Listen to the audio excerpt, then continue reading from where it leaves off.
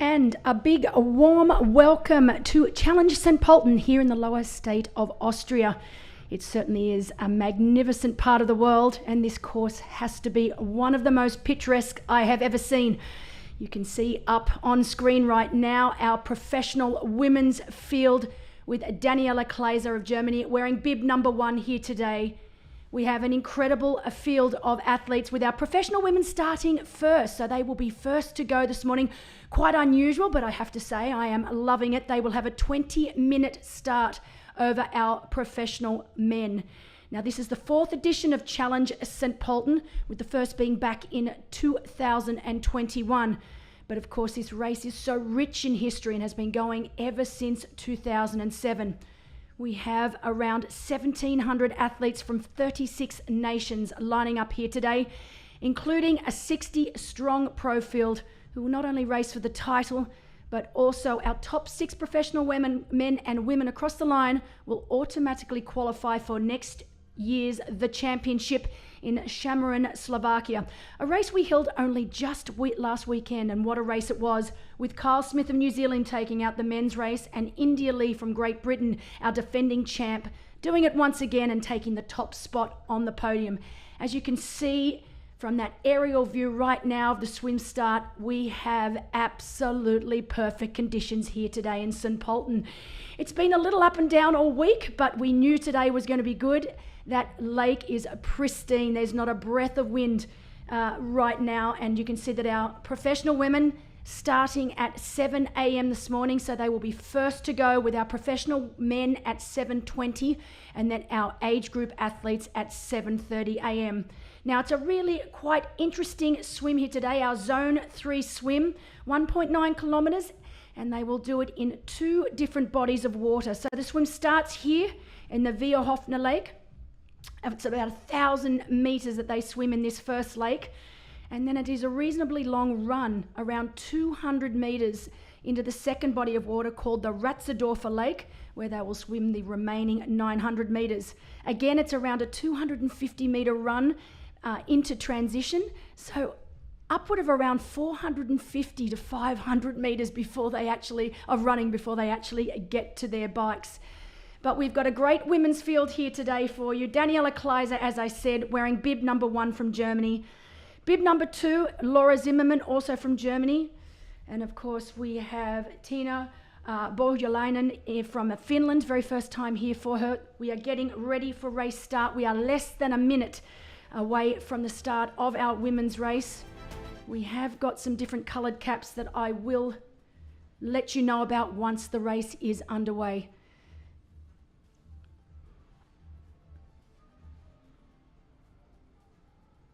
And they are off. So beautiful, clean start. You can see that first 100 meters, there's always a bit of hustle and bustle and a bit of argy-bargy. There are around 15 professional women on the start line today, so not too many to contend with, and you can see right now it's already starting to sort itself out. Just for our viewers at home, Daniela Kleiser wearing bib number 1. She is wearing the gold cap. You can see her on screen now, right in the middle. Laura Zimmermann of Germany, she's in the black cap. Tina Bohjalainen from Finland in the red cap, and Gabrielle Obmann of Austria in the purple cap. And then we have Sarah Schoenfelder from Germany in the blue cap. Now, we are expecting our little Uber swimmer. She's only 24 years of age, Chloe Sparrow. She's a brand new pro, only got her professional license this year. She's from Great Britain. She is a phenomenal swimmer, and we are expecting her to assert her dominance very early on. And we can see right now we've already got 2 swimmers that have created a bit of a gap. I am going to take a wild stab at it and say that Milan Agnew from Australia would be one of those athletes up with Chloe Sparrow. So Milan Agnew, also 24 years of age, from Brisbane, Queensland, Australia. So great to have another Aussie over here with me in Europe. She's only just made the move from short course racing up to the middle distance racing. This will be her very first true middle distance event. She did race the Hell of the West, which is an infamous, quite a famous long distance race back home in the outback of Queensland. and it's over the 2:80 and 20 distance. So first time for the true middle distance for Milan, but I'm sure she will have no problem with the extra couple of kilometres that we've got here on the bike and also on the run. She's a very strong swimmer, and while she is from Brisbane, Australia, she spends a good chunk of the year here in Europe, residing in Girona in Spain. So it's been great to hang out with Milan the last couple of days, and she is definitely ready to race. You can see there the purple cap of Gabby Obmann from Austria. And while they are racing for the Challenge St. Pölten crown here today, the Austrian athletes are also racing for their own illustrious crown, because it is the Austrian Middle Distance Championships.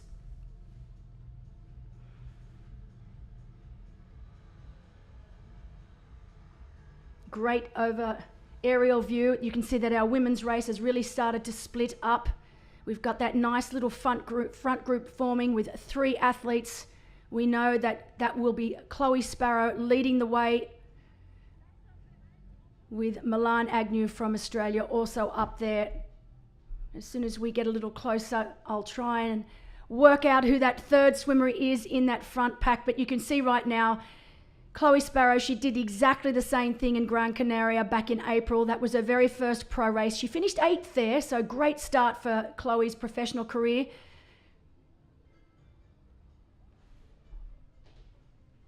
Now, interesting for today's race, so our pro athletes today will not only be racing with Challenge Family's 20-metre draft rule, but also with the anti-drafting technology Race Ranger. And with the bike course being one large 90-kilometre loop with several climbs included throughout that loop, the race today will be one of the fairest in the world. And this will be the first time that both the 20-metre rule and Race Ranger have been implemented in a race in Europe. We did implement both earlier this year at our very first race of the year in Challenge Wanaka in New Zealand, but great to see it being implemented here in Europe for the very first time. But look at that gap that Chloe Sparrow has already managed to create. She truly is such a great swimmer. Fantastic conditions right now down there on the lake. I arrived here on Wednesday after having been at the championship in Chameron only last weekend, and took a run round both lakes just to check it all out, to see for myself again. I was here back in 2022, but it's great to be back here again. But it truly is one of the most picturesque and amazing swim courses. Athletes very lucky today to have woken up to beautiful conditions. It's currently sitting at around 13-14 degrees Celsius, so it's a little on the chilly side for this Aussie, but we are predicting it to warm up to around 21-22 degrees. The water temp actually quite warm at 20.9 degrees Celsius was the official reading here this morning. So of course making it wetsuits optional for both our professional men and women, and of course our age group athletes.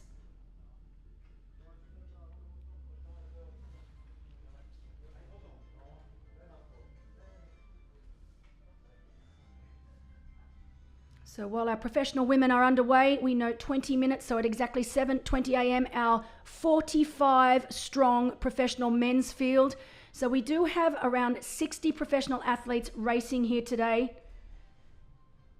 As I mentioned earlier, 1,700 athletes in total from 36 nations, including that 60 strong pro field.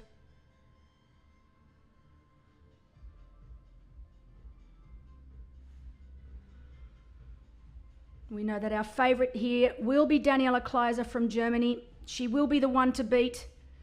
She's already had a podium this year. She was second only last weekend at the Apfelland Middle Distance Triathlon, and she finished second here last year to Lotte Wilms from Netherlands. And I'm sure she will be wanting to go one better this year. And I have to say, it's her birthday today, so happy birthday to Daniela. So what a present to give herself if she's able to come home at the end of the day on top of the podium. But she will be up against Gabrielle Obmann of Austria, who recently took third at our inaugural challenge at Cesenatico in Italy. We also have a top Finnish athlete, Tiina Borjalainen, here for the very first time. And Milan Agnew from Australia as she makes her transition from short course to long course racing.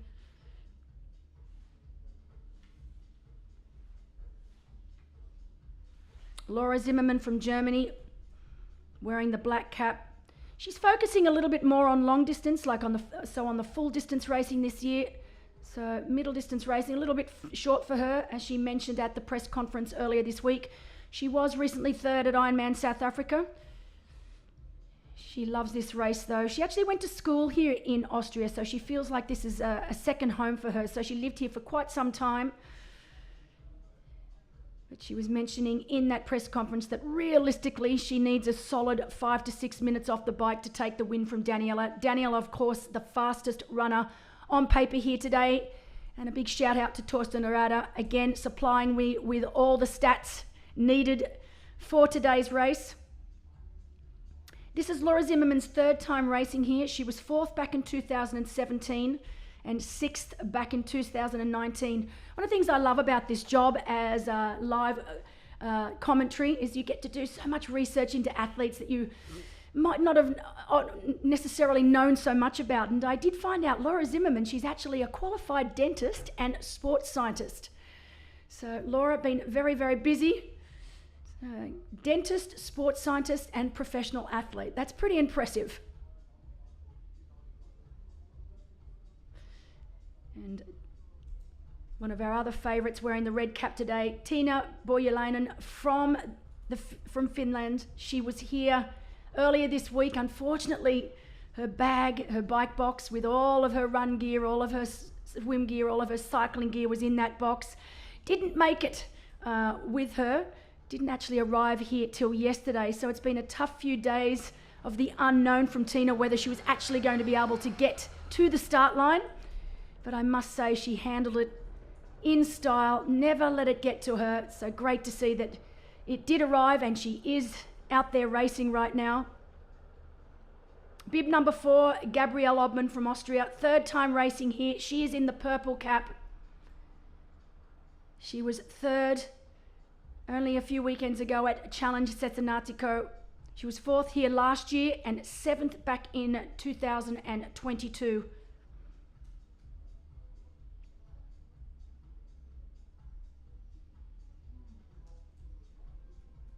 So you can see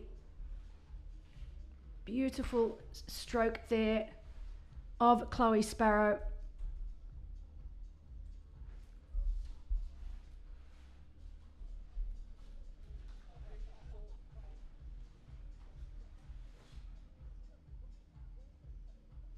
So last year here, I wasn't able to be here last year because the race fell on the exactly same weekend as the championship. Our winners last year in the women's race, Lotte Wilms from the Netherlands. Daniela Kleiser, of course, who is racing, was in second place, having a great and epic run battle with Carolyn Learider. She was able to get the better of her right in the dying moments of the run. In our men's race last year, it was Tom Hug racing for Switzerland last year. This year, Tom Hug again on the start line, wanting to defend his title, this time racing for Germany. He was born in Germany, but has spent a lot of time in Switzerland. But today, racing for Germany. Lucas Hollis from Austria was second. Lucas has now retired, but he is here at the race to support athletes. So great to have Lucas back here supporting. And of course, in third place, Ruben Zapunkter from Germany, who recently had his very first win over the middle distance. So great to see Ruben, all that hard work, finally paying off.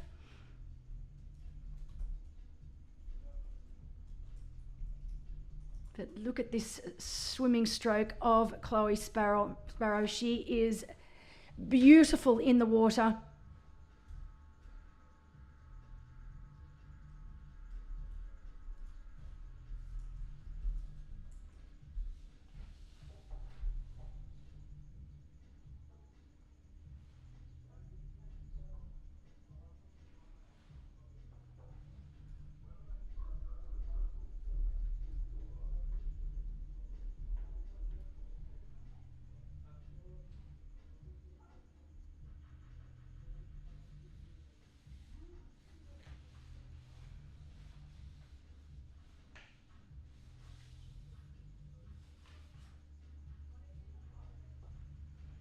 You can see right now 2 separate bodies of water that they will swim in, so 2 different lakes. It is a clockwise direction swim round the first lake. So you can see now, look at the gap that Chloe has over Milan Agnew. I know, speaking to Milan earlier this morning at breakfast, it was her ambition to try and stay on Chloe's feet for as long as possible. But I think Chloe had other plans.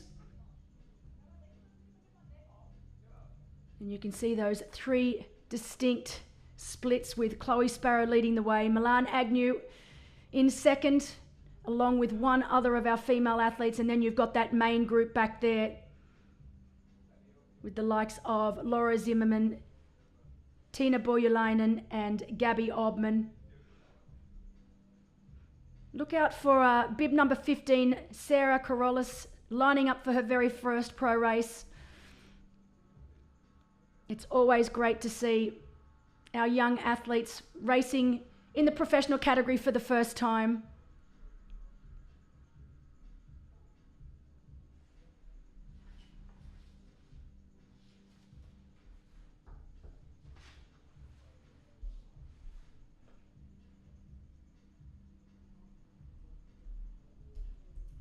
So now Chloe Sparrow making her way around this first loop in the Weerhofener Lake. She will then exit the water after completing 1 kilometre of the Zone 3 swim. It's a good solid 200 metres where they'll run up out of the lake, up over a bridge and down the other side into the Ratzerdorfer Lake, where they will then complete the final 900 metres of the swim here today before making their way into T1. Now, an interesting fact with the race here today, because it is such a long transition, so to speak, between the 2 lakes and also from the end of the swim to transition, they do take that 450 to 500 metres worth of running off the actual 21.1 kilometre run at the end of the day.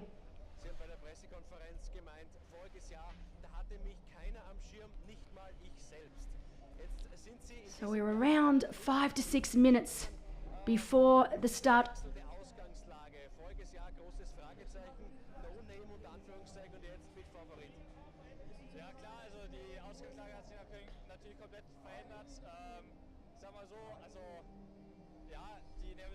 Dadurch ein bisschen gestiegen, aber insgesamt glaube ich, kann ich mit der Rolle auch ganz gut umgehen. Vor einer Woche Apfelland-Triathlon in der Steiermark, auch über die Mitteldistanz gewonnen, also die Form scheint zu stimmen. Ja, ich gehe mal davon aus, also obwohl die Vorbereitung insgesamt gar nicht so gut war, hat mir das Rennen letzte Woche ja gezeigt, dass ich eigentlich doch gut in Form bin und ja, bin dementsprechend zuversichtlich, dass es ein gutes Rennen wird, wobei die Konkurrenz natürlich auch stark ist, also es gibt da einige gute Leute am Start und dementsprechend ist da nichts garantiert. Alles Gute, Tom. Danke. Danke. Und etwas weiter hinten, vielleicht gehen wir gleich zum Herrn mit der blauen Schwimmbrille. Das ist der 9-fache Ironman Meistergewinner, Titelverteidiger über die Mitteldistanz, Michi Weiß, Lokalmatador. Wie geht's Ihnen so kurz vorm Start? Mir geht's gut. Ich freue mich, dass ich hier wieder mal am Start sein kann in St. Pölten. Dieses Jahr ohne Langdistanz davor, also ich fühle mich frisch und bereite mich vor auf eine lange Saison. Und ja, ich hoffe, dass wir hier eine gute Show liefern können fürs Fernsehen.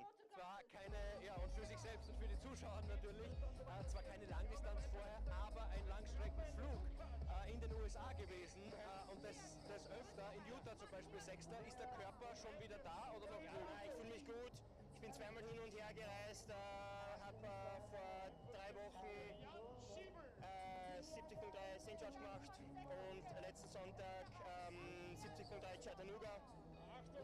Und ja, ich bin Profi, schon so viele Jahre dabei und deswegen ist das für mich kein Problem. Viewing our professional men down there as they are getting ready to start. They will be starting in approximately 4 minute time, 7:20 a.m. Great scenes down at our finish line. You can see our VIP area over the other side. Perfect viewing spot as our winners today make their way across the finish line. Of course, that's a long way to go. And look at that. That is the transition area. It is one of the most incredible transition areas I have ever seen. I was down there yesterday as the professional athletes were getting the race ranger applied to their bikes. Great to have James Avery here from Race Ranger, making sure that we have the fairest race that we possibly can. And while we were interviewing our professional men, our women had made their way out of the first lake and down into the second lake. So they are now in the Ratzedorfer. They have 900 meters to swim. And Chloe Sparrow is continuing to increase her lead right now over Milan Agnew. And you can see there that third group, so that second chase group of swimmers only just making their way into the lake, while Chloe is almost at the far end of the lake. That's just how much of a lead that she does have right now, as our 45 strong men's professional men are getting ready to start. Just to let you know, wearing bib number 31 here today, Tom Hug, our defending champion from Germany, is wearing a gold cap. You can see him there on screen. Nicholas Mann, our winner from 2 years ago, wearing bib number 32. He is in the black cap. Mickey Weiss from Austria in the white cap. Onyan Stojanovic in the red cap. And Andrej Kubo from Slovakia in the purple cap.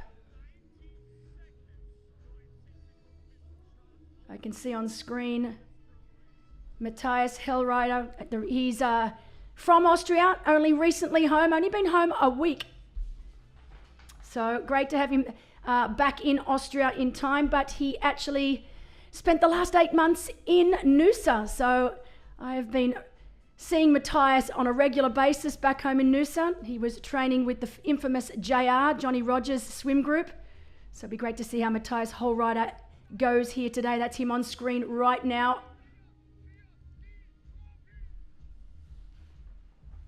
Fantastic professional men's field here today. We are less than a minute to go, so just on 30 seconds to go before our professional men are underway.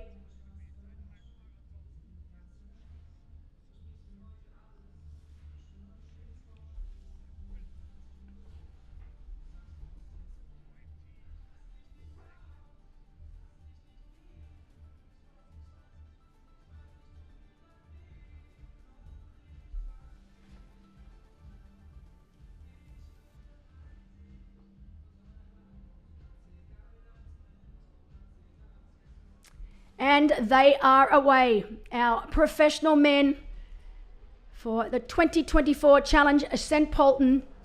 Nice clean start from our 45 strong professional men's group.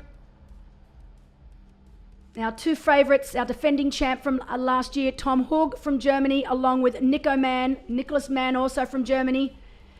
Nicholas only 24 years of age. He is wearing the black cap, but it will be pink cap today. So wearing the pink cap, Hannes Butters, our youngest in the field at only 22 years of age. So look out for that pink cap. You can see it off there to the left-hand side. He is by far our fastest swimmer and actually holds the swim course record. So he holds the swim course record here today. Expect to see him go out fast. So that is Hannes over to the left, and right in front of us is Onyan Stojanovic from Serbia, also a very strong swimmer.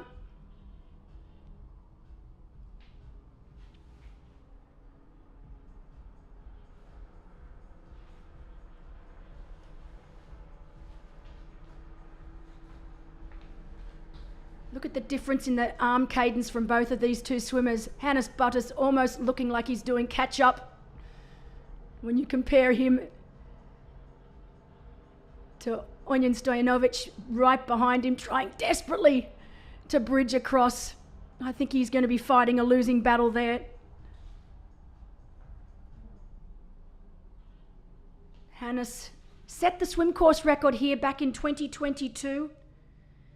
An overall time of 21 minutes and 55 seconds. So he's an exceptional swimmer.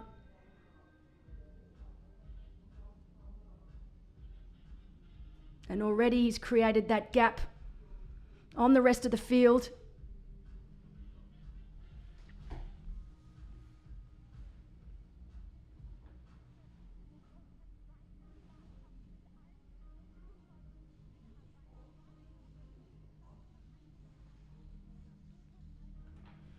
So interesting facts about Hannes Bottas from Germany.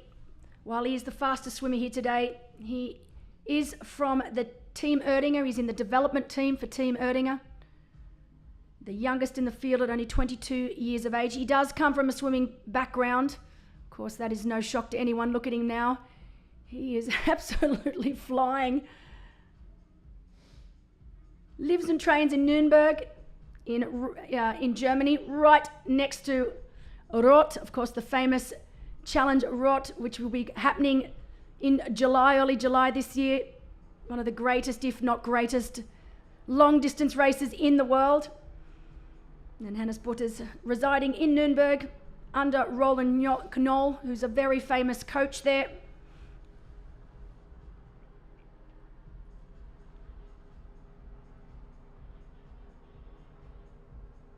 You can see that the men's field starting to really string out as they're chasing this young man on screen.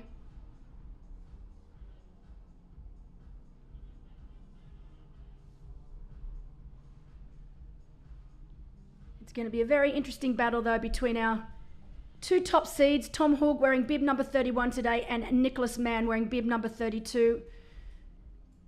Both have raced this year and both have had wins this year. Tom Hug taking out the win last weekend at the Apfeland Middle Distance Triathlon, which also implemented the 20-metre rule. And Tom Hug, when he last raced here last year, when he won the race, he was actually racing for Switzerland, but he is now racing for Germany. So he was born in Germany, but moved to Switzerland when he was 2 until 18 years. So he spent majority of his life, 2 years of age to 18 years of age, in Switzerland and held a Swiss pro license. But he is now back in Germany and racing for Germany.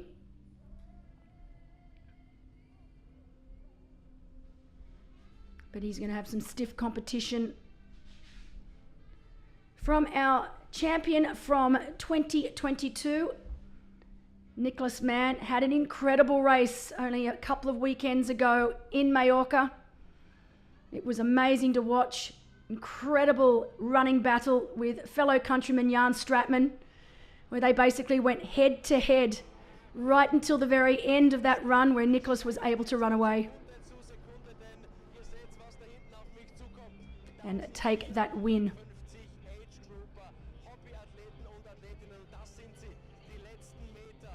After speaking to Nico earlier this week, he is absolutely determined to take the win again here. He does not want to come second, third, fourth or anything else. It's win or nothing, he said. So it'll be great to see him pushing the pace early on in the bike. With a 45 deep men's field here today, the 20-metre rule and race ranger both being implemented is going to make a huge difference here.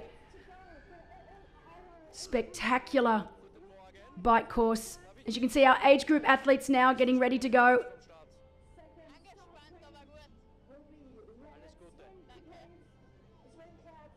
Our age group athletes, 7:30 start time for them as they make their way towards the start.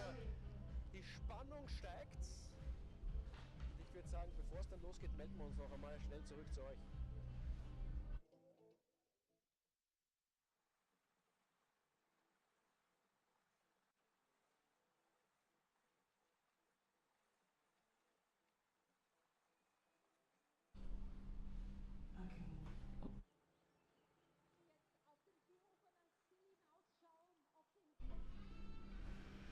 So back with our professional women who are getting towards the end of this swim. It is Chloe Sparrow from Great Britain with a huge lead over the rest of the professional women's field. 24 years of age in only her second ever professional event. So this is only her second professional race, her first back in April in Gran Canaria. And as she told me earlier this week, it's all about gaining experience. Just trying to get as much experience as possible as she's making her way towards the exit now. Only a few strokes left to go for Chloe.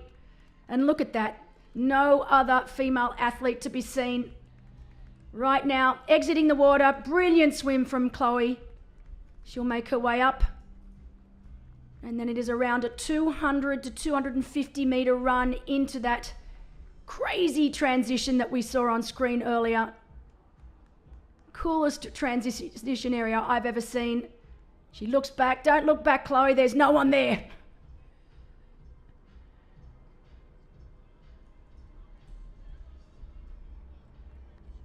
Looking very, very calm, cool, and poised for such a young athlete, 24, second ever race as a professional. You can see making her way now. A few twists and turns before she makes her way into the arena. So the transition area taking up the entire football field here in St. Pölten. She'll collect her bag. So wonderful scenes here in St. Pölten. Still a little chilly, sitting at around 14, 15 degrees.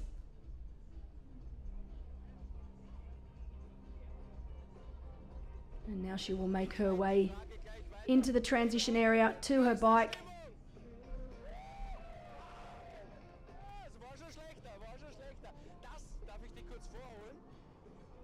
So wetsuit off, helmet will go on. She will need to put that wetsuit into that bag. So race numbers need to be worn here in Austria on the bike. So that'll go on, helmet will go on, wetsuit will go back in, nutrition down the top.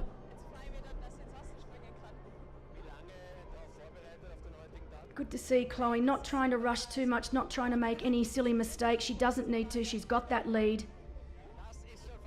Goggles, cap and wetsuit back into her bag and off she goes. So nice clean transition there from Chloe as she now makes her way into transition. And while Chloe's making her way to her bike, our professional men will be getting close to exiting the first lake, making their way towards that second lake. And our age group athletes are less than a minute before they will start. 1,700 age group athletes here today. And there she goes. James Elvery in the background there from Race Ranger. As I said, fantastic to have him here today.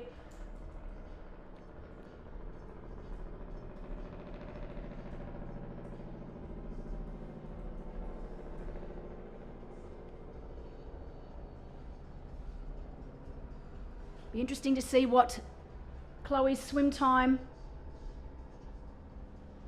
ends up being. We know that the swim course record here held by Lucy Buckingham, 23:58.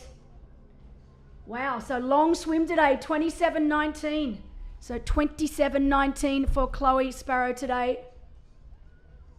And she has around a 2:20 gap over Milan Agnew. So great lead for Chloe. Lucy Buckingham swim record well and truly safe here.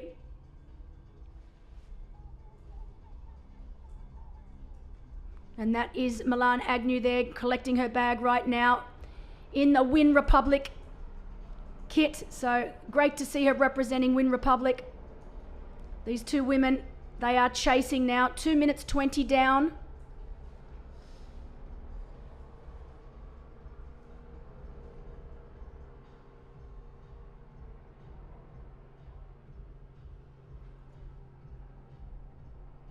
And that is, of course, our young gun again. So two of these athletes, both of these athletes is the first time over this distance. That is Sarah Carolus I was told at the press conference to look out for Sarah, again racing in her first ever pro race and first time over this distance. So great to see these two women, both Sarah Carolus from Germany and Milan Agnew from Australia. 2:20 down on our leader, Chloe Sparrow. So both Sarah and Milan, a little bit of a drop of the bag. And now both safely making their way through to transition.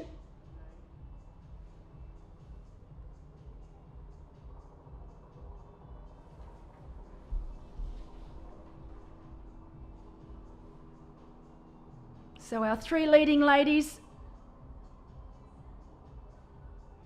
are practically on course. So there we go. We've got Chloe Sparrow getting nutrition in early as she makes her way onto this one loop 90-kilometre bike course with both Sarah and Milan chasing.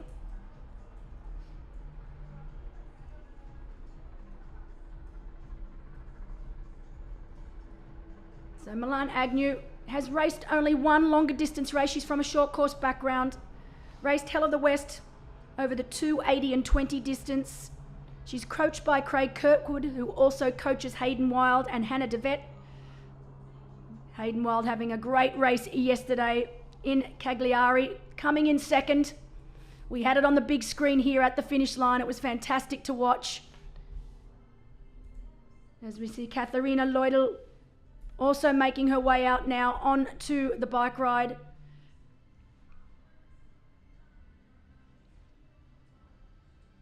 Milan Agnew, only 24 years of age, resides in Girona, lives there with two of her training mates and friends, Roxana Slupek and Seth Ryder, two very, very strong short course athletes. In fact, it was great to see Roxana Slupek racing yesterday in Cagliari. She had a really great race and punched her ticket to Paris. So Roxana, if you are listening, congratulations. Fantastic to see that you are going to be in Paris this year.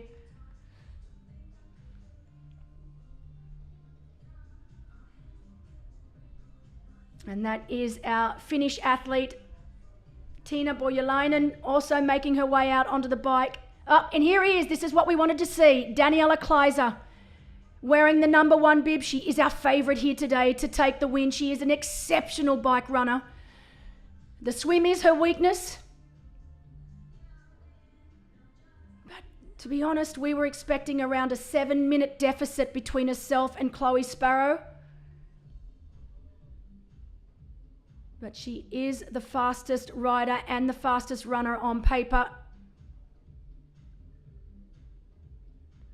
Now she just needs to be patient, not try and make up that deficit too quickly on this bike ride. She's a very experienced racer. Throws it off. Well done, Daniela, as she makes her way now to the bike. So all of our main players now out onto the bike ride or thereabouts.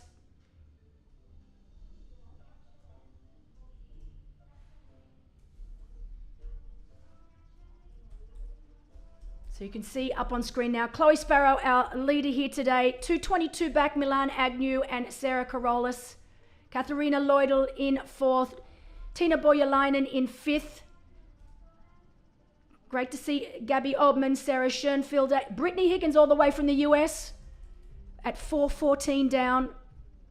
Laura Zimmerman concentrating on longer distance. She will be racing at Challenge Rot later this year, so it'll be great to have Laura in Roth. 3:48 down. She'll be happy with that. So our top 10 women. 4:15 separating 1st to 10th. As Daniela now makes her way out onto that bike course. This is a position she's used to being in. She's the first to admit that her swim is definitely her weakness. But very, very powerful bike rider. An exceptional runner. We know that she will have the fastest run here today, all things being equal. But right now, it is this young lady who is leading the way. Chloe Sparrow from Great Britain, 24 years of age. in only her second professional race. Little technical as they make their way out of St. Pölten here. Once they get out onto the motorway.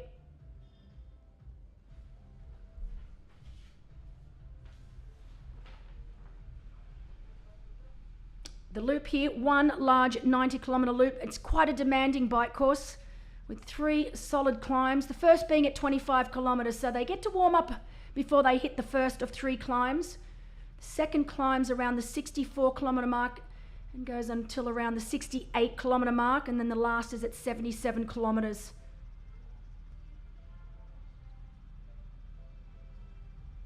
We are implementing the 20-metre draft rule. So that being said, it's 20 metres by 3 metres, and they have 45 seconds to overtake. There is a penalty box out on course. And there is one also as they come back into transition. So the first penalty course at 68 kilometres and the second one in T2.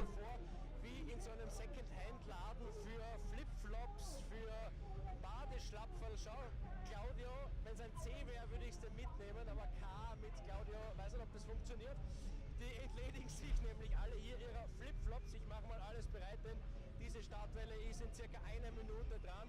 Ich habe mich ein bisschen umgesehen und habe jemanden entdeckt unter den Age-Gruppern, den kennen Sie vielleicht auch als Sportfan. Thomas Diethardt, 4 Schanzentournee-Sieger 2013, 2014, 2 Weltcup-Siege gewonnen und jetzt... That is Anna Pabinger making her way out onto the bike course here. So also from Austria, we have a huge Austrian contingent here today, because we know that they are also racing for the title of fastest Austrian over the middle distance. So it is the Austrian Middle Distance Championship.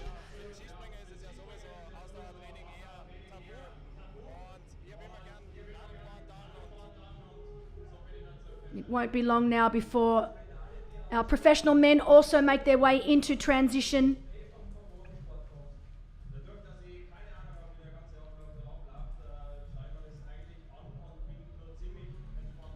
We know it will be Hannes Butters who will be the first to make his way into transition, and then it'll be interesting to see just what that deficit is.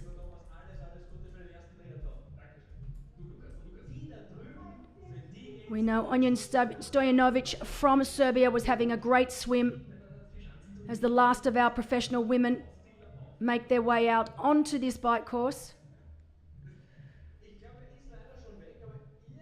Thumbs up, everything looking good so far.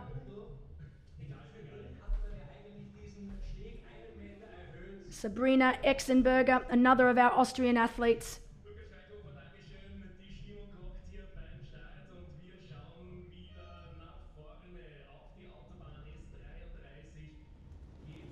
So the beginning of this bike course takes them through the town of St. Pölten and then out onto the Autobahn. Normally a road that these athletes are not allowed to ride on, but for today, completely closed roads for the 90-kilometre bike course. I have to say, this second year coming to this race, and it is one of the most well-organised events I've ever been to. This race has been going since 2007. The organisation here is 5 stars, so incredibly well organised.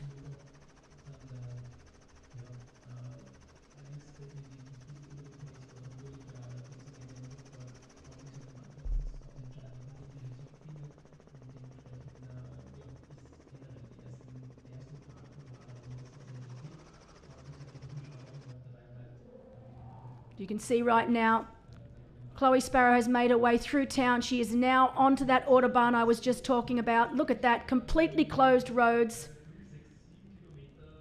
Quite misty conditions here this morning. A little bit overcast. A little bit of drizzle. You can see the roads are just a little bit wet.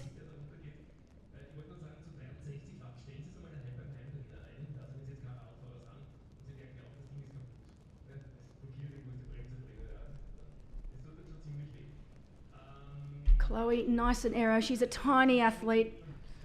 One of the smallest athletes racing here today, one of the youngest at 24 years of age. Nice and aero on her bike.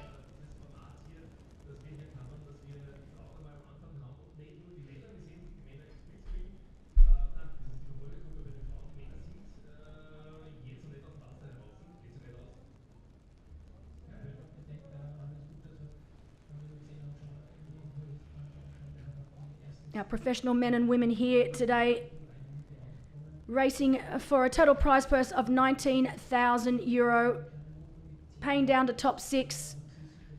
And our top six professional men and women finishing today automatically qualifying themselves for next year's the championship in Šamorín, Slovakia,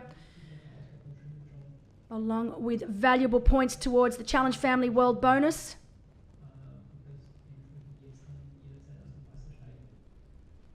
So on the left of screen, our leader, Chloe Sparrow. On the right of screen, Brittany Higgins from the US.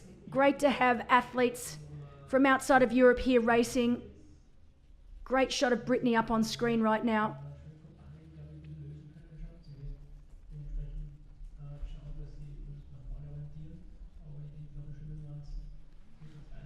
Brittany's from Clearwater in Florida.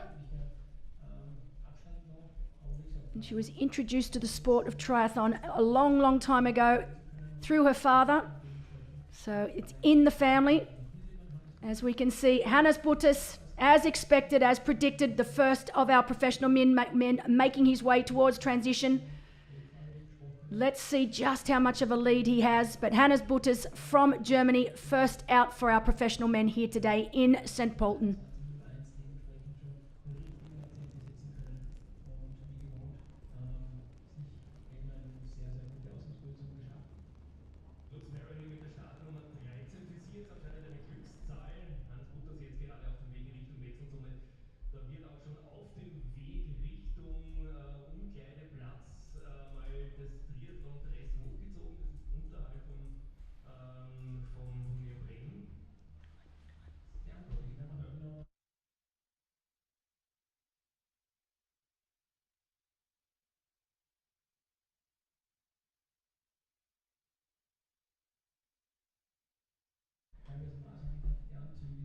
So Hannes Butters making his way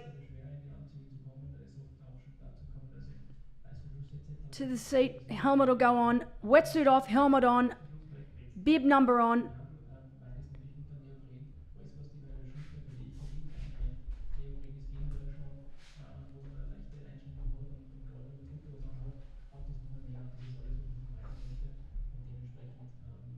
Looks like he had a swim time of 23:01, so great swim.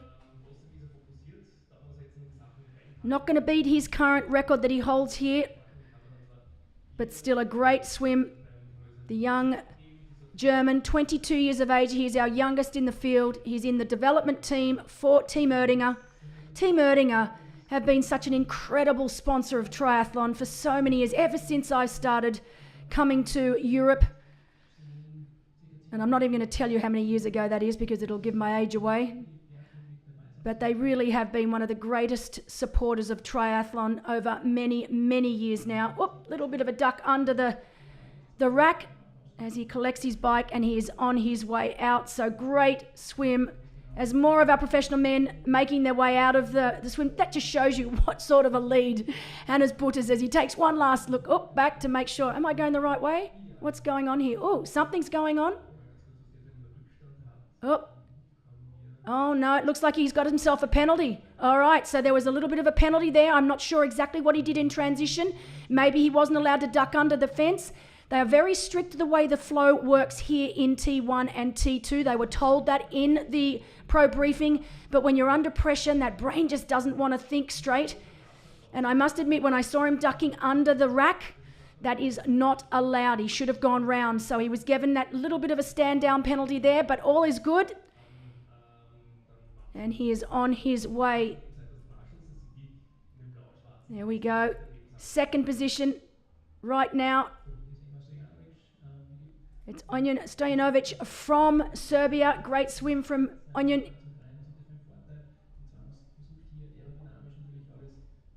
As more and more of our professional men, now it's getting a little fast and furious here. Maurice Clavel, great to see him back racing. This is his first race back since serious injury last September, where he had a sacral stress fracture, put him out of the game for quite some time. But he is back now. Hannes Butters getting a good look at all of the professional men heading into transition as he is heading out of transition.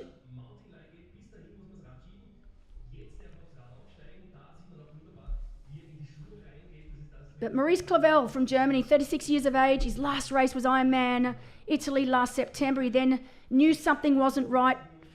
He had to take a good chunk of time out of the sport to let that stress fracture heal properly.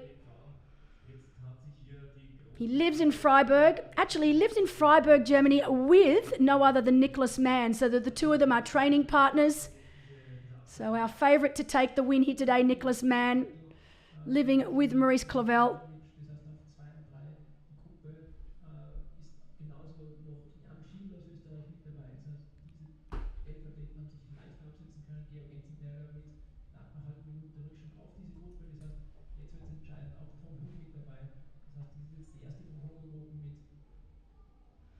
So we know that this man on screen, our leader here today, Hannes Butters, with just shy of a 2-minute lead over the rest of the professional men's field. So solid lead for Hannes.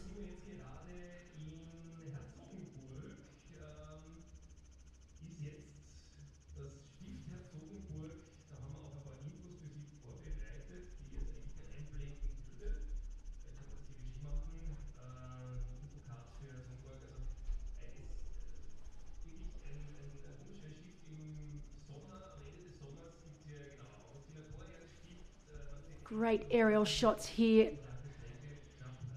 of the area surrounding St. Pölten. I always love coming to Austria. We've got 2 races here in Austria, Challenge St. Pölten the first, and of course Challenge Walchsee a little later on in June. 2 absolutely spectacular races. I was fortunate enough to go to Challenge Walchsee for the very first time last year. Again, just such a brilliantly run race. Has been for years now. Both of our races here in Austria, 2 of our best that we have all year, run by such spectacular people in such beautiful parts of the world.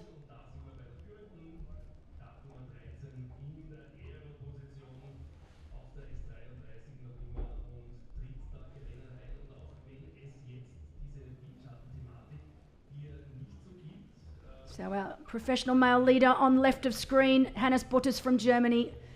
Our female leader on the right of screen, Chloe Sparrow.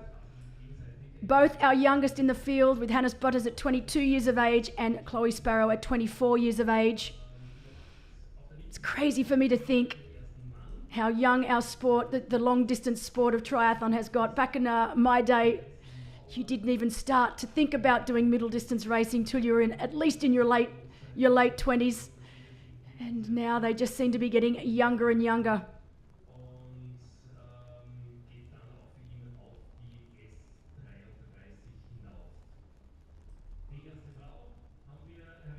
So while Butters leaves, we know that Ojen Stojanovic from Serbia is in second. Jonas Krekel, also of Germany, in third, and Philipp Pörtl. Now there's a name I wanted to talk about. Philipp Pörtl, lining up for his first longer distance race. He's from a short course background. This will be his first middle distance race here today. It is going to be very interesting to see how he goes. We know he's got some speed from his short course racing. His teammate is Daniela Kleiser. I'm sure she has given him some tips on the longer distances, but it will be interesting to see how Philipp is able to go here on the bike and run.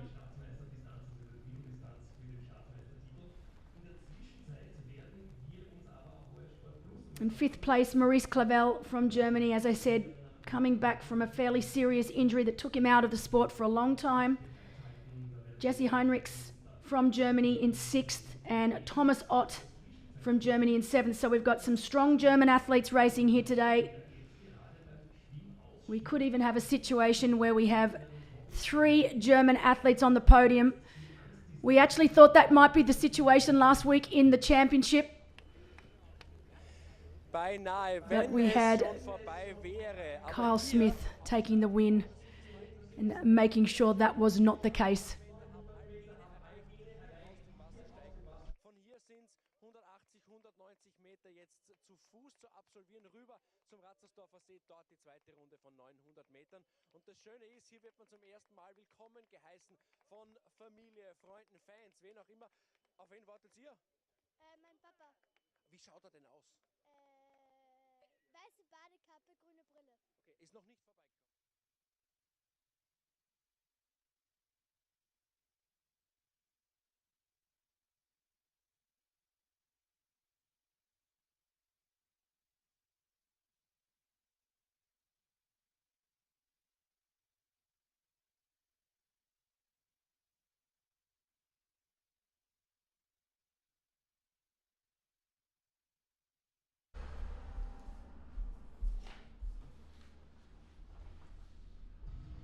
So that was Luke Matthews.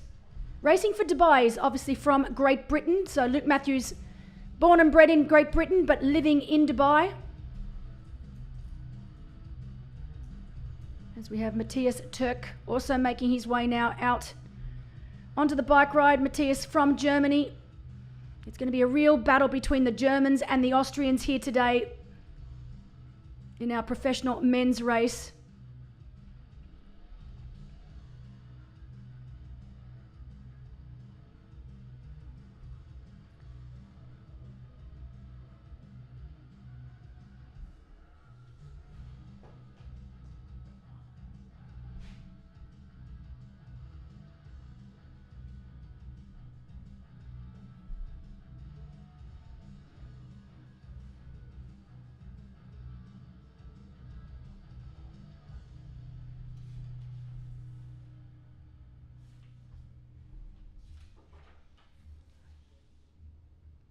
So 45 professional men racing here today. Got the last of our men making their way towards their bikes. That was Morris Weihmuller, also of Germany. Conditions out on course, you can see that it is a little misty. It is drizzling. Not quite rain, but it is definitely drizzling out there, making the roads wet and definitely quite slippery. So for this section of the course where they are on the Autobahn, not such a problem. But once they start hitting the climbs and then the descents down the other side, hopefully the roads have dried by then. It does start to get just a little technical on this bike course.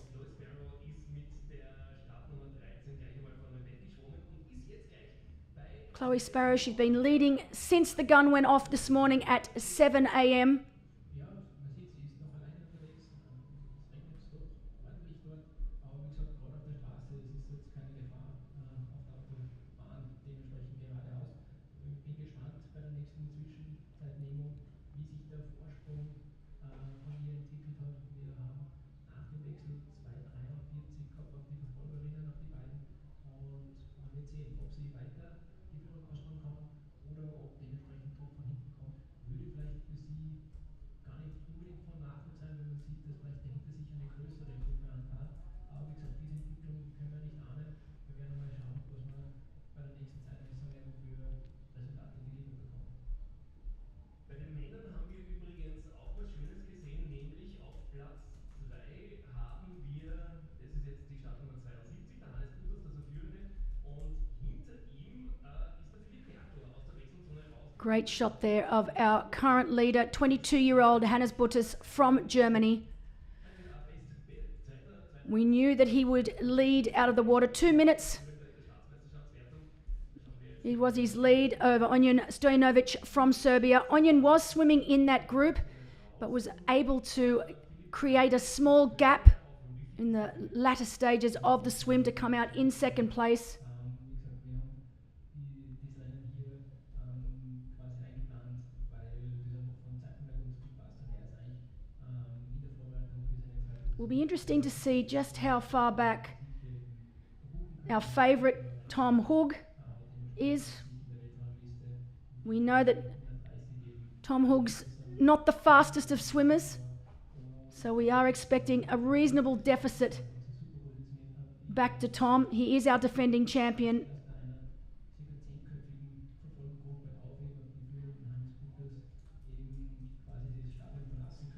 It's looking likely though that it's only around just over 2:10. So just over that 2-minute mark back to Tom Hug, who is definitely one of the fastest runners in the field. Vielleicht können wir auch ein bisschen noch im Splitscreen mal sehen, erste Frau, erster Mann, weil was mir auffällt, Jill Sparrow seit ein paar Monaten erst Profiathletin, also wenn man sich die Rennmaschinen anschaut, da ist schon ein gehöriger Unterschied. Der Aerolenker im Carbon. And Nicholas Mann not too far behind. So we know that both Tom Hug and Nicholas Mann sitting at just over 2 minutes back. Nicholas a little further back.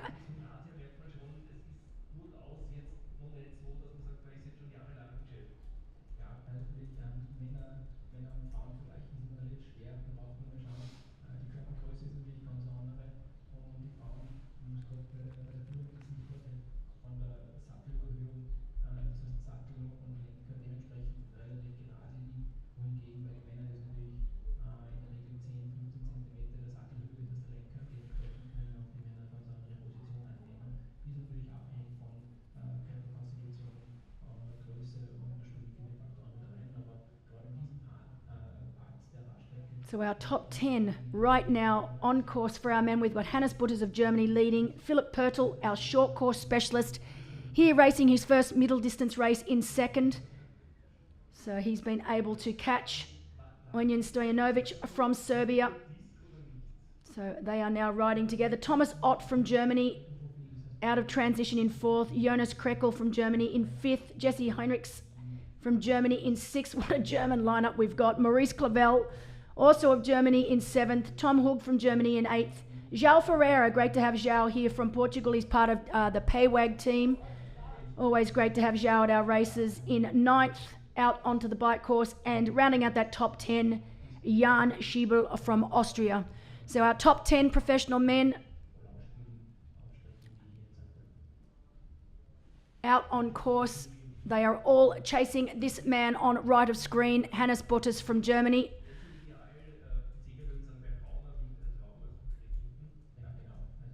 While in our women's field, we are waiting for our women to cross over. Our first time check will be at the 20.8 kilometre mark.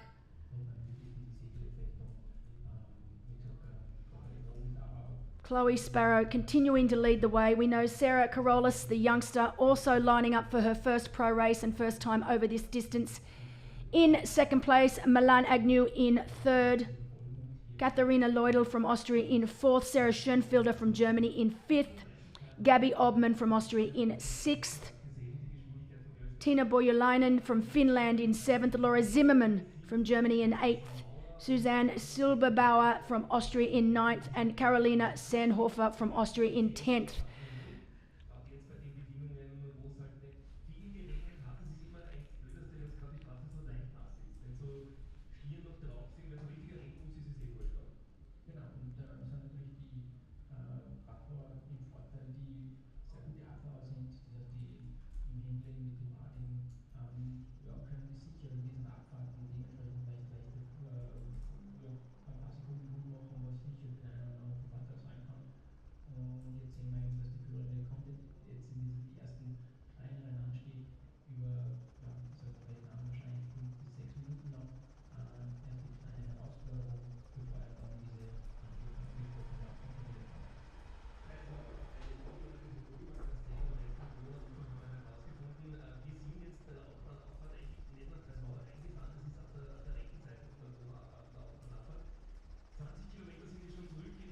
Great overview shot there of the bike course. It's a beautiful bike course.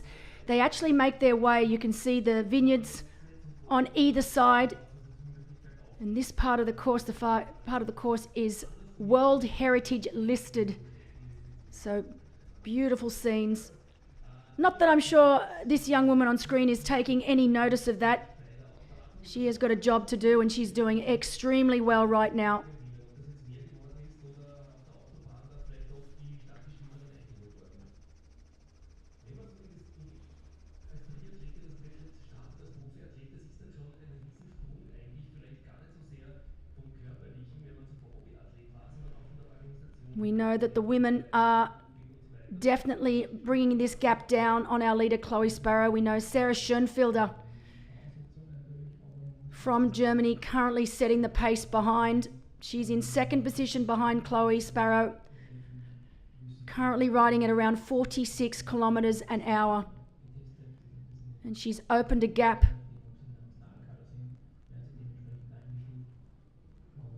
So she's managed to catch Milan Agnew and Sarah Carolus and gone straight by them. We know that there's a little bit more rain out on course now, just making it a little trickier. Just a little bit more concentration will be needed from these athletes. The last thing they want to do is crash. And you can just see on course now that those roads are particularly wet. Chloe making the wise decision to get up out of the error bars as she took that corner. Just doesn't need to take any unnecessary risk this early into the race as she makes her way through one of the small towns that they will go through here on the course. And you can really see those roads are quite wet.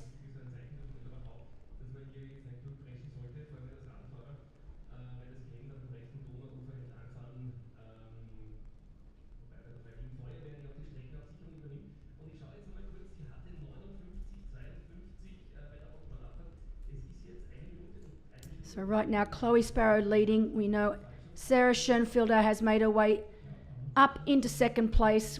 We've got Milan Agnew currently in third and Sarah Carolus in fourth. That is how it stands out there on course at around the 22 to 23 kilometre mark of this 90 kilometre bike course here today. One large loop.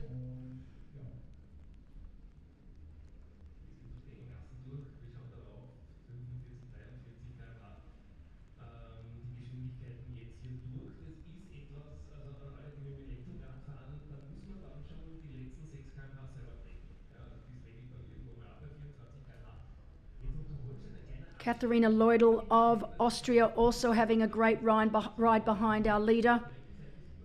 She's also made her way up into the top five.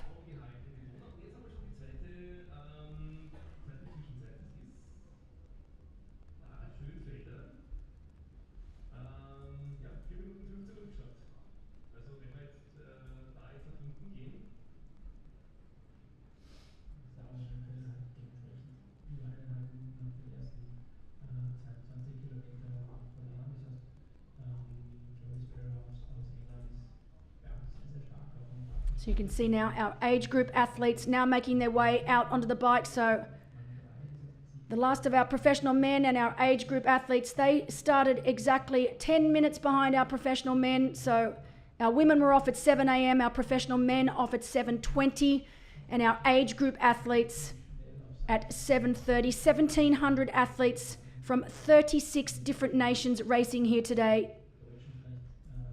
We have a huge contingent, obviously, of Austrian athletes. As we can see on screen now, that is Nina Schwartz there on screen. She is the race organiser. She's our youngest race organiser. She took this over. That is her dad there, Christoph, as well, standing on the sidelines. A real family affair here in St. Pölten. We couldn't ask for a better team to run this race. They've been doing such a spectacular job now for many, many years. Both Christoph and Petra Schwartz handed the baton down to their daughter Nina only a year ago, and she has taken it on beautifully. You can see now that first climb starts at around the 25 kilometre mark of the bike course. So Chloe Sparrow already on the first of 3 climbs here today in St. Pölten. You can see up out of the saddle, grinding that gear. They are not particularly steep climbs here, but they are definitely going to leave a sting in the legs.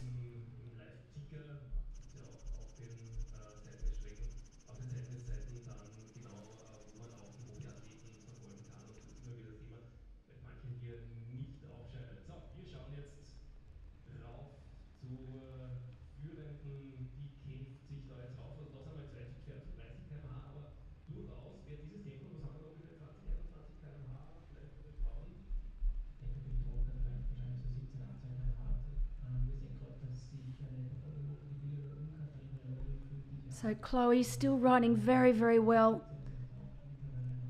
She's definitely holding her own. Sarah Schoenfeld from Germany, currently sitting in second position, so she's been able to make her way through the field. Laura Zimmerman, great to see Laura making her way up into third position. And then Katharina Lloydel in fourth. Milan Agnew in fifth. So Milan Agnew and Sarah Carolus, who are out in second and third position in the swim, are now currently in fifth and sixth. Still riding together.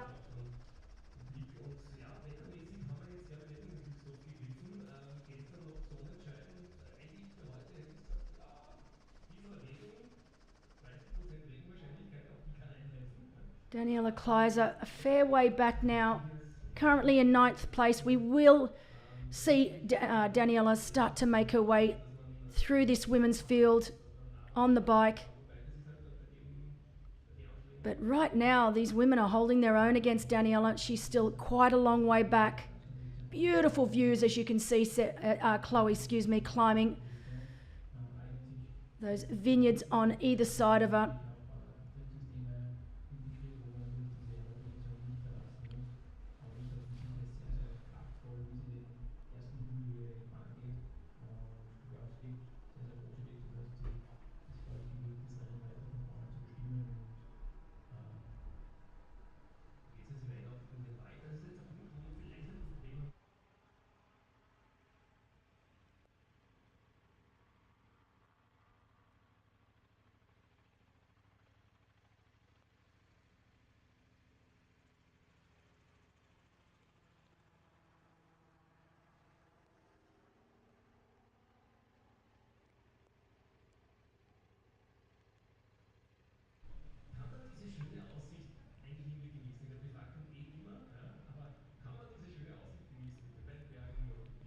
Chloe looking very controlled, very much in the zone, not worrying about what's going on behind her, just concentrating on what is going on in front.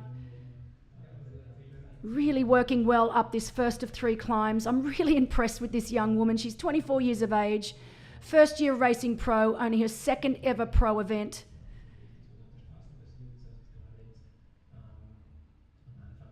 Not overdoing it.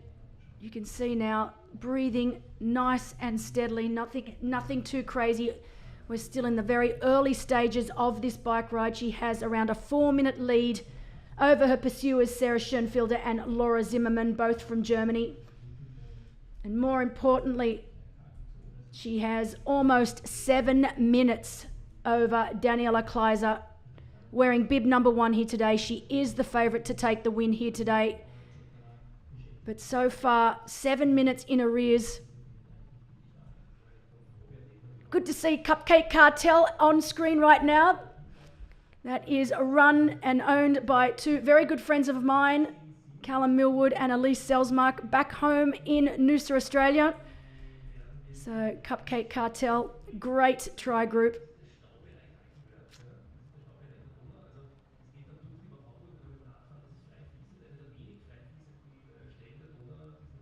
More and more of our age group athletes make their way out onto the bike course. Bit gloomy conditions here today. We were being told we were going to get nice sunny conditions. I am hoping that cloud cover does start to burn off throughout the day. One thing I have learnt about Austria is you always expect the unexpected. You get a little bit of a mixed bag here throughout the week. A little bit of wind on course. It'll be interesting to see if that wind does start to pick up throughout the day. See that last penalty box. So we have 2 penalty boxes on the bike course today. That last one being right before they go into T2.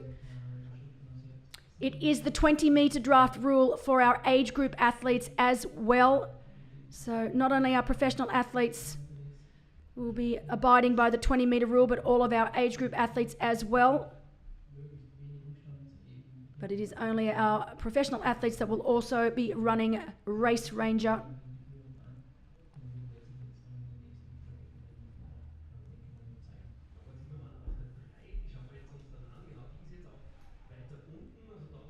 And so obviously, with this being the main event of the weekend, We also had the junior triathlon for first timers on Friday. Beautiful afternoon of racing here in St. Pölten on Friday. I took myself out for a run and cheered on some of the first timers doing their sprint distance triathlon for the very first time. Was always great to see. And the junior triathlon was also fantastic with so many of our youngsters getting out amongst it all. We had the pastor party, welcome party on a Friday night. And you can see now on the left with Chloe Sparrow just how tricky the conditions are on that descent. Just really need to concentrate, not do anything too silly, wants to stay upright. So far showing maturity well above her 24 years here.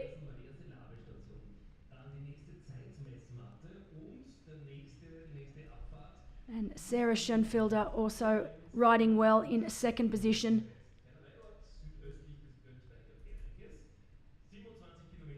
So you can see the women making their way towards that 27-kilometre mark. It's a full house here down in transition as our age group athletes make their way to transition. Not too many spare seats left there. 1,700 athletes.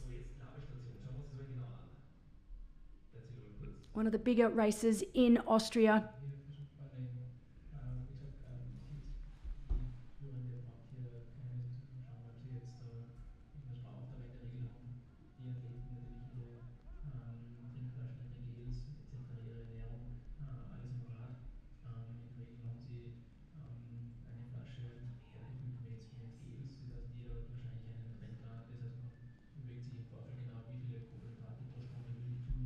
So as more of our age group athletes make their way onto the bike course, Chloe Sparrow making her way down the other side of the first climb. We know that while Chloe makes her way down the other side, her pursuers are making their way up.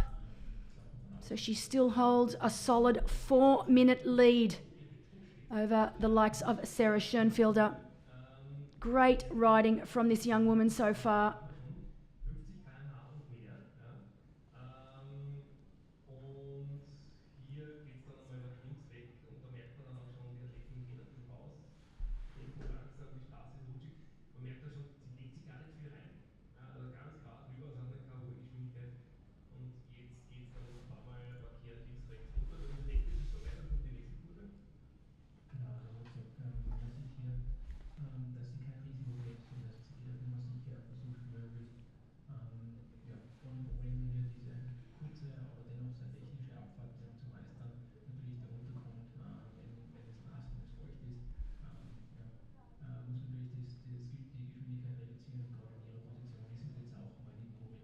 So our professional women now have been racing for 1 hour 15, our pro men 55 minutes. Quite a unique situation here in St. Pölten with the professional women going off in front. They had a 20-minute gap back to the professional men.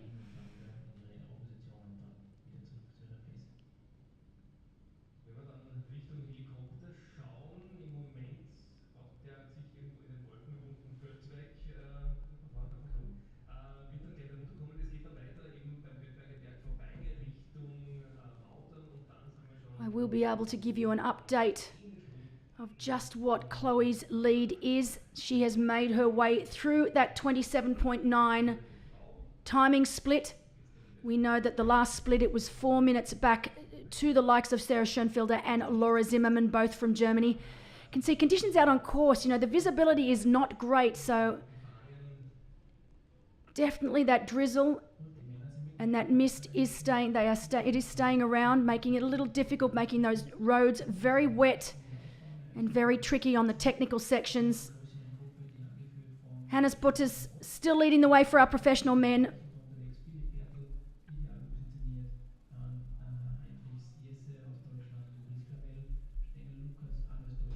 We know that he has made his way through that 22.7 kilometre mark.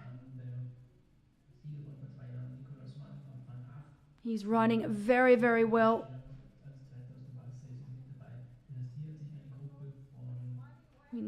just over, still with that 2 minute and around 15 seconds. So he's got over 2 minutes on Thomas Ott from Germany. Our short course athlete Philipp Pörtel from Austria. Jesse Heinrichs from Germany. Maurice Clavel also from Germany. Lucas Stengel and George Enzenberger. It is quite a significant chase group, that is for sure.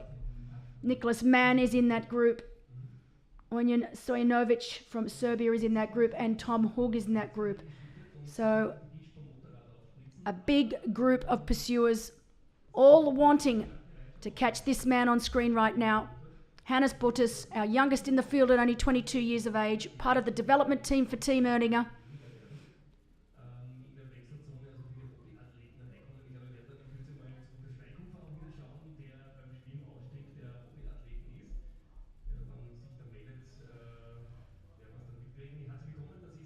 It's going to be interesting to see in this chase group if any one of them is willing to take a risk on these very, very wet roads. You can see the rain coming down right now. Right now where I am here in downtown St. Pölten, it is not raining. It is overcast but not raining, but you can see out on course where they are, that rain is continuing to fall. You can see right now Hannes Buttus on the first of the 3 climbs, making his way up through the vineyards in this heritage listed area of the course.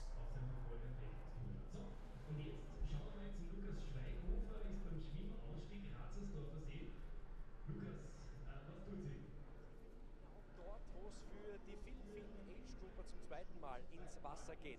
Vom Viehhofener See sind sie 200 Meter rüber gelaufen und hier hinter mir der Ratzersdorfer See. Da geht es noch einmal ca. 54 Meter nach vor, die gleiche Strecke zurück und dann geht es hier aus dem Wasser. Damit hier alles mit rechten Orten und vor allem This course is so rich in history. It has been going since 2007.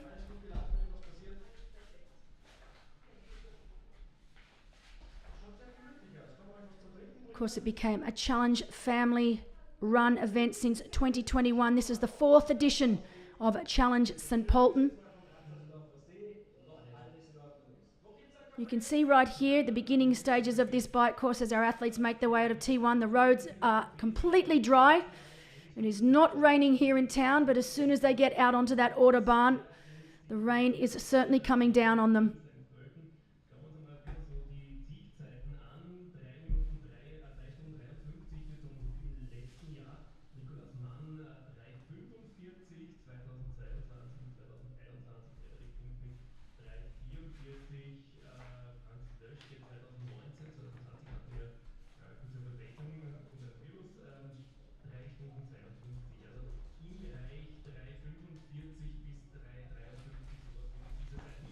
This is a local man from Austria. He's been here many, many times. Michael Weiss, so Mickey Weiss, one of the strongest bikers in the field. He was very happy when he heard that not only the 20-meter rule would be applied, but that race ranger. And you can see right now that big chase group.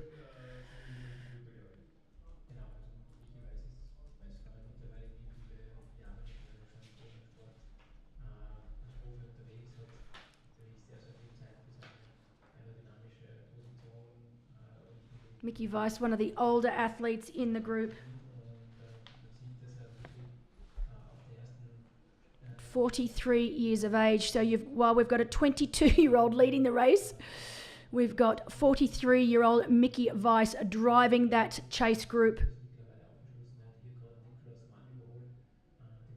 He's an 8-time full distance winner, 5-time middle distance winner.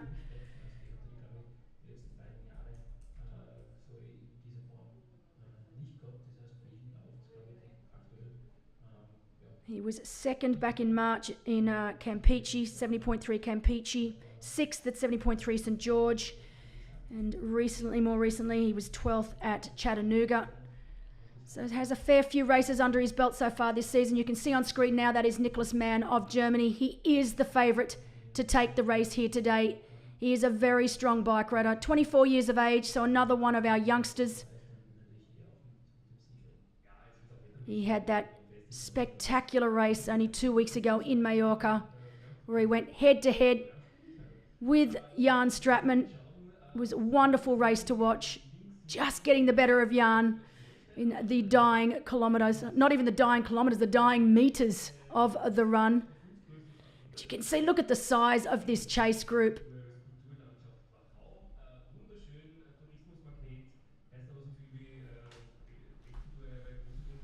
So it was spoken about in the pro briefing just how strict these officials were going to be on the climbs. Obviously, we know with Race Ranger being used and the blue-red light system and the flashing lights, there was going to be a little bit of leeway given at the beginning of each climb as the riders concertina. But as long as they were making a concerted effort to then push it back out to the 20 metres, there'd be no penalties given, but they must make a concerted effort to get out of that 20-metre zone. It's very easy for all of our viewers back home to look at that, say that they are not 20 metres, but it's very tricky. We found it when we were the T100 in Singapore, around the corners on the technical sections when they corner, the concertina effect. So athletes were told as long as they were making a concerted effort to hold that 20 metres once they got out of the technical sections of the course and obviously at the beginnings of the climb, then they would be deemed okay. But on all other areas of the course, particularly the flat straight sections of the Autobahn, that 20-metre rule needs to be adhered to.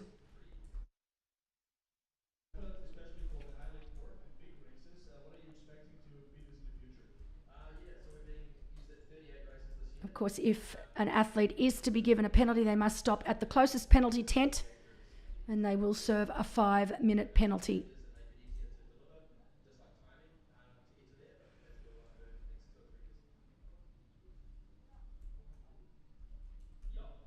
Wir schauen uns mal ganz kurz einmal die Hobbyathleten an und sprechen über diese Race Ranger App und dieses Gerät.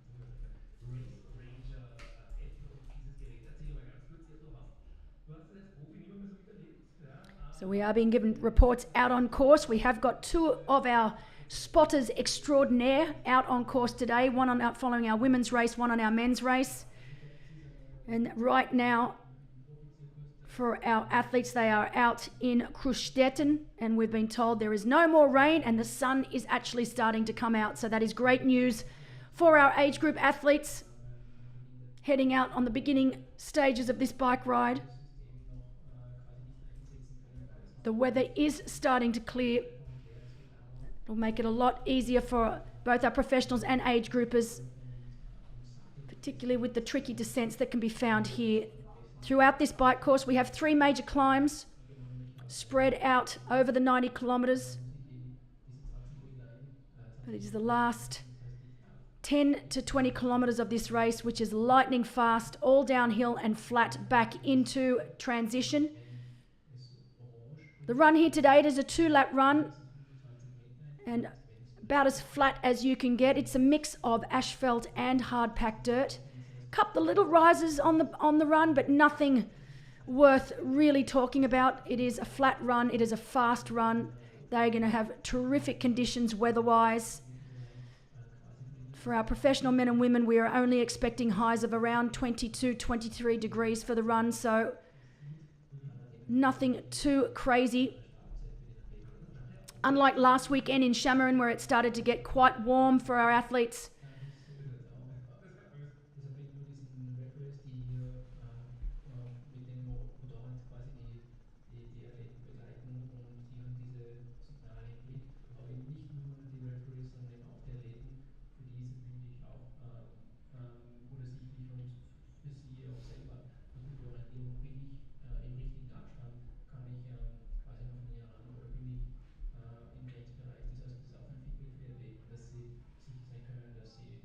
so while our age groupers make their way out onto the bike course, we know that our race favourite in our men's race, Nicholas Mann from Germany, has forced his way through to to the front of that chase group, is now in second position. He is the fastest rider on paper. Of course, numbers at the end of the day only take us so far. It's all about how these athletes are feeling. But Nicholas Mann, he was second here only 2 years ago. He now currently holds second position out on course. You can see the roads now completely dry. They've been able to get themselves through that little bit of a rain shower. Chloe is now riding on dry roads. She's on a very fast section of the course. The first of 3 climbs done and dusted for Chloe.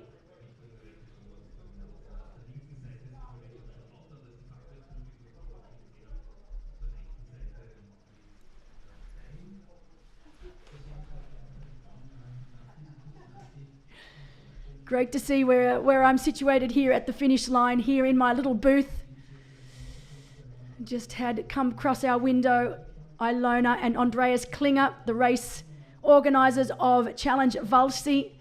What I love to see is our racers supporting each other. They're here to support Challenge St. Pölten. They come here every year, and we have Challenge St. Pölten also going to Waldsee to support each other. They do an incredible job, these 2 racers. They work together so brilliantly. Puts a massive smile on my face. They are 2 of my favourite races of the year to come to when I come to Europe. So big shout out to both Andreas and Ilona Klinger.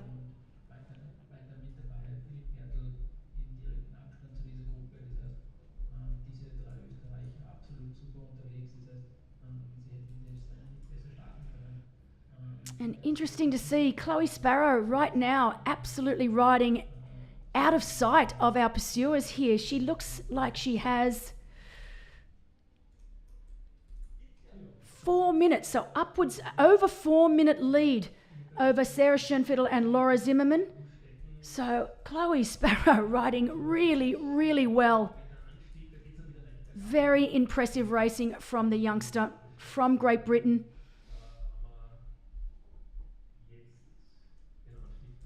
Hannes making his way up the first of the climbs.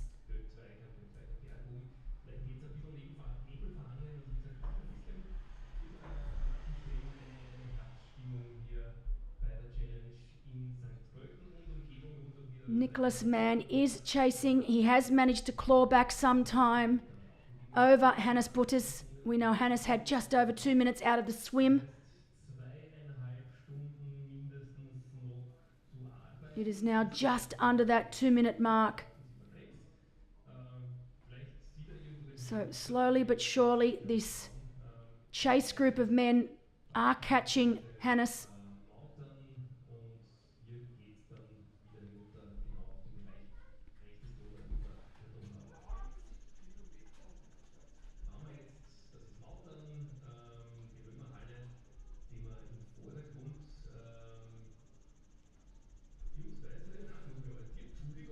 Fantastic view of the surrounding areas, villages of St. Pölten. The riders here today get to ride through some of the most spectacular scenery, World Heritage listed.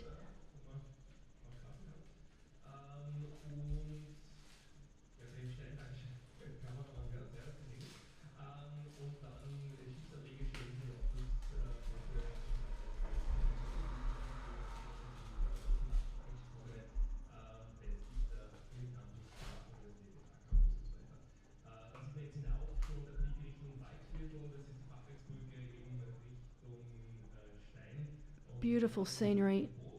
Hoping the weather clears a little more as the day goes on. We want that sun to be out. We want that sun shining, not just for our professional athletes, for our age group athletes alike.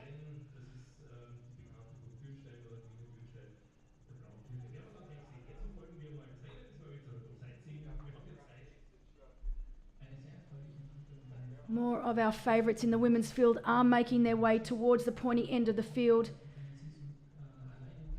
We've got Sarah Schoenfelder, Laura Zimmerman and Gabby Obman now chasing Chloe Sparrow.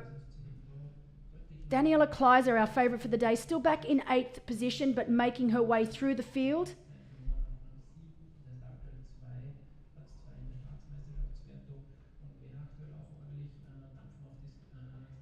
still so far down on our leader, Chloe Sparrow, over 7 minutes down.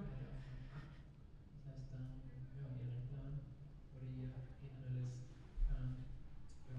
Jagen nach dem Schwimmen setzt sich wieder fort und ja, bin gespannt, ob sie jetzt die kleine Gruppe vorher vielleicht überholen kann und vielleicht Richtung paar Wochen an eben Überholung auftreten kann. We've had some great champions here in the past. The very first year, 2021, for Challenge St. Pölten, it was no other than Frederick Funk, who was our men's winner. In our women's, it was no other than Annie Haug from Germany.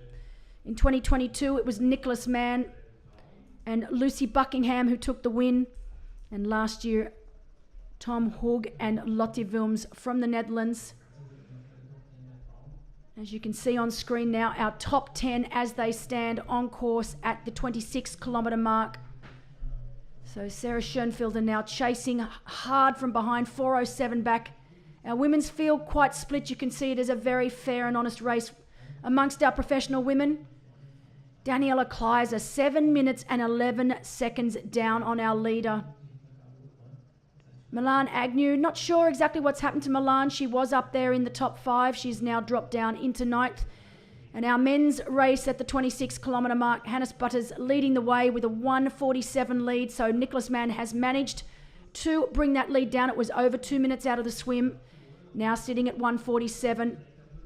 Great to see Andrej Kubo from Slovakia in that group. He is one of the most consistent athletes going around. He was 9th last weekend and in the championship.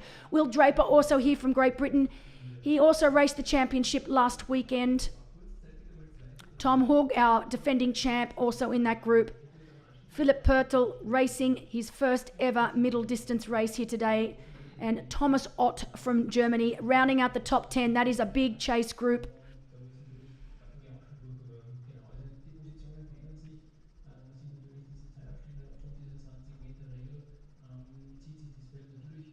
Two of the top Austrians in Mickey Weiss and George Enzenberger sitting in 3rd and 4th.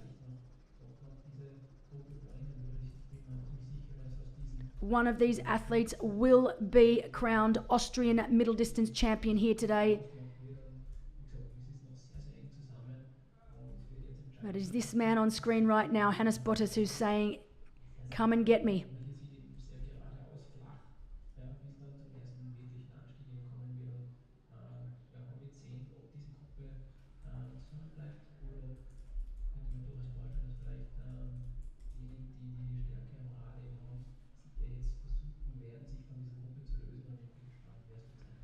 Ja, meine vorderste Frau vielleicht, die müsste jetzt eigentlich schon bei Rossatzbach sein, also auch mit Dürrenstein gegenüber. Vielleicht haben wir da schon ein paar schöne Bilder, denn er ist jetzt gerade bei der Auffahrt, dieses Dazubringen nach Lautern von der S33 Richtung Lautern, also die erste Frau. Schauen wir mal, wo wir da ungefähr sind. Es ist nur spannend, da auf der rechten Seite sehen Sie einen kleinen Training heißt ja laut Straßenverkehrsordnung auf der Straße fahren und immer zur Freude der Autofahrerinnen und Autofahrer. Ich glaube, der Wolfgang Salzburg bei dir auch ein bisschen, oder? A little bit more information on our leader on screen right now, Chloe Sparrow. She has a PTO world ranking of 312. That's simply because she's only done one professional race before this race here today. And that was Challenge Gran Canaria back in April, where she finished 8th. Torsten's got a podium unlikely predicted for Chloe today, but she is proving him wrong so far.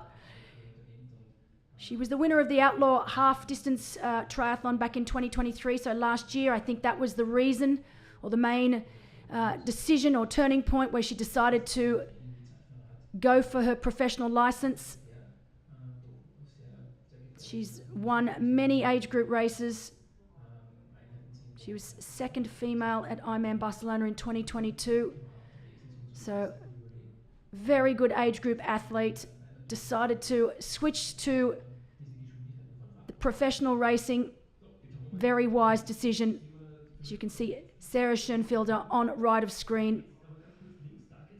Currently over 4 minutes down on Chloe Sparrow. Auf der einen Seite rechts der Campingplatz in Rossatzbach, wunderschön neu gestaltet mit erste Reihe fußfrei Richtung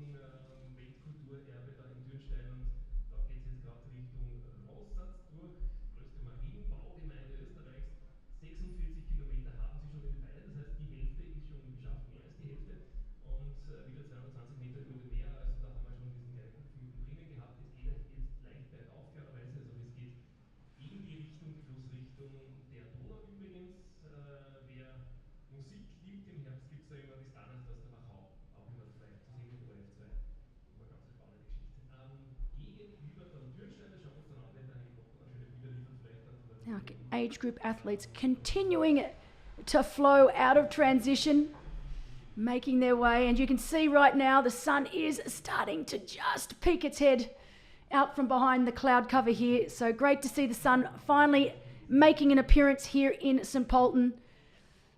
Our VIP area on the left of screen starting to fill. It will be packed solid by the end of the day. Man sieht hier natürlich den größten Unterschied,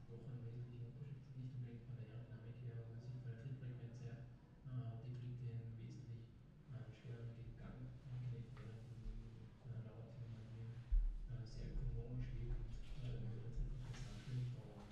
auch von den Fahrerpositionen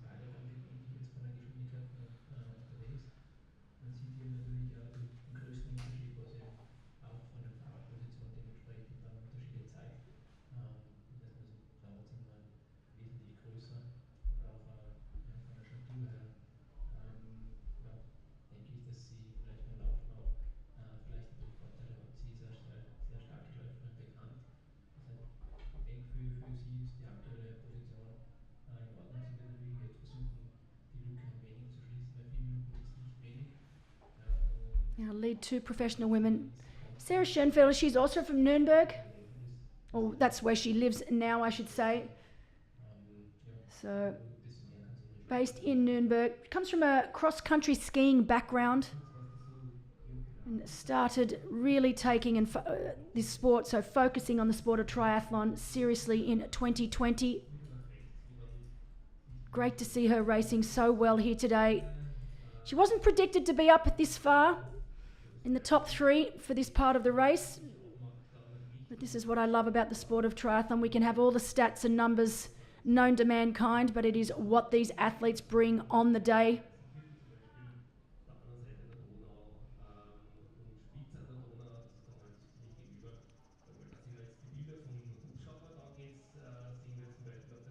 Beautiful bike course here in Austria. It truly is one of the most beautiful countries in the world, particularly for someone like me from Australia, where we just simply don't have anything as old and as beautiful as this. Completely different from where I come from. And it really is like it's out of a fairy tale book. I love having the opportunity of coming back here every year.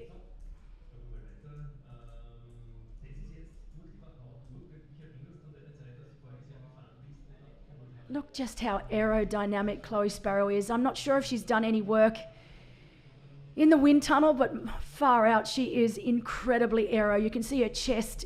There is no gap whatsoever between her chest and her hydration system. Very little head movement. Really, really aero. And on this section of the course, absolutely perfect riding from this youngster. Grinding that big gear.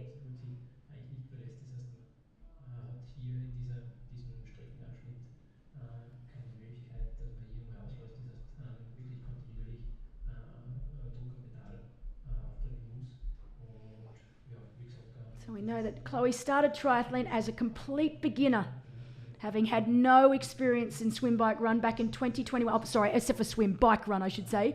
Back in 2021 with no background in the sport whatsoever, apart from swimming. But she fell in love with the sport very, very quickly. She loves both the mental and physical aspects of the sport.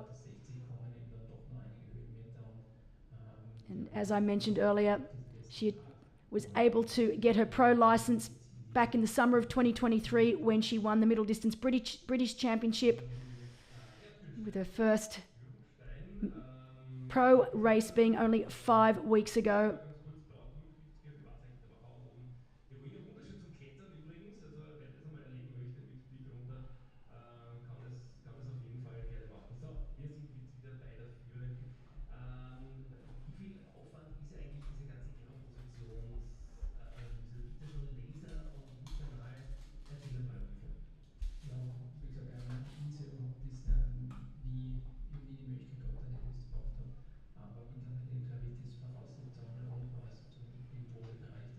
Great shot there of the famous, infamous red carpet that athletes will make their way down across that finish line and straight into the recovery area.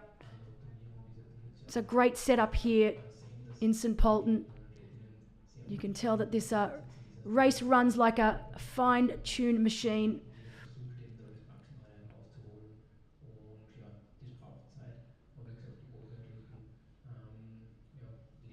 Standard, dass man hier sehr, sehr viel Zeit und auch, auch Mühen und Kosten investiert, dass man natürlich von der Materialseite hier keinen Nachteil hat. In diesem Sinne freuen wir uns natürlich hier auf ein riesiges Rennen im Rahmen der Challenge St. Pölten. Wir sehen es links unten eingeblendet. Die Rendzeit bei den Frauen beträgt einmal 1 Stunde 43 Minuten in etwa. So we are waiting for that next time check. We know that the next one will be at around the 62-kilometre mark. Chloe Sparrow still holding 4 minutes over Sarah and Laura Zimmerman. We've been given reports out on course that conditions have vastly improved from what they started with. So nice dry roads, no more rain. We know that in our men's race, that huge chase group, Nicholas Mann is doing everything he can to try and split that group up. He is trying to ride away. I'm sure he's been given a split out on course just how far in front Hannes Butters is, and he will not be happy with that lead that Hannes has got, and he'll be doing everything in his power to try and chase him down. Sarah Schoenfelder on screen, riding a much easier gear. Different. It's great to see the different techniques that both of these athletes are riding. You've got on screen right now Chloe Sparrow grinding that bigger gear, whereas Sarah Schoenfelder a much faster, higher cadence.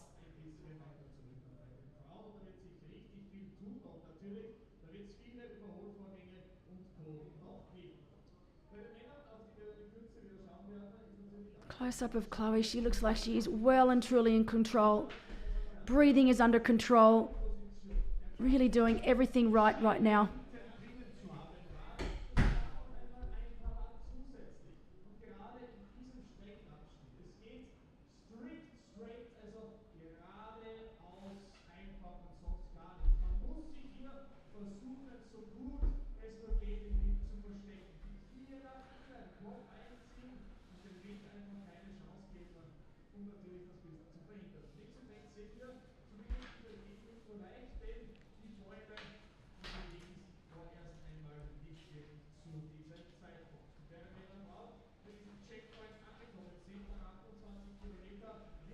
So as Chloe Sparrow makes her way around this course, we know that the next climb is at around the 64-kilometre mark. It's 4 kilometres in length.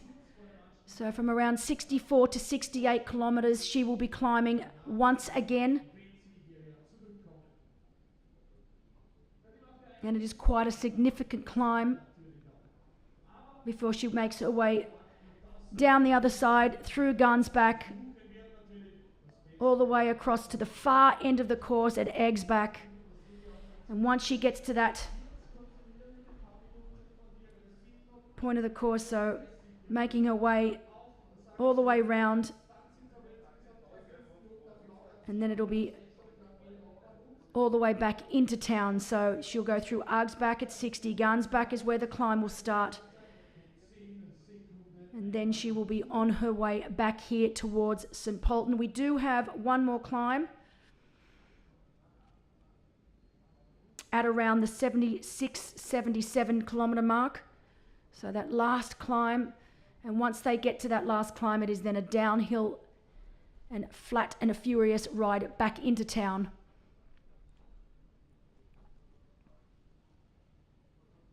Because so much of this course is on the Autobahn here in Austria, the athletes are unable to ride quite a significant portion of this course. They, of course, can go and ride the climbs and see what they are like, but they cannot ride on the Autobahn. Quite a few of these athletes chose to drive the course so that they could get a good feel for what it looked like.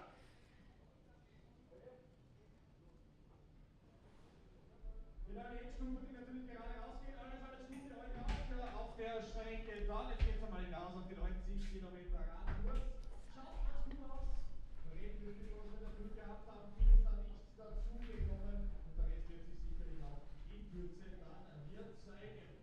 2 Anstiege haben wir einmal dabei und viele Stunden, die noch vor uns liegen werden. Deshalb wünschen wir euch nur das Beste für die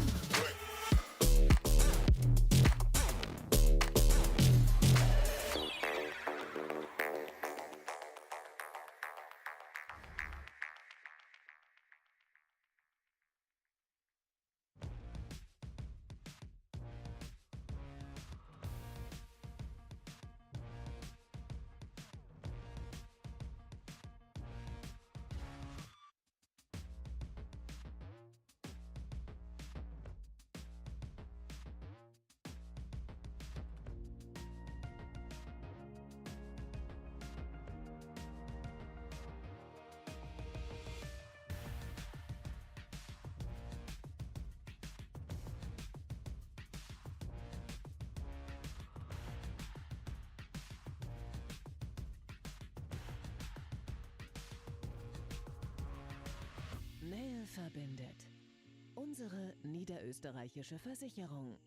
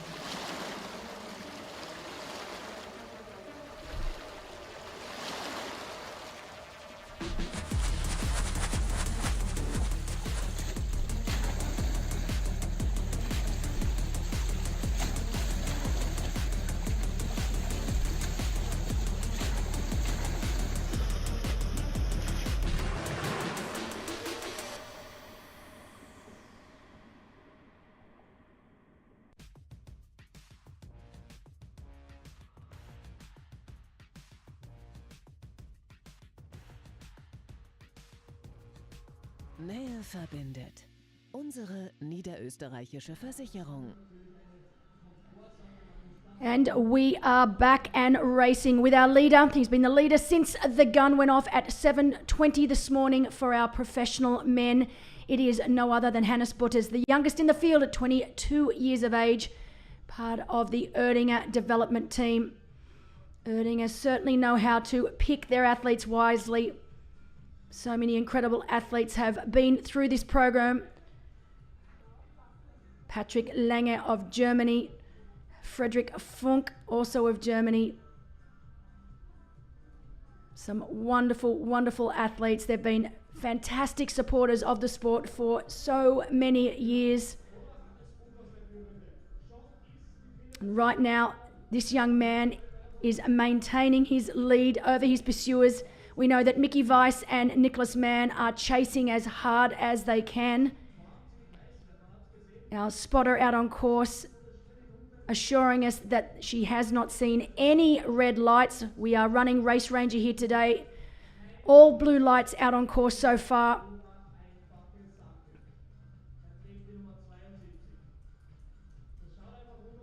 And it looks like that big group that we were seeing before the advertisement, so that huge group of chasers has now started to splinter. And it is no longer that huge chase group, but a small group of around 4 pro men. We know that Nicholas Mann and Mickey Weiss are part of that 4-man group. But they are still a long way back from this man on screen right now, doing everything right. He had a great swim. We knew he would be out in front. And he really is making the men behind work for it. If they want to catch him, they're going to have to ride their absolute hearts out. So great to see this young 22-year-old really dictating the terms here today so far. He will need a lead off the bike if he wants to take that top step on the podium. He is not renowned for his running prowess.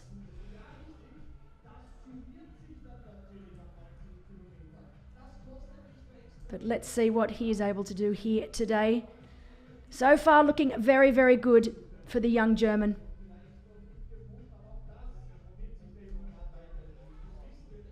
Both our professional men and women have made their way up and over the first of the 3 climbs here on the course. We know our lead female, Chloe Sparrow, is very close to the next climb. She's still holding a significant lead over both Laura Zimmerman and Sarah Schoenfelder.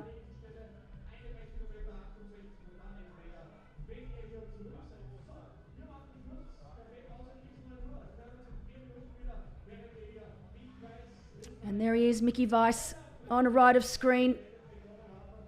He's on the front and chasing hard, doing everything he can right now to try and limit that deficit. And for those looking on screen and seeing that that Mickey Weiss has got some nutrition and hydration down the front of his race suit.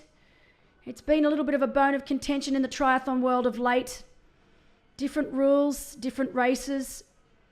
I can tell you that for all of the Challenge family events, we abide by the Federation rules, who of course abide by the World Triathlon rules. And right now, World Triathlon rules state that it is allowed. They have made an exception for the T100 races, so PTO, where for those particular races it is not allowed. We know that Ironman have changed their rules and it is no longer allowed to have anything down the front of the race suit.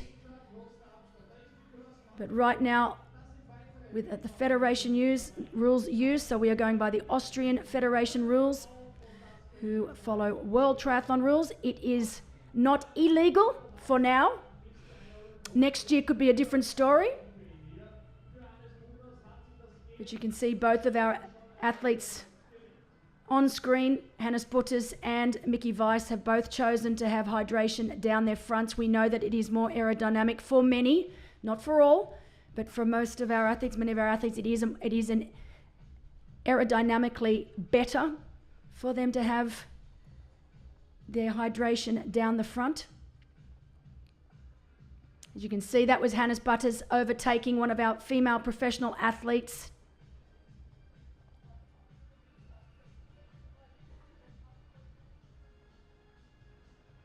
And or a couple of questions, because obviously it is quite unusual for the professional women to go off before the professional men.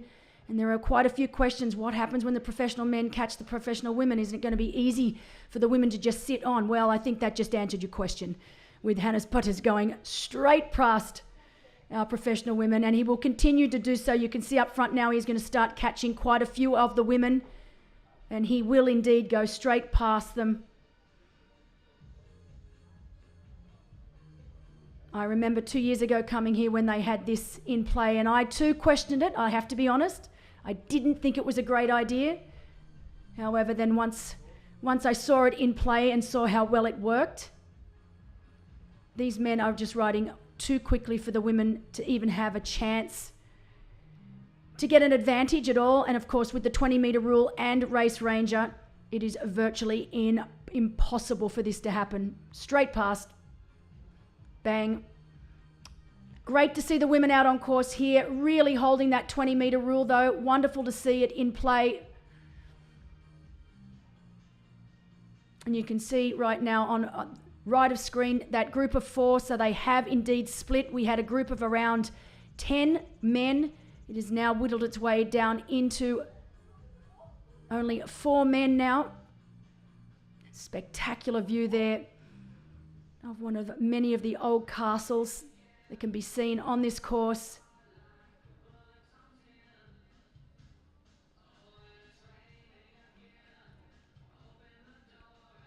Mickey Weiss there really pushing the pace on this pursuing group. We've got Nicholas Mann behind him.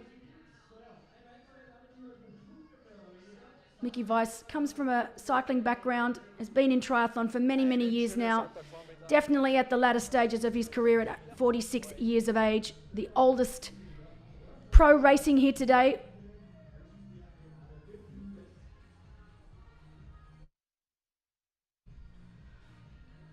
Very close to the last of our age group athletes making their way out onto the bike course here. Not too many bikes left there in transition.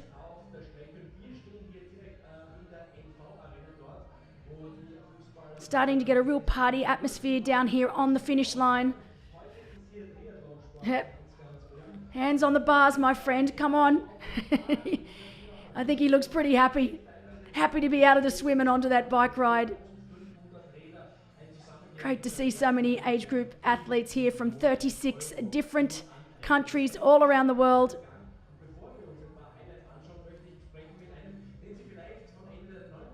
What also made me happy is to see some age group athletes that raced in Šamarin, Slovakia last weekend at the championship and also at the open event that was on there, backing it up this week, making their way to St. Pölten, literally only 45 minutes away from Slovakia, from where that race was held last week. So many of our age group athletes and a couple of our pro athletes deciding to do the double here.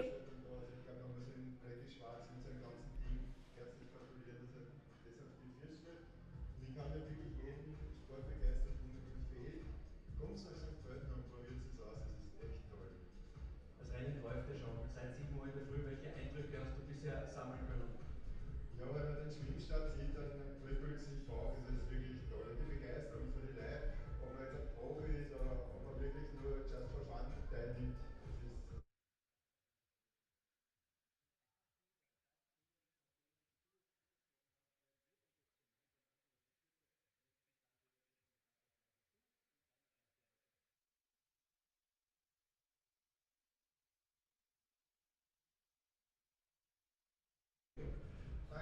One of our age group athletes forgetting where his bike is. That was a bit strange. I'm not sure what was going on there. Shoes are supposed to be on his feet, but instead he's putting them on his aero bars, so maybe he has decided he's not going to put them on till he gets out to the mount line. It is a long transition, so clever thinking from him. He doesn't want to run in his bike shoes. Instead, he'll run out with his bare feet till he gets to that mount line. Shoes will go on and he'll be on his way.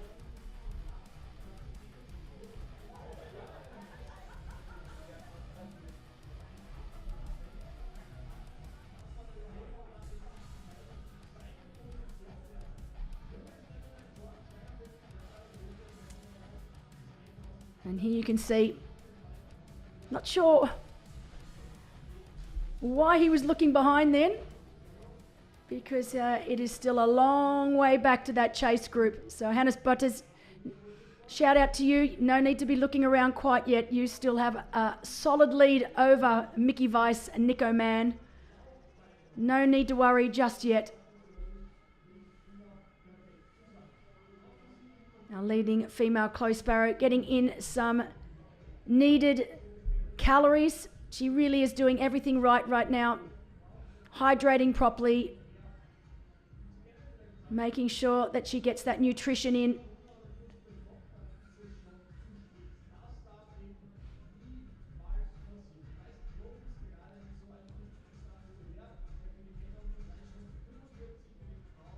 This is the 7th race for the Challenge Family Series this year so far. We started with Challenge Wanaka back in February. We then had Challenge Israman, Challenge Gran Canaria back in April, Challenge Taiwan, and Challenge Cetinatico. And then only last weekend, our flagship event, fantastic race, the championship in Šamarin, Slovakia. It was the biggest race we've ever held there. It was an incredible race, with both our professional men and women putting on a spectacular show. Kyle Smith taking the win in emphatic style, doing it from the run. We're used to seeing Kyle Smith do it on the swim bike, but this time he did it on the run, proved to himself and to others that he really does have no weakness over swim bike run. In the women's race, it was India Lee from Great Britain, defending her title from last year. She took control on the bike and really never looked back. Incredible race from both of those athletes. And then we had our largest contingent of age group athletes also racing.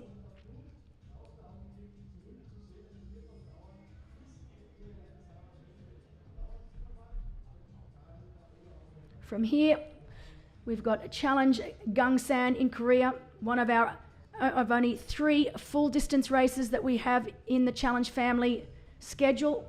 We've then got Challenge Salau and Challenge Gallipoli and then Challenge Wales. So 4 races going ahead next weekend.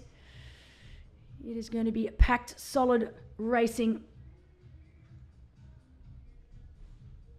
And then in June, we have Challenge Gdansk and Challenge Valsi. I'll be heading to both of those races, followed by Challenge Canis-sur-Mer in France. Really looking forward to heading there for the first time. And rounding off my European tour, finishing with the greatest, the biggest. Of course, it's Challenge Roth in July. Spectacular pro field that we have assembled there.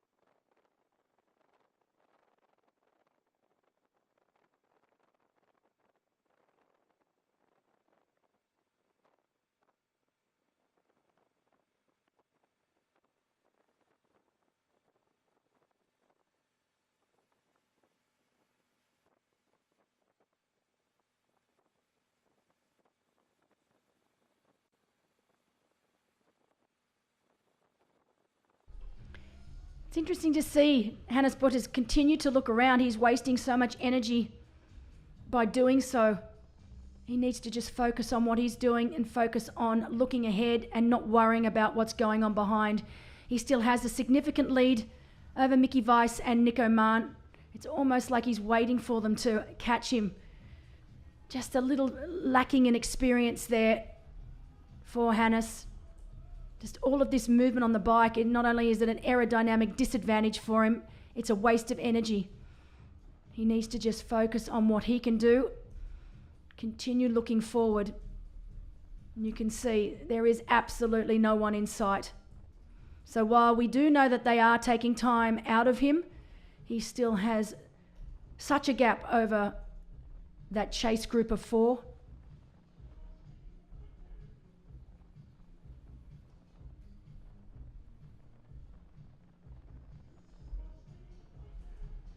We've been given reports out on course that unfortunately Thomas Ott, who was in that chase group, has had to drop back. He has lost his race ranger, so it has fallen off. He won't be penalised for that, of course, but obviously when it dropped off, he would have slowed down, maybe to pick it up and put it in his back pocket. But in doing so, he has lost connection with that chase group.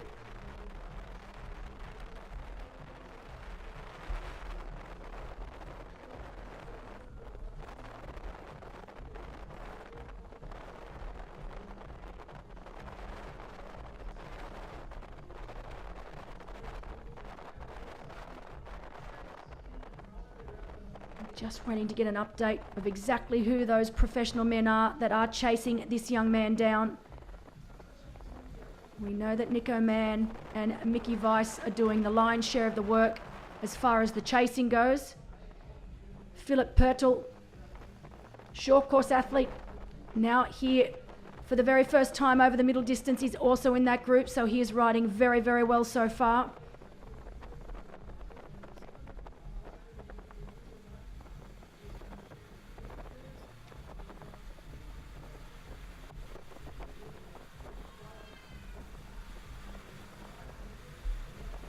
Really great conditions. Stop looking around. I wish I could hear. I wish he had a microphone that he could hear me. Stop looking around, Hannes. But great conditions out on course. Very little wind so far. The roads are now completely dry. These are the conditions that we were promised. So great to see that that rain really didn't last long at all. As you can see right here, exactly where they are on course. One giant loop. We are waiting for them to hit the 60-kilometre mark. That is where the second of 3 climbs are as we go over our run course. Deadpan flat all the way into the town. But this is showing the elevation on the bike course.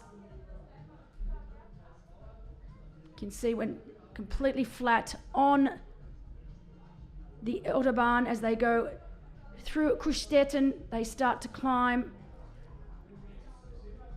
That was the first of 3 climbs. Second climb at around that 68-kilometre mark.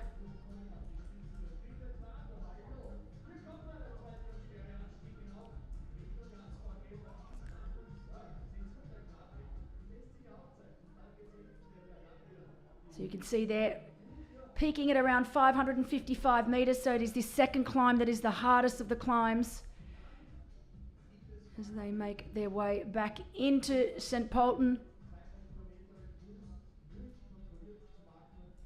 Fantastic race venue here in the Sports Centrum. Really, the athletes have everything at their fingertips. Majority of the professional athletes staying here on site along with myself. 400-metre tartan track right at our fingertips. The swim is only metres away from where we are staying. Amazing trail runs. We've got a 50-metre pool a couple of kilometres away along with a 25-metre pool. It really is a training paradise.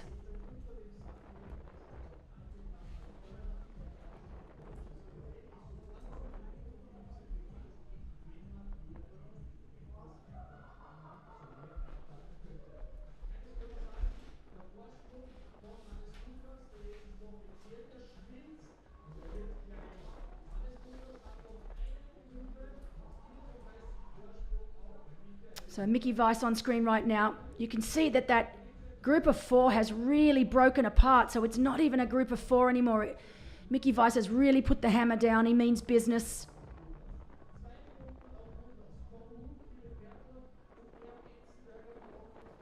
And it looks like that is not Nico Mann on his tail.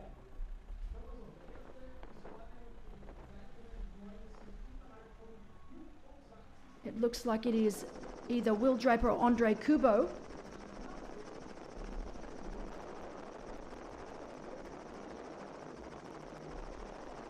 So that chase group of 4 has really started to split. As you can see right now on screen, this is the big one. This is the big climb for Chloe. So Chloe Sparrow now making her way up over the second of 3 climbs. This is the largest on the course.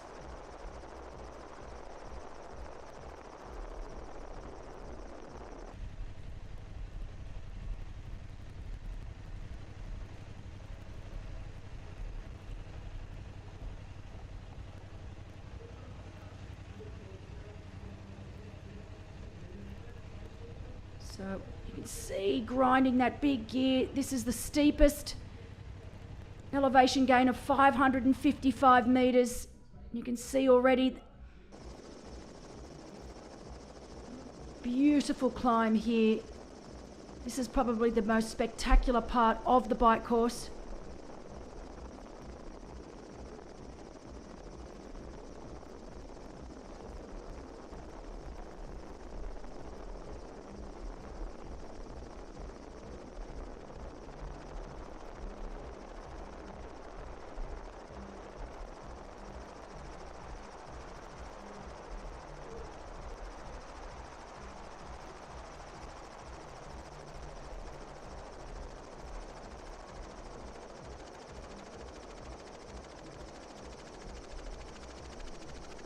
So Chloe Sparrow still with a big lead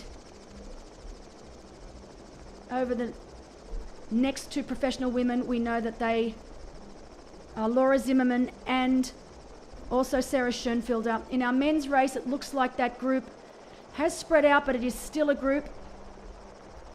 We have our spotters out on course while Mickey Weiss is chasing. Hannes Butter still holds a huge lead over these men. We know in that group, Andre Kubo is in that group. Will Draper from Great Britain in that group.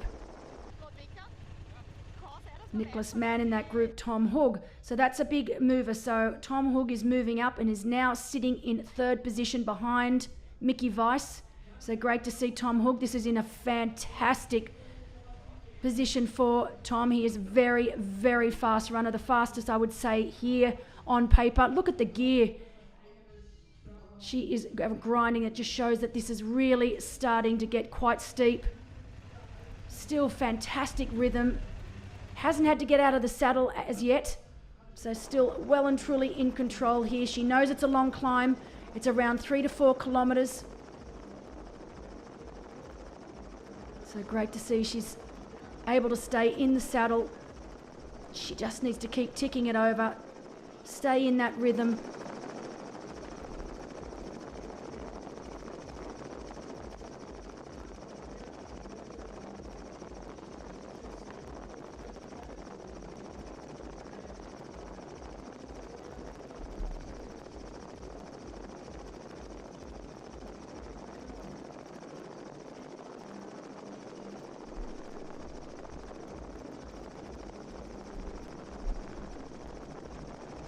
We know that there is some action certainly taking place right now back in the men's field.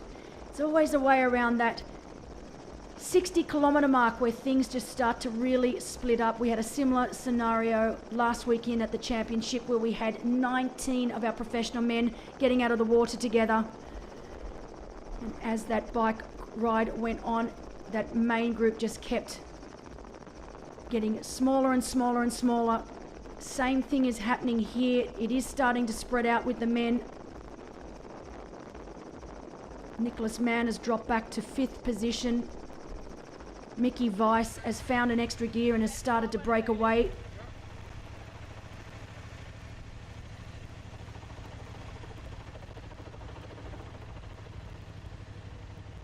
Nothing so crazy happening so far in our women's race.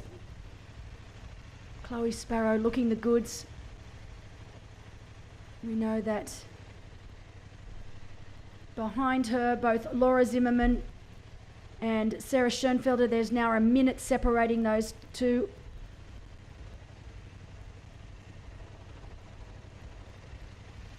So they were riding quite well together, trying to catch this young woman on screen, but now they have split, and there is a minute between both Sarah Schoenfelder and Laura Zimmerman, both from Germany.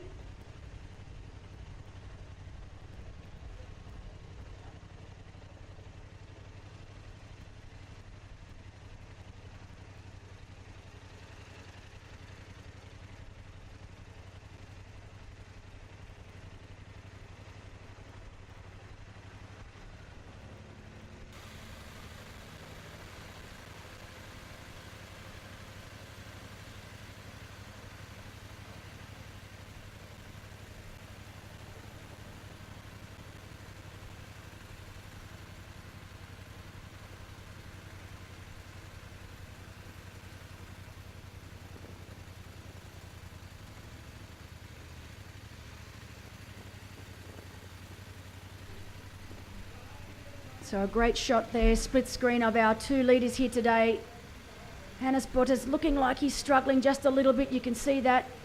He's getting shaking out the arms. You can see that he's starting to breathe a lot heavier than what he was in comparison to Chloe Sparrow. But look at that, right? Really is the latter stages of this climb really starting to peak out. But she still looks really, really good. I am so impressed with her racing here today. It's only her second ever pro race. Still ticking it over, keeping a nice rhythm going. You can see Hannes Butters on the right starting to really suck in that air. Shaking out the arms, starting to get a little bit of pins and needles in the arms there. But it truly is such a spectacular course and such an honest course. This is the sort of course, unfortunately, we don't get to see so often anymore. Back when I started triathlon, this was the norm. You know, it was a one loop course that had just a little bit of everything, from your super fast, flat time trial sections to your climbs, to your technical descents. And it had a little bit of everything for everyone. And I'd love to bring back the days of these races. I wish there were more courses like that now. For now, you know, people are going for fast times. They're going for looped courses, and it's all about what time you get when you cross the finish line. It's not about, you know, just doing a tough, hard, honest course. And I'd like to see more courses like this in the world, because I think they're brilliant, and they bring out the best in everyone as an athlete. I love it, and I love to see it. And seeing these two youngsters here today, 24 Chloe Sparrow, 22 for Hannes Butters, and seeing these two dictating this race so far into the race, it's wonderful to see. We know that Hannes Butters is continuing to lose time to his pursuers. We know Mickey Weiss is really chasing hard. I mean, this is a course that suits Mickey Weiss. He loves it. It's his backyard. He doesn't live very far away. It really is a hometown race for him. He's going to have a lot of support here. But great racing so far from both these athletes. And you can see just how steep this climb is. It won't be long now before Hannes Butters gets sight of our leader here, our lead female. Started 20 minutes behind her here this morning. Still some time before he will be able to see her. It's not long now before Chloe will get to the top of this climb and start making her way over the other side as she goes through one of our aid stations. Big shout out to all of our volunteers out on course here today, doing a superb job so far.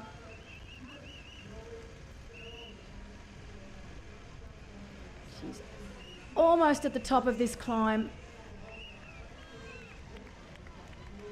Definitely the longest and hardest climb on course here today.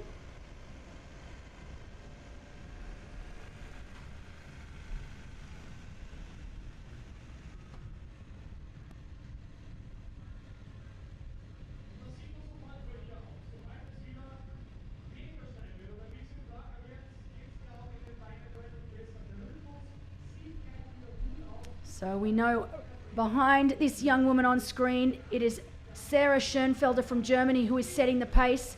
She's managed to put about a minute between herself and Laura Zimmermann. So great riding from Sarah Schoenfelder from Germany. And then about 1 minute behind Sarah is Laura Zimmermann, also from Germany.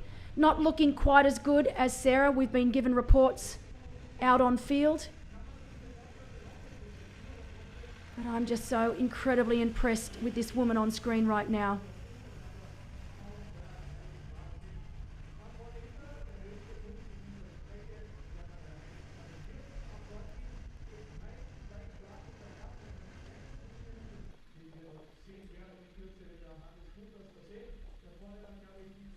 And you can see the difference here. I haven't seen our leader, Chloe Sparrow, getting out of the saddle once, and now we've got Hannes Butters having to get out of the saddle. Shows just how steep this section of the climb is. You can see the shoulders really moving. He's really trying to get on top of that gear, get up over this climb. Definitely not looking as comfortable on this climb as our lead female, Chloe.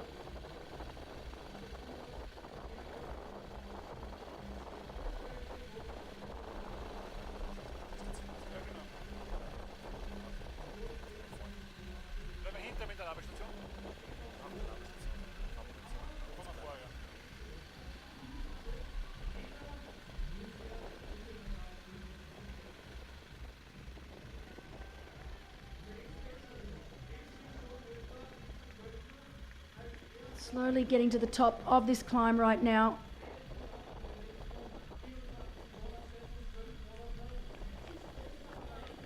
And up front you can see another one of our professional women. Won't be long now before Hannes Butters catches and overtakes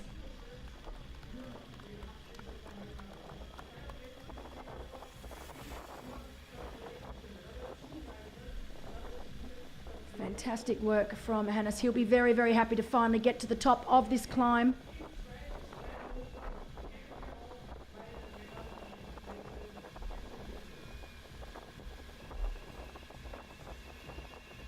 And you can see now he is about to go through the same aid station that we just saw Chloe Sparrow go through. Chloe has lost a little bit of time up that last climb. We know that Sarah Schoenfelder is riding very, very well. Sarah is very good at climbing. She's renowned for her climbing.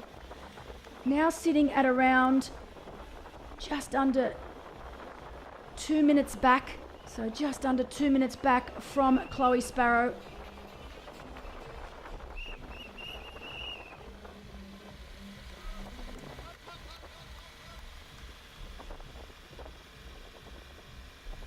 In fact, that looks like Sarah Schoenfelder on screen in front now that Hannes Butters is about to pass.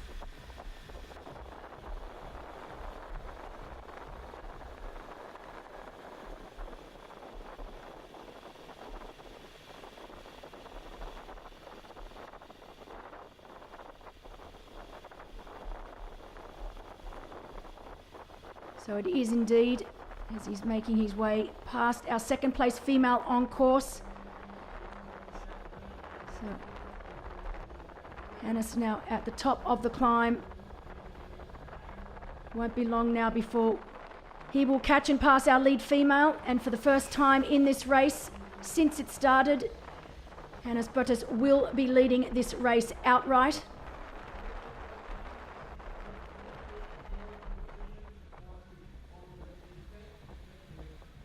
Behind Hannes Butters, we know it is Andrej Kubo from Slovakia, one of the most consistent athletes around. He was 9th last weekend at the championship.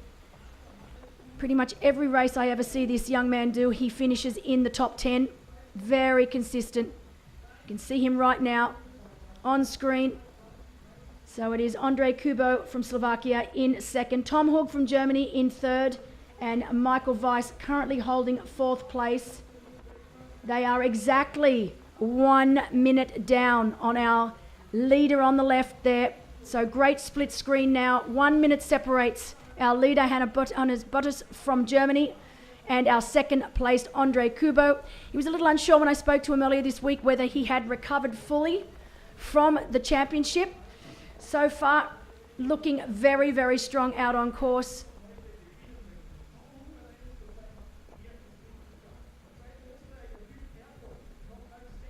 Will Draper also still there amongst it all in 5th, and Philip Pölten in 6th. Fantastic racing from our professional men so far today.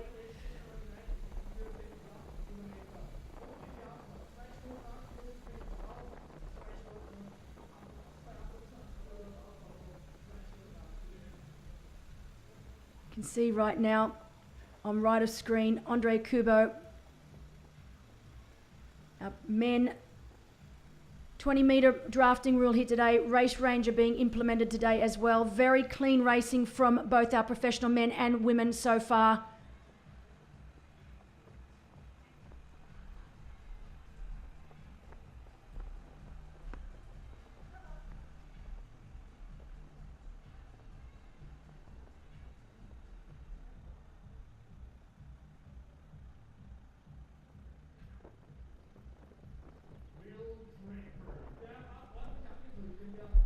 Great shots. You can see more of our professional men making their way, but it really has split apart completely.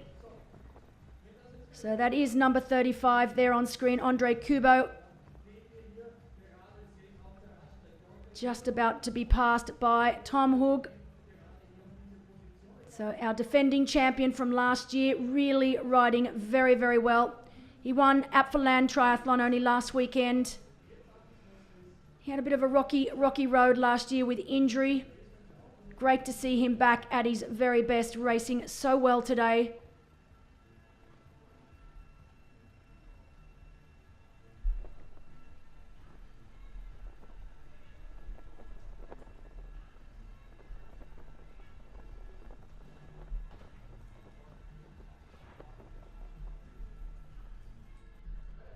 Our race officials doing a marvellous job out there.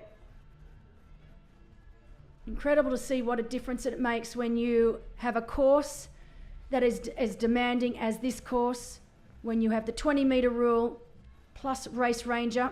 It just equals a very fair race for everyone.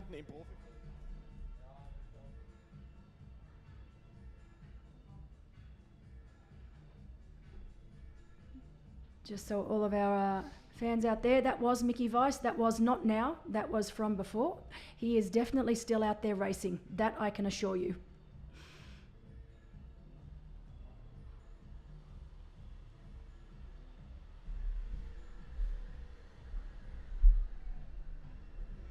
So in our women's race, we know that Sarah Schoenfelder is catching Chloe Sparrow. She has managed to whittle down that time, that lead that Chloe had out of the water. Laura Zimmerman around a minute and a half further back. Daniela Kleiser up into 4th place already. So Daniela Kleiser, the biggest mover so far in our women's field. It's going to be very, very interesting to see where she is at the end of this ride here today. We know she is the fastest runner by a long way on paper. And then of Gabby Obman from Austria, one of the favourites from Austria to take out the Austrian title here. Currently in 5th position, so our top 5 women.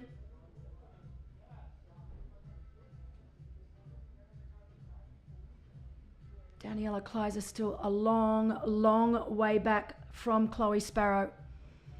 So while she has moved herself up into 4th place, there is still a big chunk of time between herself and our leader. She can see an almost empty transition. I can count a couple of bikes there that haven't managed to make it out of T1. Hoping that those athletes are okay. Maybe decided after the swim to call it a day.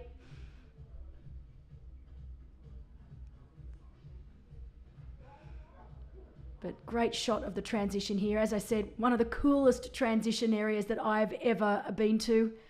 I was down there yesterday when all of the athletes were racking their bikes, when the pro athletes had to go in early and get their race ranger put onto the backs of their bikes. It was a very cool scene.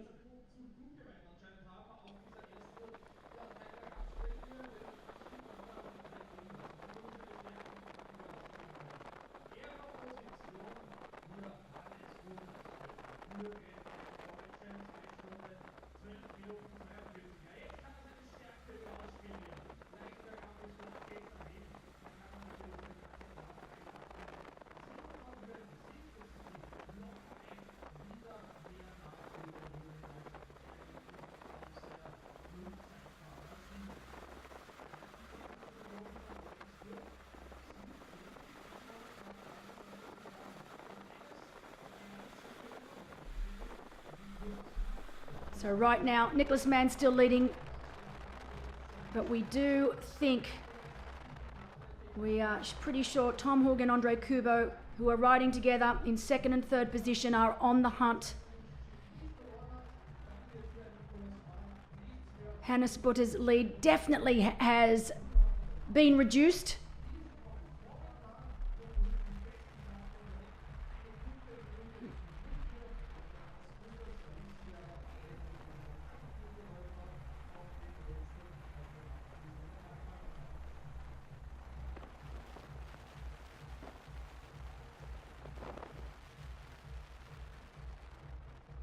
We're trying to see exactly where Nico Mann is on the course. As I said, this men's race from behind has truly just blown to smithereens in the latter stages of this bike ride. We know it is one of the most demanding courses on the circuit.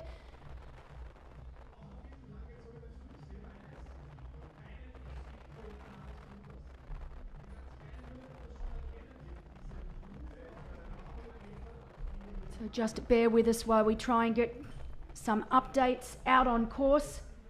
But we know it will only be a matter of time before these men make their way into transition. Right now, our leader, Hannes Butters, on one of the fastest sections of the course.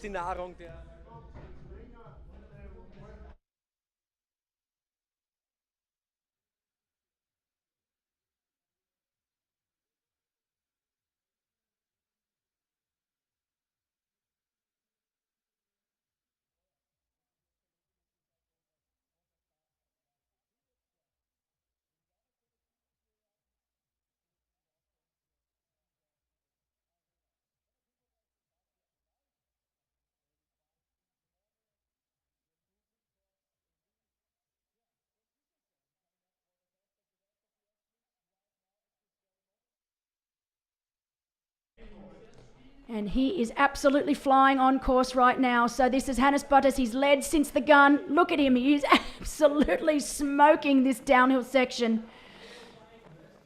We saw him struggle just a little on that last climb, having to get in and out of the saddle. You could see him shaking his arms. He was getting pins and needles in the arms, but he is looking all power and speed right now. These are free miles for him and he knows it, so he's really pushing the pace. Very smart riding from this young German.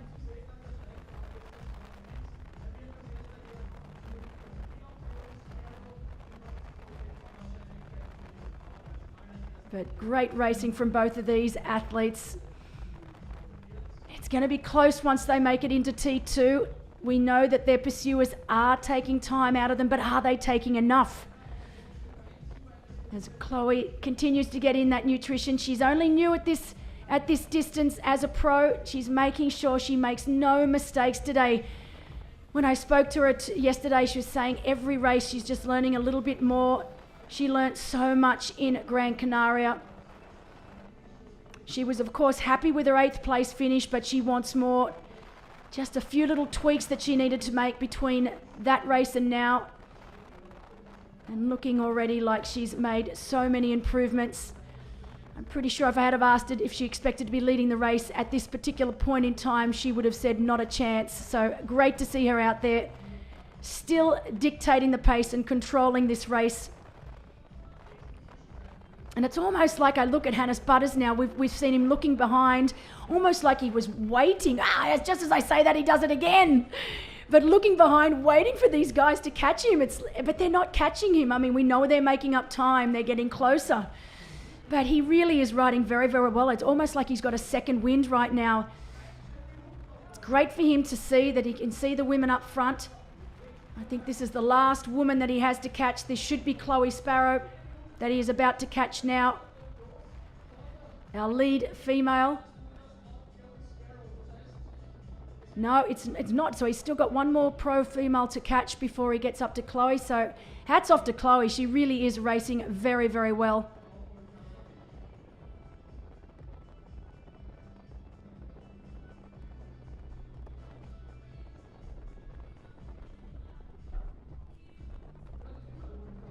So straight past our professional female.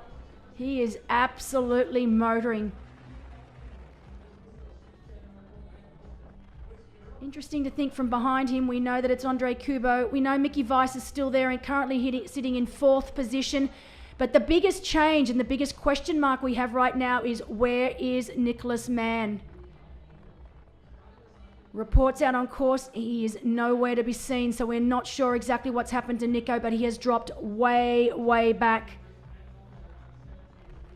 He is not in our top 9 men. We thought for a second there may have been something wrong with his timing chip because he is not showing up on our timing system here in our booth. But our spotters out on course have said he is nowhere to be seen. So really not sure what has happened to Nico. But it is such a shame because we were expecting such a battle between himself, this man on screen now, and Tom Hoog. There's about a 43-second gap now between this woman on our leader, this female Chloe Sparrow, our leader on the left, and our lead male on the right. So 43 seconds separating them.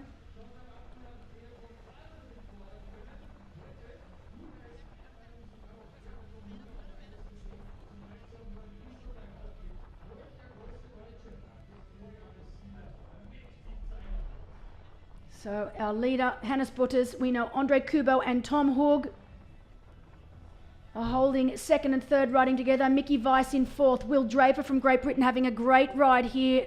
He was a little disappointed with his race in Samarin last weekend.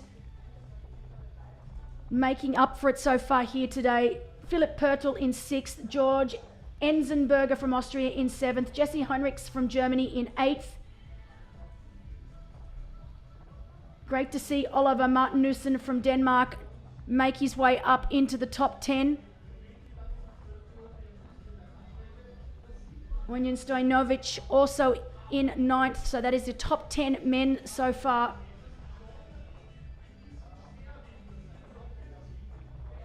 You can see that shot right there.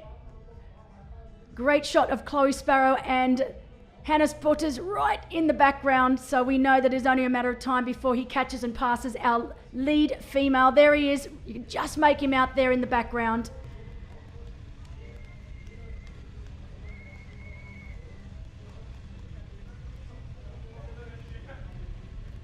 Beautiful scenery here. Absolutely love this bike course.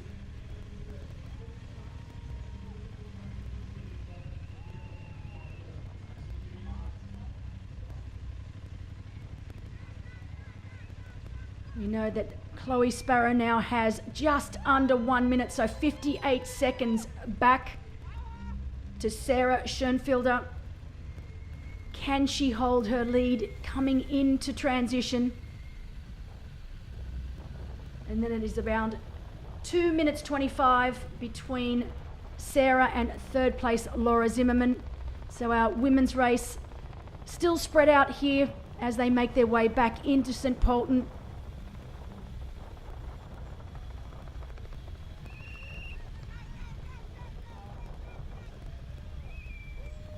Really disappointing for Nicholas Mann. I really hope there's nothing wrong with him.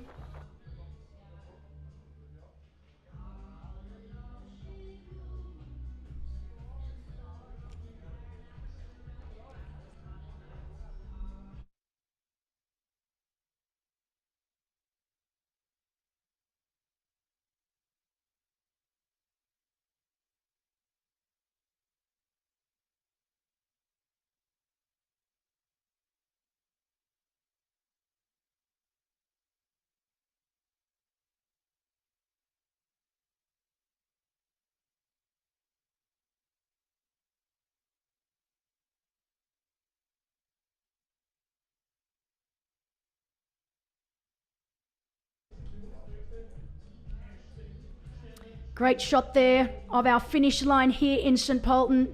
You can see they've got the live streaming up on the big screen there for our VIP, that it's starting to fill up here in the grandstands.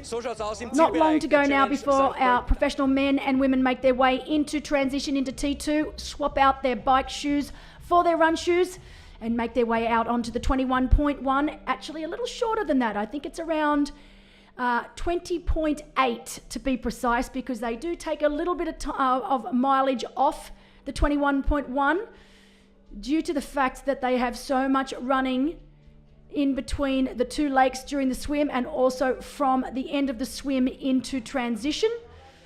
So it's just a touch short, I think around 400 meters short for the run here today. 2 laps taking them into the town of St. Pölten. It's a mixture of hard-packed dirt track, beautiful to run on, and the asphalt, the road. Fantastic run course here.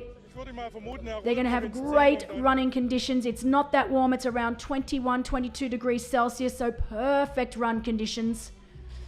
I expect to see some very fast run times produced here today.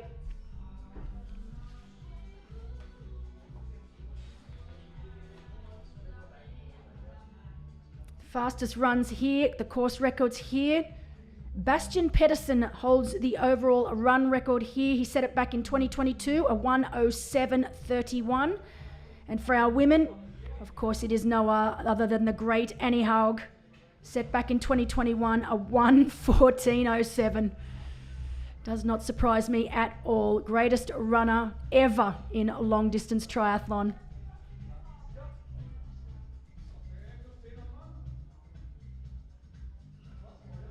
Our bike record set here by no other than Frederick Funk. He set a world record bike time only last weekend in Šamarin in Slovakia at the championship.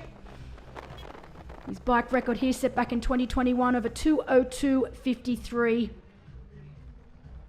And for our women, it's no other than Lucy Buckingham that holds the record, 2:24:07.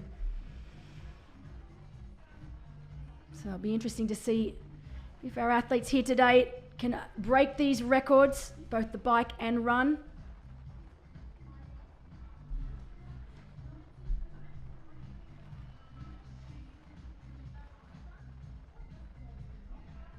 For our overall records here, Frederick Funk holding the overall record of 3:44:49 set back in 2021. And for our females, it is Lucy Buckingham with a 4:15:48 that she set back in 2022. I was here for that race. Brilliant race from Lucy Buckingham that day. It started to get really quite warm on the run, but she handled it like the true professional that she is.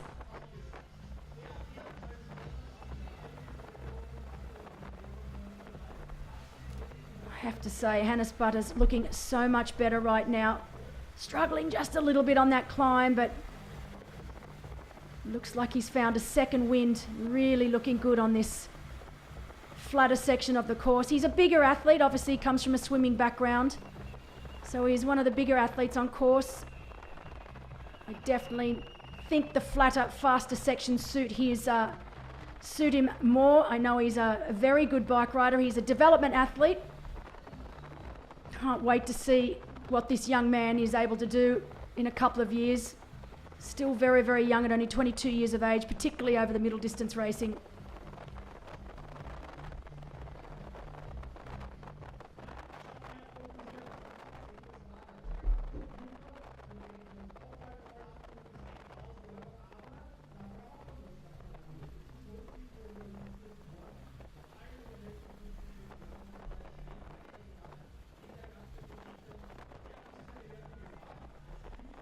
So right now, Hannes Buttas leading the way, 84 kilometres into this ride.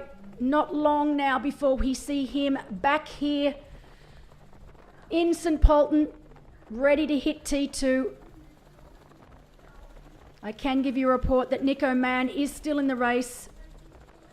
We're not sure what's happened, but obviously just not his day here today. He's still in the race, he is still racing, but he is a long, long way behind.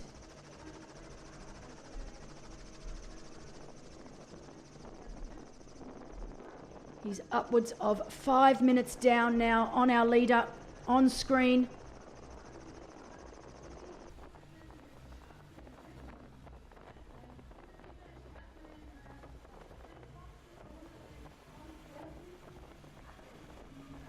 This last section of the course, fast and furious as he makes his way back into town.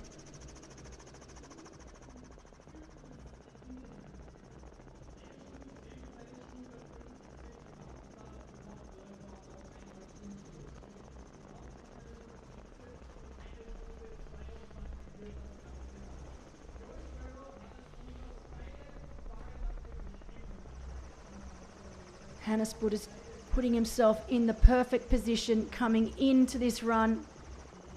Will he be able to get his first big win at only 22 years of age? We saw it happen only a few weeks ago in Valencia with the young Laura Madsen from Denmark, also 22 years of age, take her first big win. She then backed it up last weekend with a second place at the championship. Brilliant racing from the young Dane. We're seeing very similar here now with the young Hannes Butters. More of our professional men now making their way to the front of this race. That was our lead female, Chloe Sparrow. I dare say she'd be happy for a little bit of company right now. She's been out in front all day long. Didn't get company for very long though. Sometimes out on course though, it's just nice to see some other athletes out there. Just keeps you on track, keeps you motivated to keep pushing forward. That is indeed Tom Hug. So he looks like he's got rid of Andre Kubo. They were riding together for quite some time, but Tom Hug has really found an extra couple of gears towards the end of this bike ride, and he is on a mission to catch this man on screen right now. Tom Hug, our defending champion. I really thought that he would be battling it out right now with Nicholas Mann. It doesn't look like it's Nicholas Mann's day here today. He was on absolute fire 2 weeks ago in Mallorca. Today, not really feeling it so much at about 5 minutes down, but Tom Hug doing everything right to try and limit this deficit between himself and Hannes Butters. Tom Hug, by far the faster runner of the two. We know that he is the fastest runner on paper. He was first last weekend in the Up for Land Triathlon, so we know Tom Hug is back close to his best.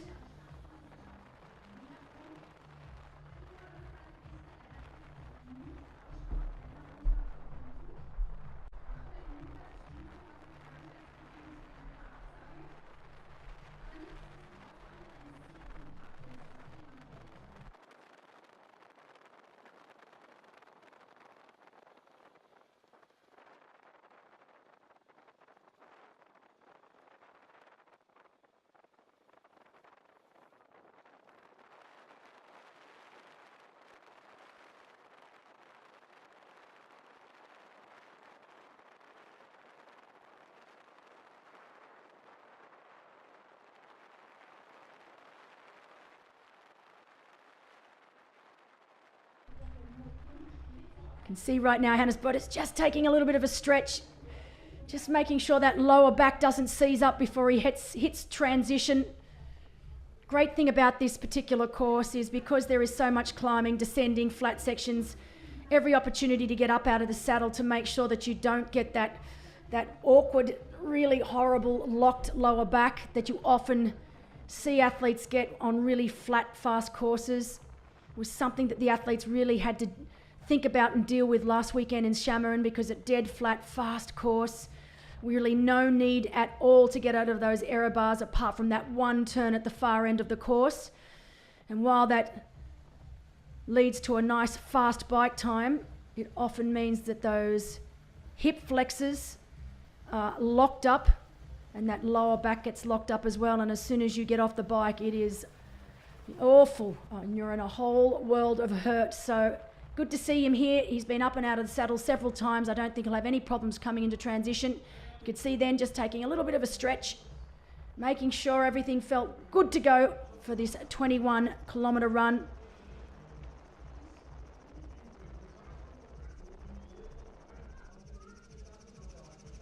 You can see city of St. Pölten in the foreground there. One last turn. It's a nice long straight shoot now right into St. Pölten. You can almost taste the crowds here in town. He'll almost be able to hear them as he makes his way into transition. Really, really solid riding from this young German here today. And that's what it's all about. 22 years of age. He's still got years ahead of him. Each race learning just a little bit more, pushing just that little bit extra. You know, it's one of the greatest things for me personally in the sport of triathlon. I've been in it for upwards of 30 years now, and I absolutely love seeing these young up-and-coming athletes, the next generation. They're just not scared to have a go. They take risks. Sometimes these risks pay off, other times they don't, but they know that there's always another race around the corner. And it's just great to watch them improve each and every race.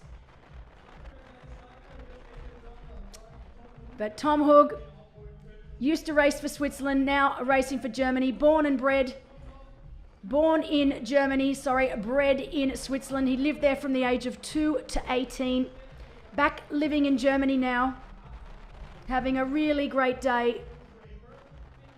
Racing with experience right now, not doing anything too crazy. He knew he just needed to get that deficit to Hannes to something reasonable. He's the fastest runner on course. We know that right now Hannes Bottas would have to have the race of his absolute, or the run of his absolute dreams, if he wants to hold off the fast finishing Tom Hug. Right now into the town of St. Pölten. Fantastic to see this course here today, completely closed to traffic. Not one section of this course allows traffic on it.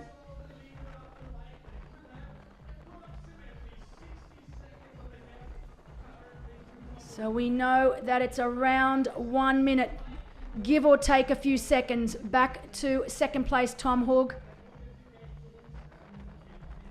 So even though Hannes Bottas will know that Tom Hug is coming, it'll be a nice feeling for him to have transitioned to himself. Less chance of making any silly errors.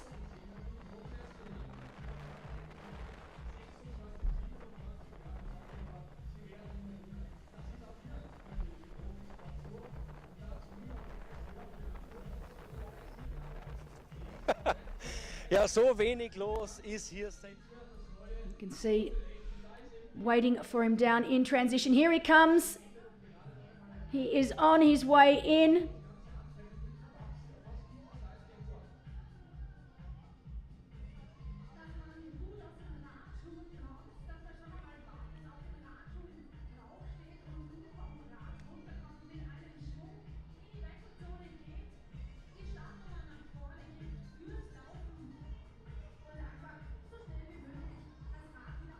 We are waiting for the man himself. He led since the gun went off for the pro men at 7:20 this morning. He has definitely been riding scared. Shake out of the arms. We know that Nicholas Mann is hunting him down.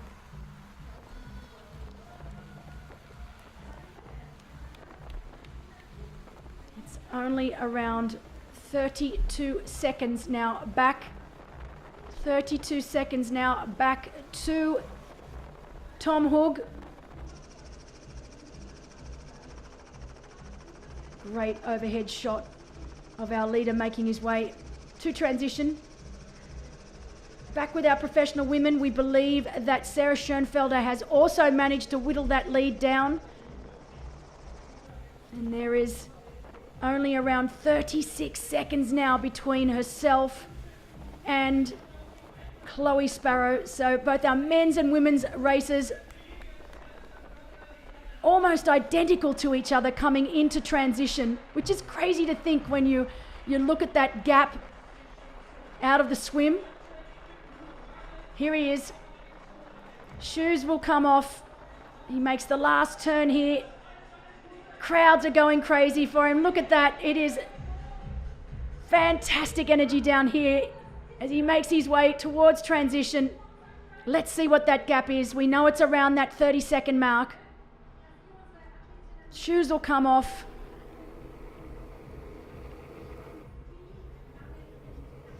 Dann warten wir auf ihn. Es kann sich nur mehr um Sekunden handeln. Nicht nur unsere Kamera, sondern viele Kameras. Auch der Heli fliegt jetzt drüber.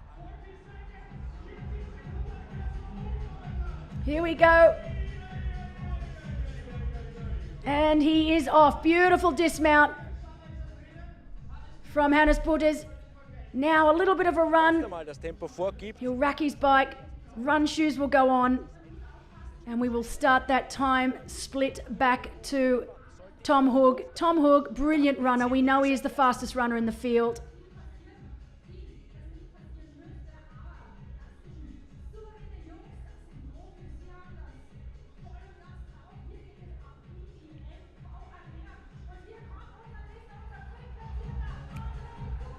You can hear the crowds down on ground giving them big cheer. Just got to find, where is the bike go? Whoop, where does it go? Don't make mistakes. You've got time, Hannes. You've got time. Thumbs up. All good. Bike is racked. And look at that. Right as he is making his way out to his run bag, I believe we have Tom Hug of Germany making his way into transition. It is very, very close between these two athletes.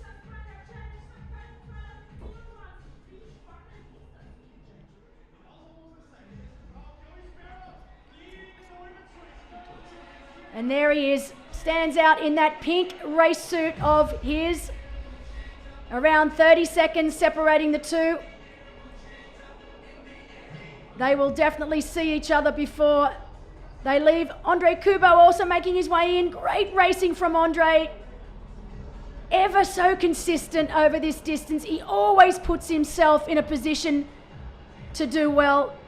He's done the same thing here today. Great to see Andre racing right up the pointy end of the field here.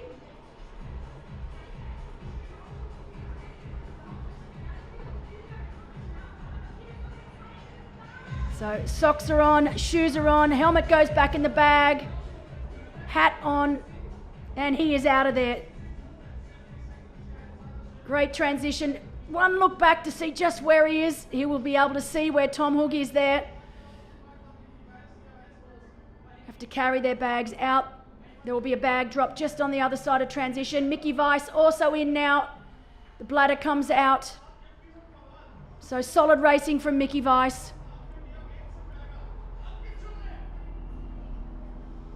So that's our top four men. There is Tom Hug on screen right now, looking very, very cool and calm. He knows he is the fastest runner in the field. As the first of our females, Chloe Sparrow, what an amazing ride she's had here today. We know Sarah Schoenfelder has whittled that lead down, but Chloe Sparrow from Great Britain also coming in off the bike in first place here today. Our two youngsters managing to hold off the older and more experienced athletes as Hannes Butters makes his way out onto the 2-lap course. Chloe Sparrow, our lead female, making her way into transition.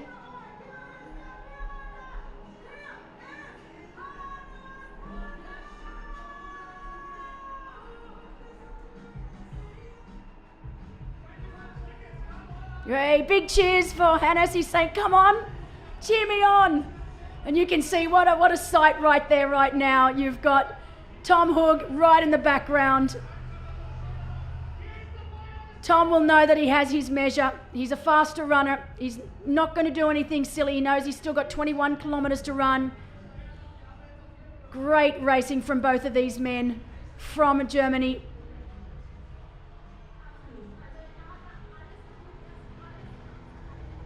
It'll only be a matter of time now before we see Tom Hug take the lead as Andre Kubo from Slovakia makes his way out onto the run. So impressed with the way he races.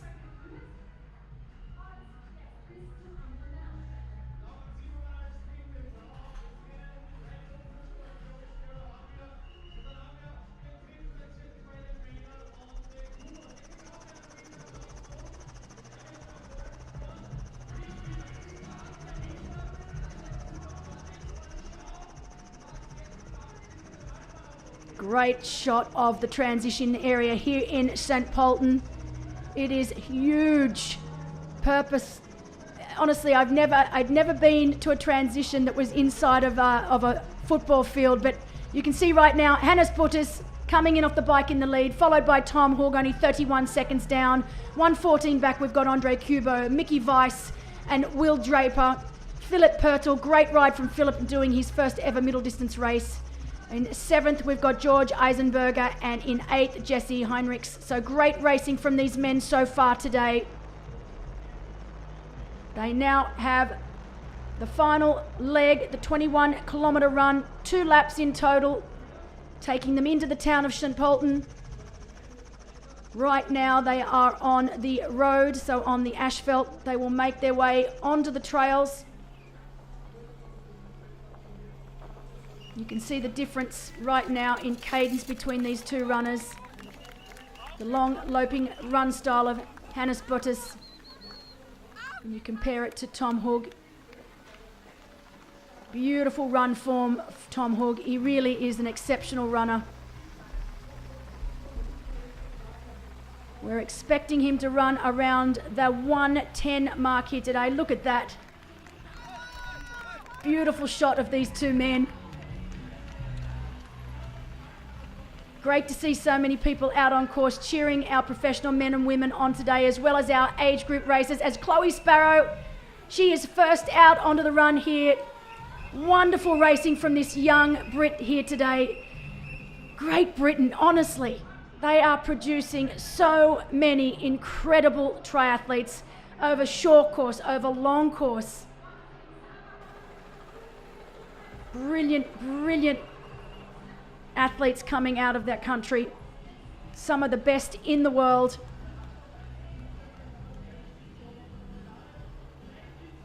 More of our professional men making their way to their racks, to their bags. That's Onion. Stavanovic now making his way out as we see the pass is about to be made. We knew it was inevitable, but hats off to Hannes Buttus to hold him off for this long. But it is now the man on the left, Tom Hug, who is well and truly in control of this race. And honestly, I can't see anything changing here with Tom Hug out in front. Very early call, I know, but this man is such a great runner. As we see Sarah Schoenfelder and Laura Zimmerman there. So Laura Zimmerman making her way in to transition. Great ride from Laura. We know Sarah was just in front of her.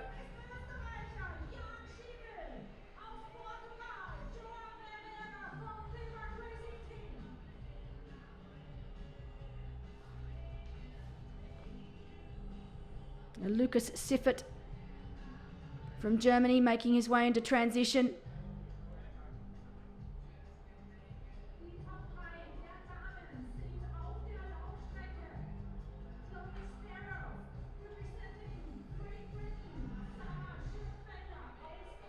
And straight away, look at the gap that Tom Hug has already been able to put into Hannes Buttus.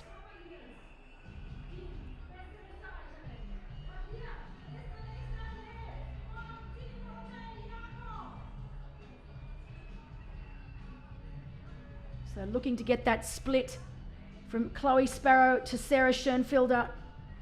And it is literally 17 seconds.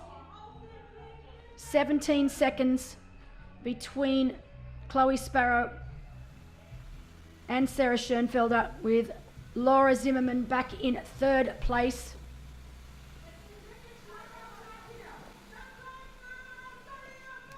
So right now on screen,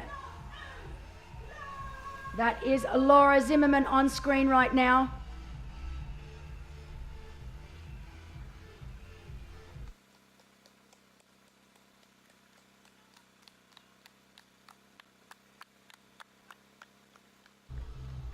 So right now on screen, Laura Zimmerman of Germany concentrates more on the full distance racing rather than the middle distance, but doing a very, very good job so far.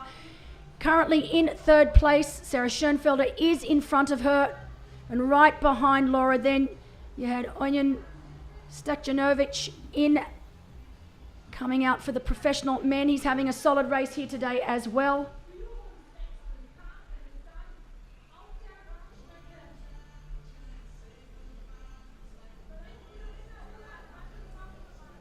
So Onion rounding out our top 10 onto the run.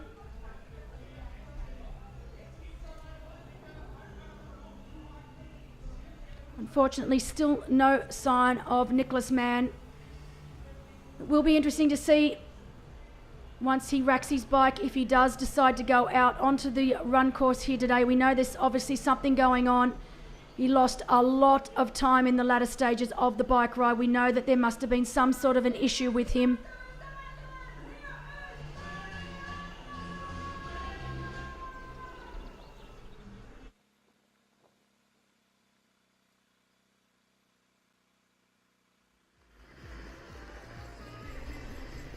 Great shot there of Petra Schwartz, the original race director of this race.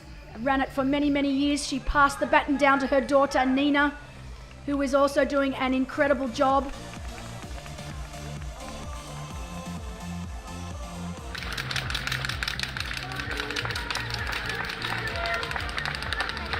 We know that is Lucas Siffert.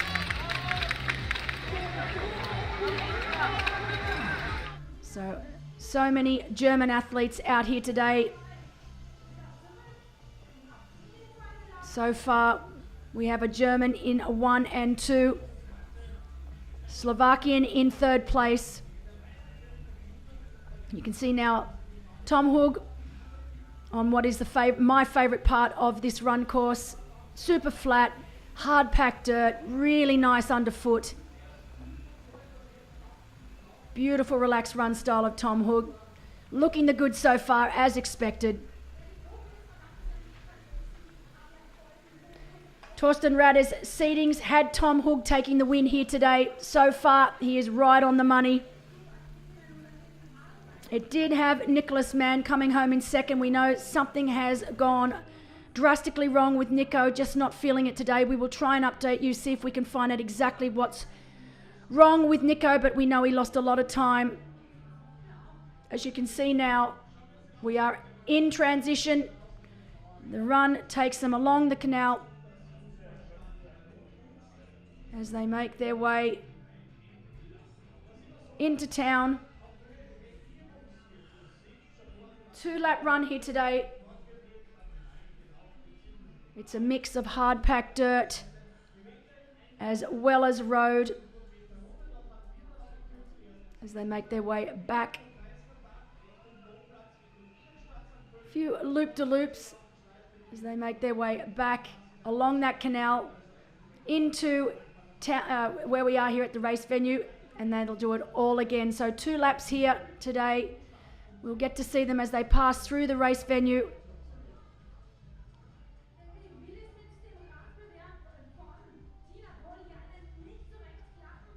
So very flat and fast course. And right now on screen, great to see these 2 women.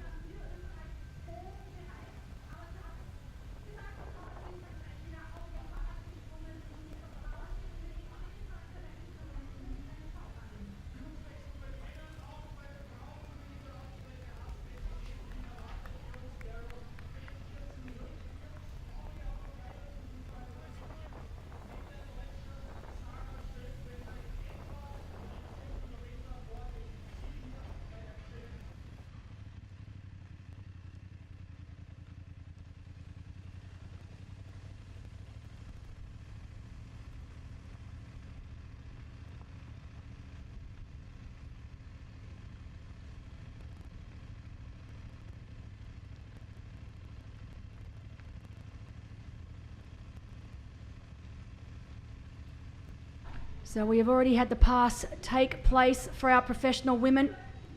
So it is Sarah Schoenfelder now leading our professional women's race, with our early leader Chloe Sparrow managing to lead both the swim and bike. She was first into transition.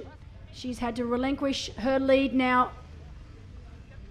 And Sarah Schoenfelder looking very, very strong on the front in the early stages of this run. It was around the same deficit for our professional men and women. So Tom Hug came into transition only around 15 to 17 seconds down on our early leader, Hannes Butters. The same can be said for Sarah coming into transition right behind Chloe. And both have managed to now take the lead. Impressive racing from Sarah here today. So we have two Germans leading the race here in Austria. Germany, such a strong country when it comes to long distance racing. They always have been.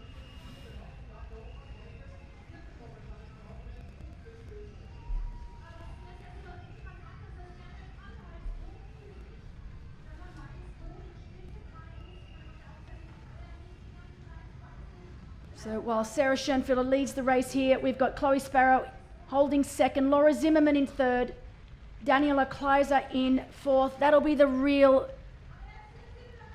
story to tell here today if Daniela Kleiser is able to bridge this gap up to Sarah. Daniela Kleiser, by far the fastest runner on the course. We know she's the fastest on paper. Will she be able to bridge up to Sarah? And back in in fifth place is Gabrielle Obmann of Austria. So Gabrielle currently leading the way for the Austrian athletes.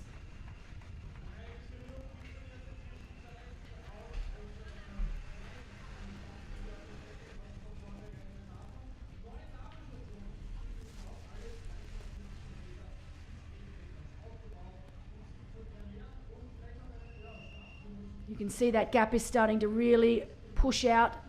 Sarah doing a really good job. Was not predicted to make the podium here today, but this is why we love racing.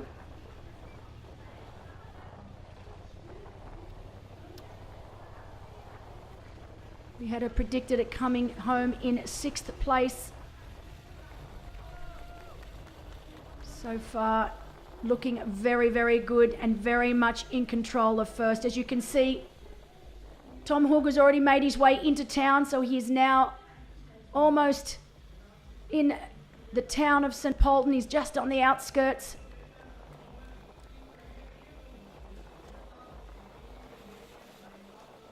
Running really, really well so far.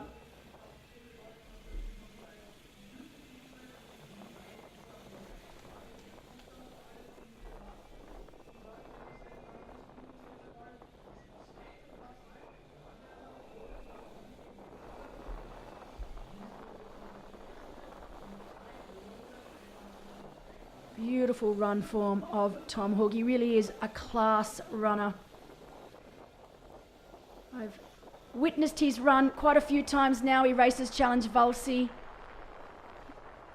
He obviously raced here last year as the defending, was the champion last year, racing this year as the defending champion.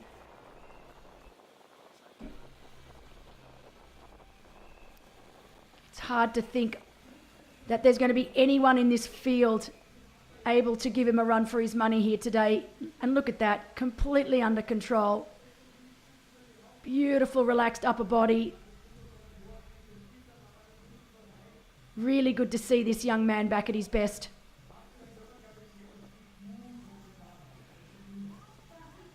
It's funny, when you come back to a race as a defending champion, it can either make you or break you.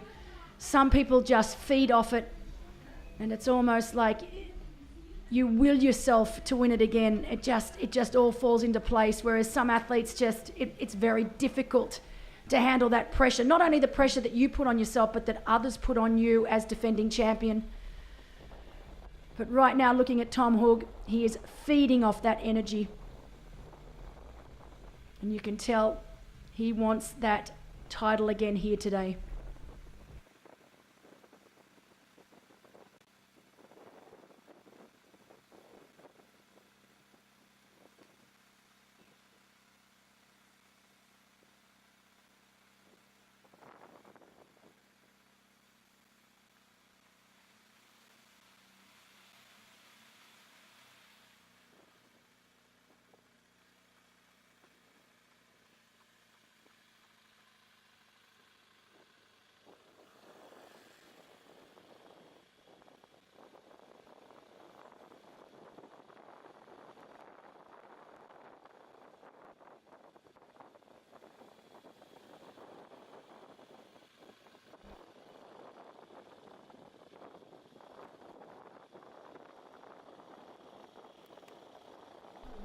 So right now, Tom Hug from Germany leading the way here in the professional men's race. Sarah Schoenfeld up from Germany doing the same in the women's race. Almost identical circumstances in the beginning stages of the run between our professional men and our professional women.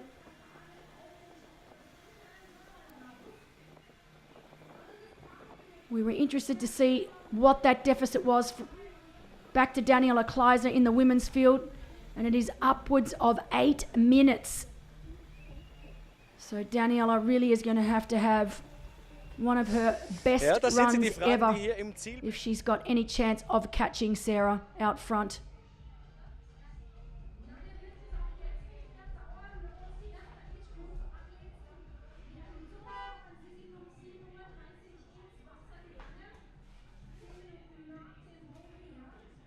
It certainly isn't impossible. We know that Daniela has a predicted time of around 1:17 that she can run. But Sarah Schoenfelder has a predicted time of running a 1:22. If that is the case, it is going to be virtually impossible for Daniela to make up this deficit.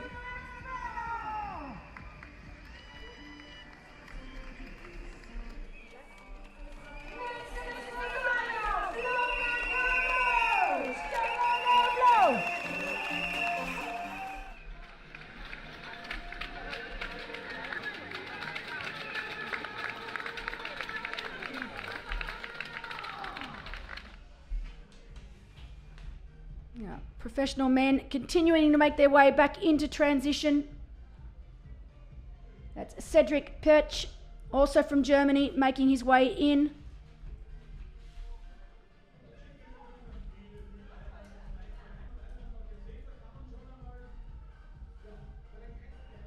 "45 professional men racing here today.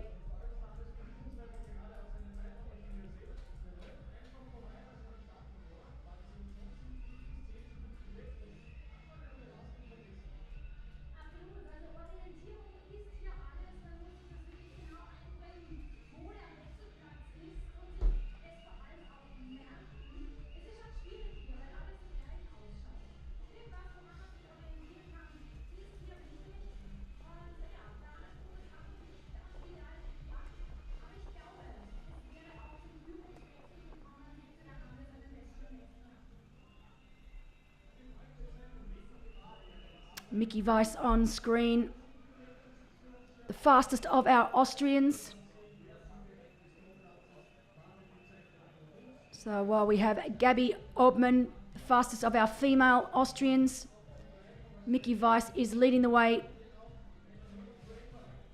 in the men's race here for that illustrious Austrian title, which will also be given here today. So we will not only be crowning the Challenge St. Pölten male and female winners, we will be crowning the Austrian middle distance champions.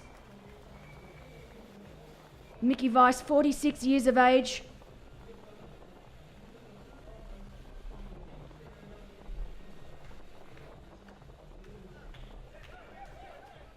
You can see right now making his way, Tom Hug making his way through the middle of town here in St. Pölten.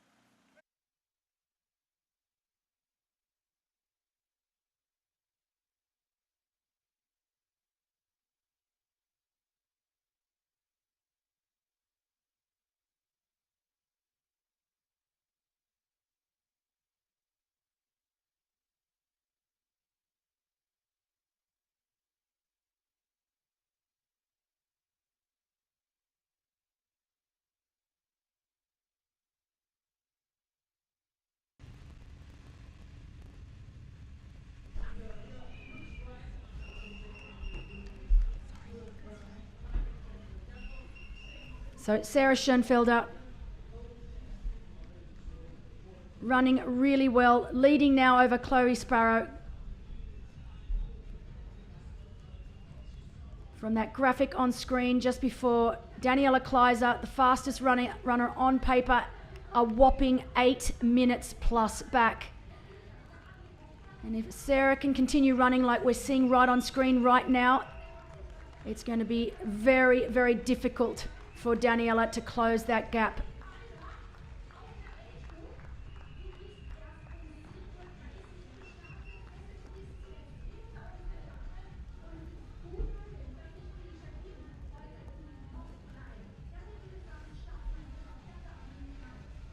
So as our leader, Sarah Schoenfelder, making her way into town for the first time, we know our lead men are making their way back out and heading back towards us here at the race finish. 2 laps to run here today.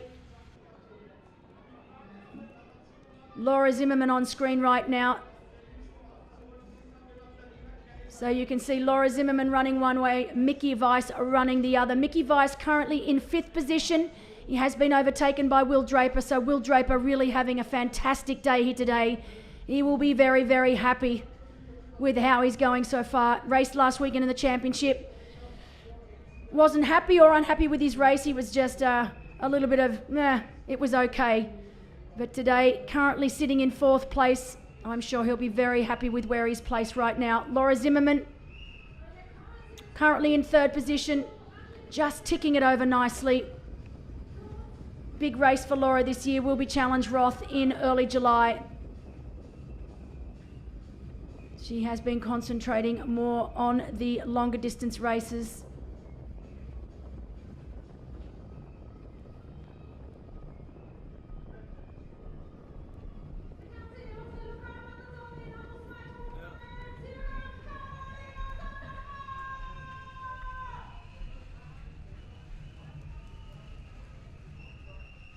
So Sarah has made her way past that first timing mat at 6.4 kilometres.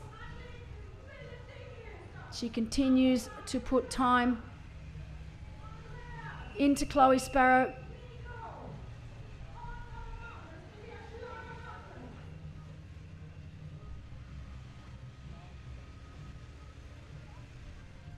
This is definitely the best race I have seen from Sarah since I started following her quite some years ago now. Great racing.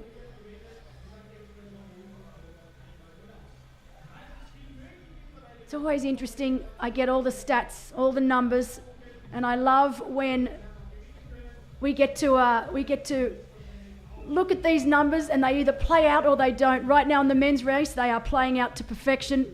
We predicted that Tom Hogg would be in front, and he is. But in the women's race, it is a different story so far, with Sarah Schoenfelder taking the lead. Daniela Kleiser way back, 8 minutes plus down on our leader. And that close-up of Tom Hogg looking well and truly in control. Breathing is controlled, shoulders are nice and relaxed.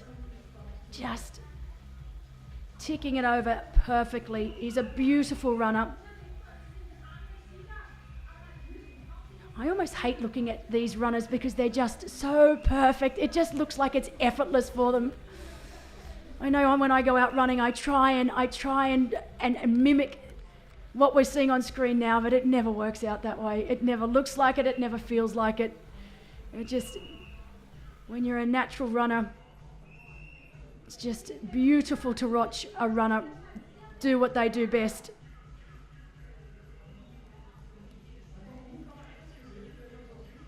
You can see Mickey Weiss now, currently in 5th position, making his way back towards us. He's done that loop through town. It won't be long before he hits the dirt section of this course again.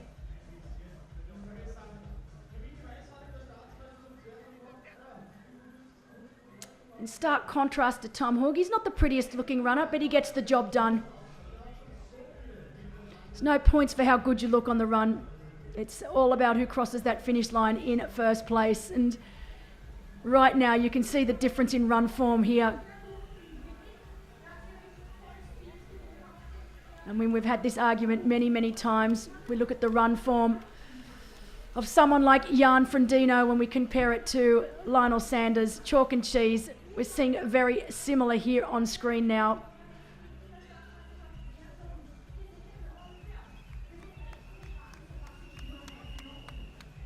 Both can be as effective as the other. I know that there was a lot of controversy the other week when Matty Hansen won his race, ran unbelievably fast, but you know, the run form of Matty Hansen is not your traditional run form that we're seeing on screen right now with Tom Hogg, but he's like, well, if it ain't broke, it doesn't need to be fixed, and I couldn't agree more. It's all about how fast you run. No points for run form. But for us watching from home or wherever you're watching, boy, it's nice to see a runner do what they do best. So right now, he's almost back. 10.55 kilometres, almost completed for Tom Hogg. Quick check of the watch to make sure he is on pace. There is absolutely no one behind him. Once he gets back here to where we are, he'll do a loop. He'll be spurred on by the hundreds of spectators here at the finish line.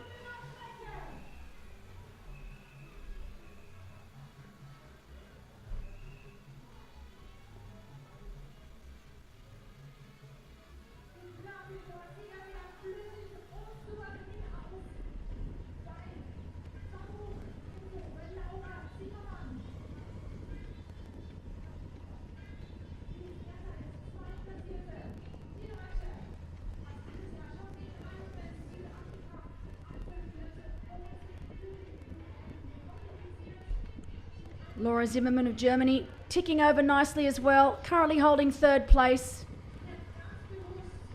I'm sure if she's able to hold on to this podium position she finds herself in now, she will be very, very happy. The bigger picture is Roth in July, but this race will be showing her that everything is on track for that race.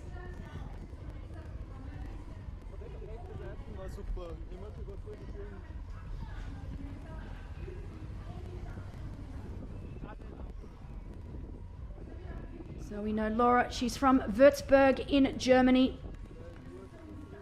She was third in Ironman South Africa not so long ago. It's her third time racing here. She was fourth back in 2017 and sixth in 2019. So a podium finish for her here today. I'm sure she will be very, very happy with.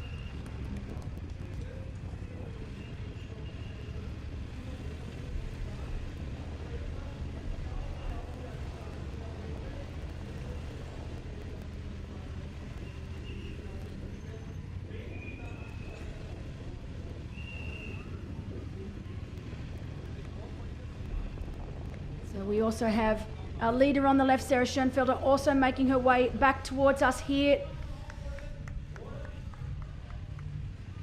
Still looking really good, really light on her feet. Such long stride. She's not that tall at all, and she's got such a long stride. Still looking well and truly in control. Breathing's in control.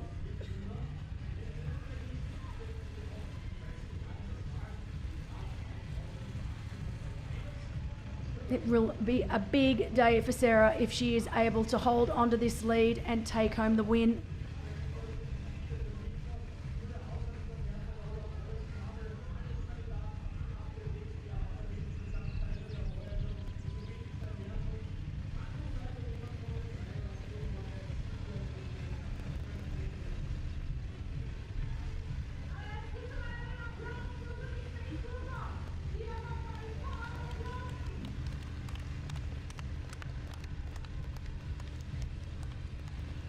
Party is really starting to heat up here in town as this young man, the leader of our race here today, Tom Hogg from Germany, will make his way round the backside of the venue. And here he is.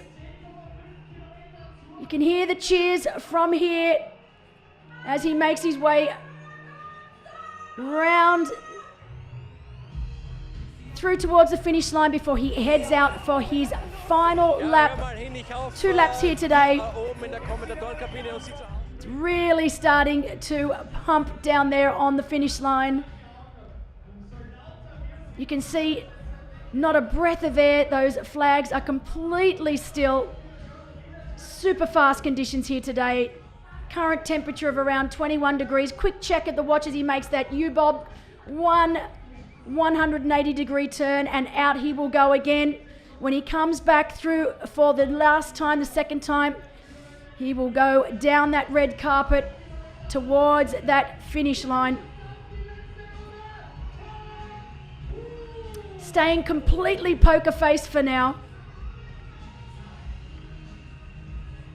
As the crowds are going wild for this young man. Oh, yeah, there we go. Cracks a little bit of a smile. Love to see it. Just a little bit though. He knows he's still got a job to do. He's still got 10.55 kilometres left to run. So recognising the crowd support just a little bit before he now heads out. He'll get to see exactly where his competition is. And what a run for this man on screen now. Andre Kubo is having a brilliant day. Fresh off his 9th place last week at the championship. But really, really solid racing from this young man from Slovakia. He was a little unsure when I spoke to him yesterday whether he had completely recovered from his race last weekend, and he wouldn't truly know till he hit the run, but so far so good for Andre.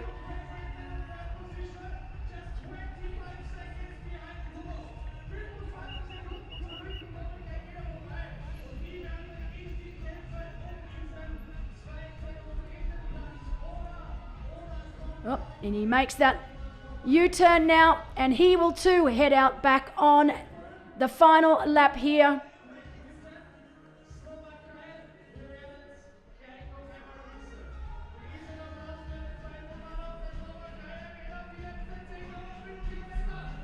Really exciting race as Andre makes his way back out now. More of our professional men making their way through.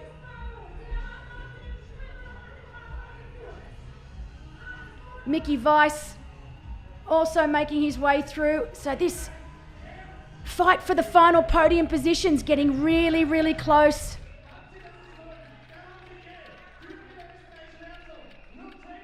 Will Draper, so impressed with this Brits race here today. Currently in 3rd place. If he is able to hold on to this position on the podium, I'm sure he will be celebrating in style later on tonight. As Mickey Weiss also makes the turn now, heading out for that final lap. So our top 4 professional men now through. 1 lap to go. Actually, it's our top 5 men through now. So we've got Tom Hoog leading, Andre Kubo from Slovakia in 2nd, Will Draper from Great Britain in 3rd place, Hannes Butters, our early leader, in 4th, and Mickey Weiss in 5th. So our top 5 professional men now out on their final lap of the run.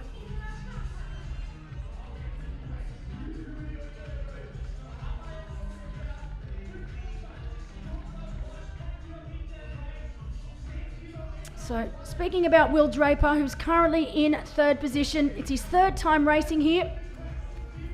He raced Xterra in the UK 2 weekends ago and won that race. He had a strong race last weekend in Samarin, but wanted more. And he said he was really looking forward to fighting for that podium here today. So far, so good for Will.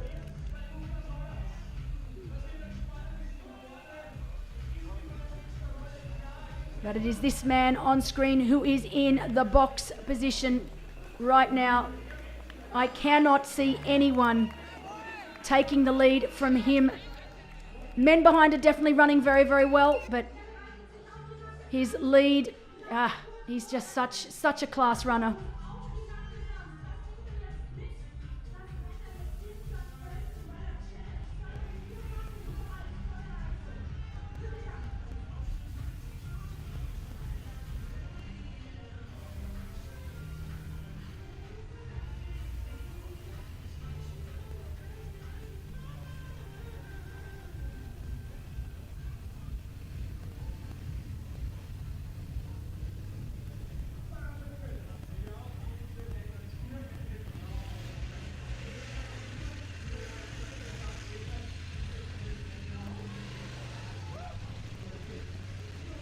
Won't be long now before our leader, Sarah Schoenfelder from Germany, makes her way across the bridge and right down here, completing one of 2 laps. It'll be the first opportunity she gets to see where her competition is. So she'll come down off this bridge, make her way towards transition, before we see her run past the finish chute here with all of the crowds down on the finish line. They'll give her an enormous cheer, send her out on her last lap. Still running really, really well.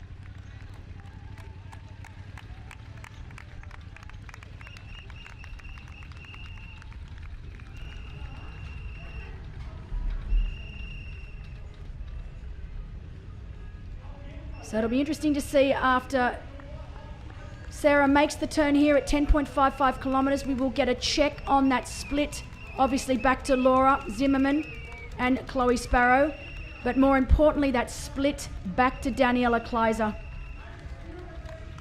Doesn't look like Daniela is having the greatest of days here today, whereas looking at this woman on screen right now is having one of her best run days so far, running really, really well.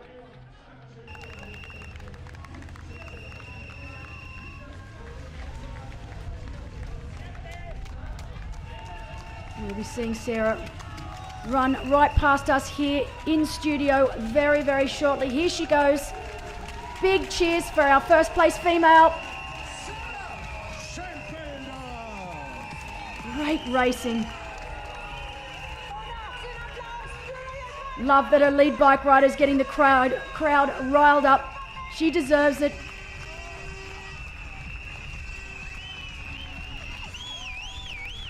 She will make that U-turn at the end here, and it'll be the first opportunity she will get to see exactly where her competition is on course.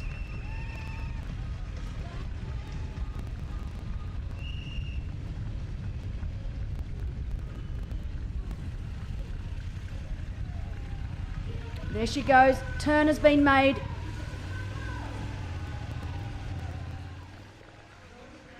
It'll be interesting to see just how far back Chloe Sparrow has fallen, and also where Laura Zimmerman is. Behind Laura we know Daniela Kleiser and Gabby Obman.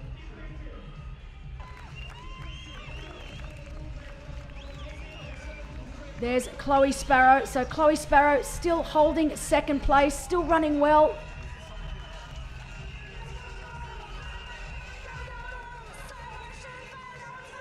Right now, no other professional females in sight.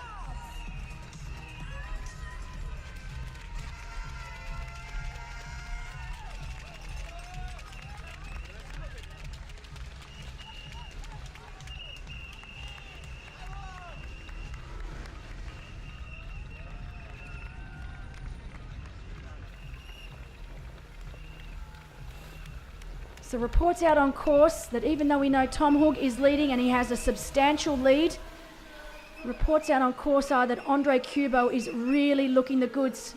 Slightly faster turnover than the man on screen right now. But Andre really having a great race here today.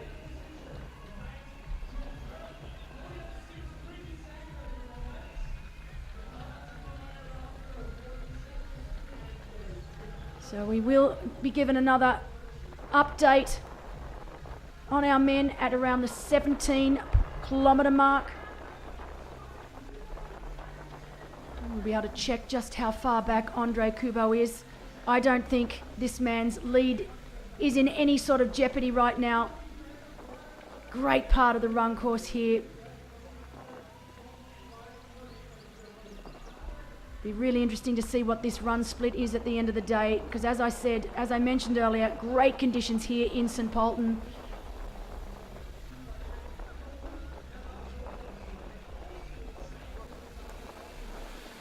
Laura Zimmerman has also now made her way through lap 1 and is heading out onto lap 2. Solid race from Laura.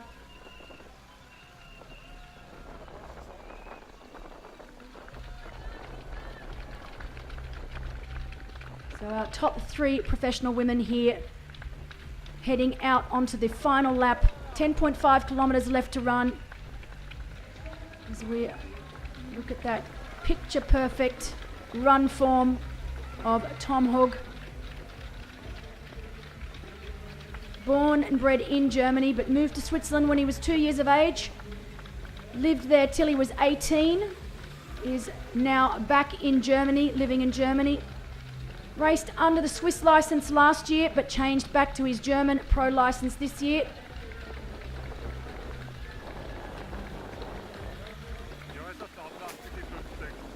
Raced only last weekend in Germany. Quite a famous triathlon, an independent triathlon called the Apfelland Triathlon. It's a middle distance triathlon. 20-metre rule was implemented there, as we implemented here today. Today's race, probably one of the fairest races I have ever seen amongst our 45 deep professional men.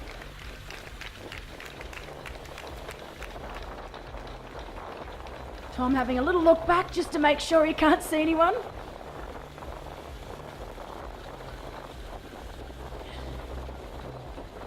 It's crazy, even though he knows he's one of the fastest, if not fastest, on the field right now, you never quite trust it. You always want to have that one last look just to make sure there are no surprises coming at you.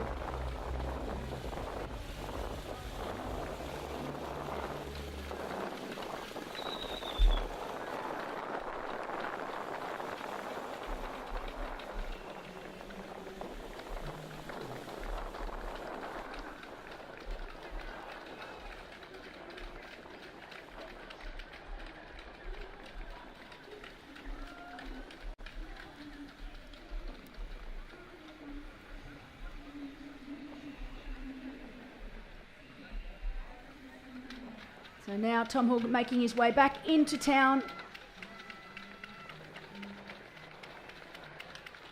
Doesn't look like he is slowing down at all. And if he does manage to take the win here today, which is looking highly likely, that'll be 2 from 2 for Tom Hug this year. Great start to the year for this young man. St. Pölten, a real triathlon town. This race has been going since 2007. It's one of the largest triathlon races or events in Austria. It's been a challenge event since 2021. Oh, a little bit of, if you look there, Sarah Schoenfelder looks like she's just getting a little bit of a stitch. Hopefully it's not going to eventuate to anything too serious for her, because she really is running so very well. You can see her just grasping at both sides there. Hopefully nothing too serious.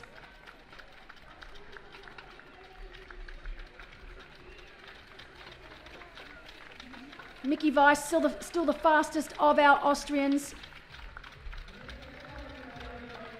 It'll be pretty incredible to think that at 46 years of age he is able to take home Austrian champion at the end of the day here as he makes his way up. Probably one of only 2 inclines on this run course. Very short and sweet.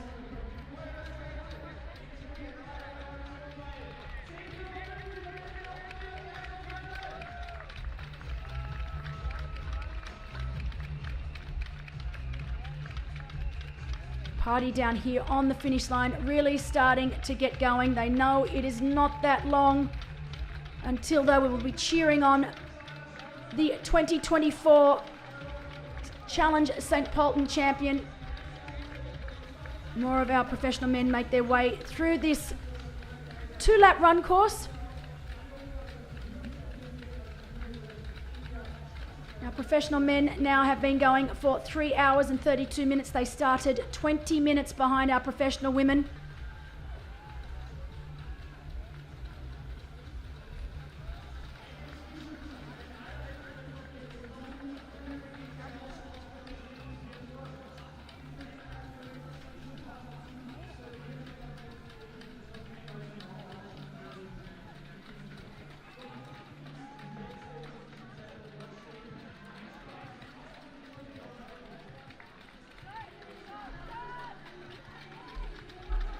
Tom Hoog's run form has not changed at all.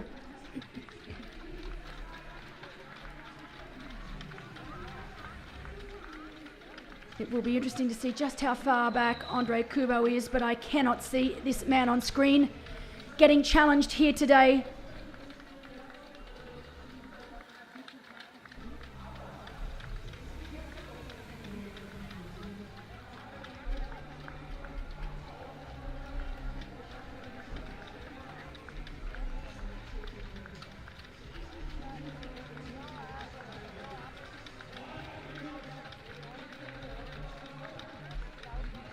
So now we have many of our age group athletes also making their way out onto the run course here. It'll be a steady flow. 1,700 athletes here racing in our age group event. Many of them going, the Austrians going for that Austrian title. So it's not just for our professional athletes, but our age group athletes as well. All of our athletes here today will be vying for one of 6 spots to the championship. So the top 6 place getters in each age group, both our male and female, will automatically qualify for next year's event, the championship in Šamarin, Slovakia.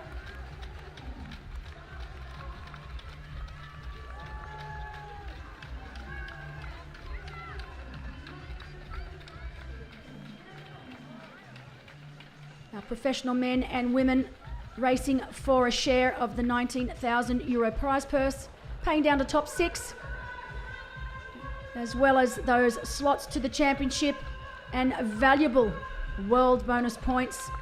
Our end of year world bonus.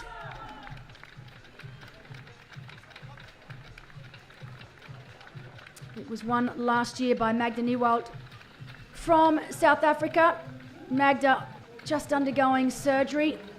Big shout out to Magda. She's been an incredible supporter of a Challenge family events. We can't wait to have her back on a race course in the not too distant future.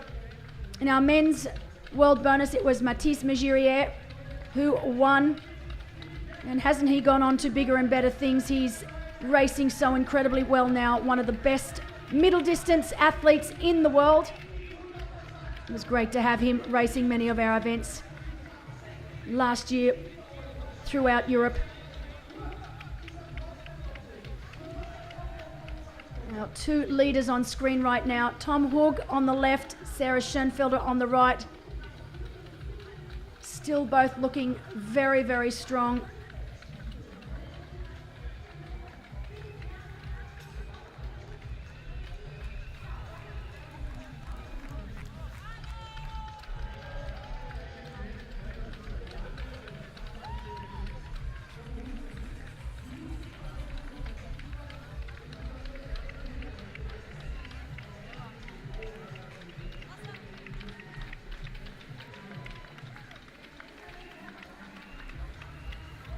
So we know that Daniela Kleiser has been able to take some decent time out of our leader Sarah Schoenfelder.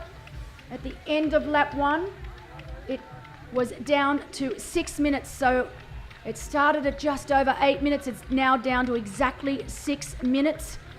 But she is going to well and truly run out of real estate here today. So while Daniela is running fastest right now, or definitely one of the fastest, she's simply too much of a deficit off the bike.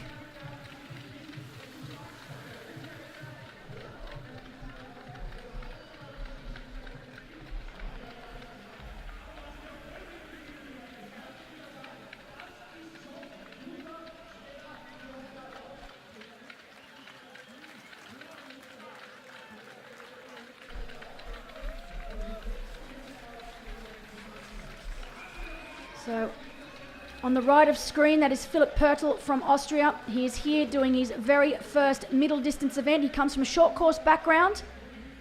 So far, so good for Philipp. So a great race from him. He's currently in 6th position, but where it gets interesting now is he is right behind Mickey Weiss. Mickey Weiss currently leading the Austrian Championship, but is Philipp Pölten able to run him down and take that title from him? It's going to be very interesting to see. Mickey Weiss currently in 5th position, Philipp Pölten currently in 6th position. Literally only 30 odd seconds between the two. As Tom Hug makes his way through the middle of town here in St. Pölten. He'll do a loop here through town, and then he'll start making his way back towards us.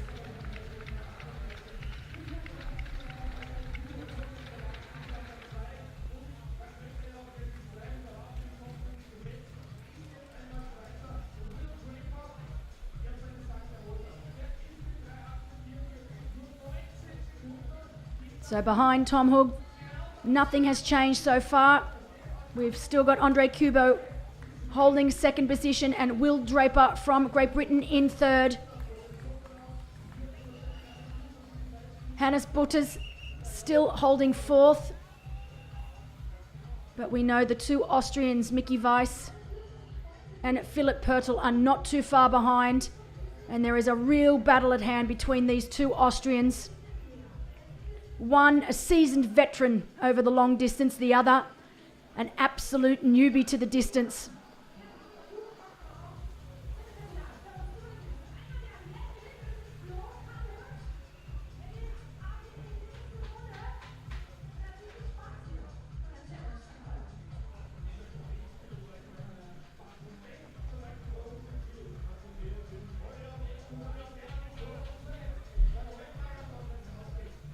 So Tom Hug, our leader, through 17 kilometres. He is on his way back to us. He gets to see now where everyone is. He will see that he still has a decent lead over the likes of Andre Kubo and Will Draper. It'll make him feel good. It'll push him forward. Quick check of the watch.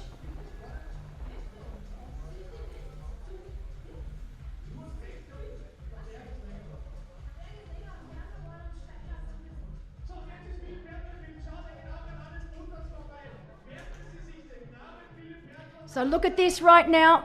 This is indeed Philipp Pölten about to overtake Hannes Butters. Hannes Butters in 4th position.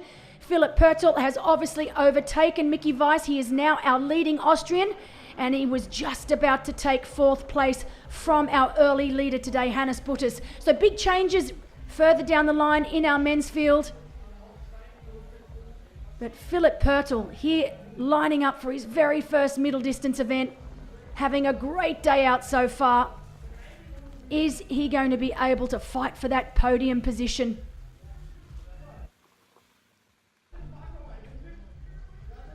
We can see right now he's currently right on the line to make it first Austrian, but can he fight up onto that podium position?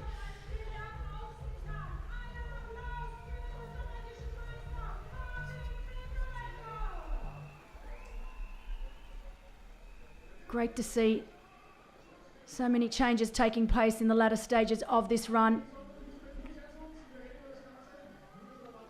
Not so for Tom Hoog, who looks even more relaxed now than he did when he first started this run.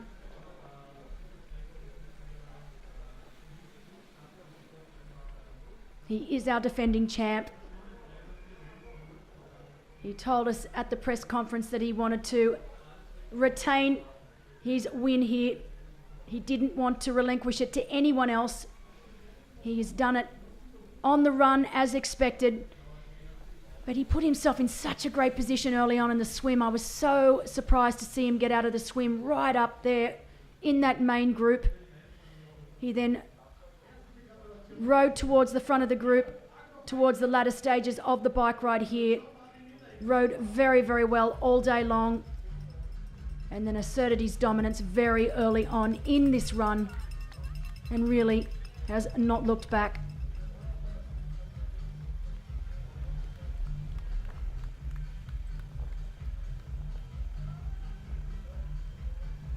So,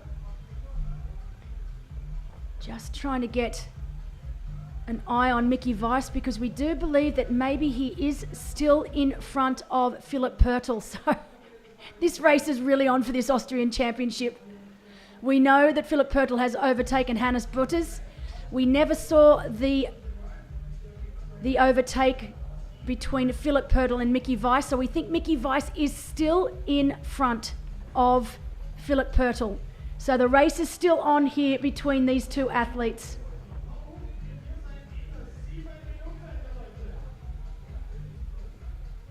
We know it's going to be close, and I would say it is going to come down to the line between these two Austrian athletes, currently in 4th and 5th, with Hannes Butters now down into 6th place.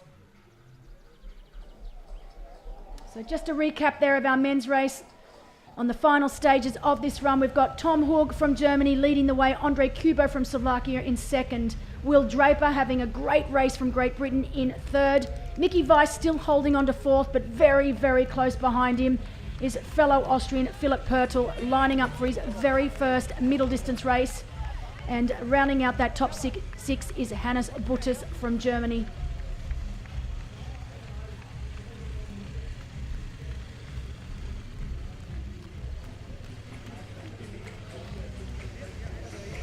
Genau so ist es. Wir haben uns gefunden und Mama.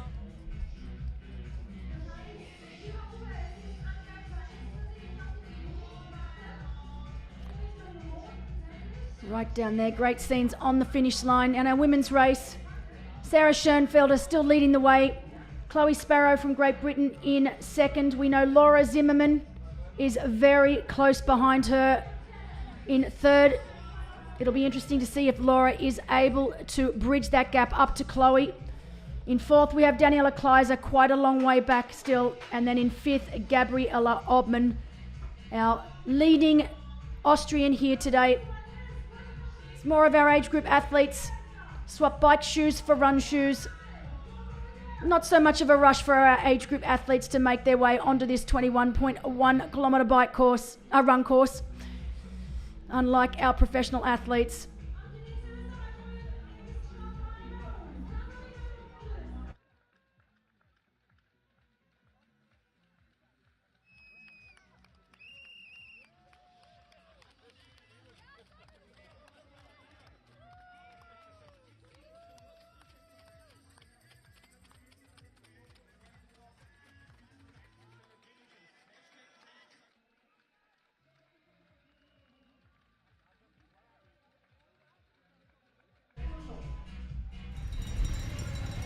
So this man is on the home stretch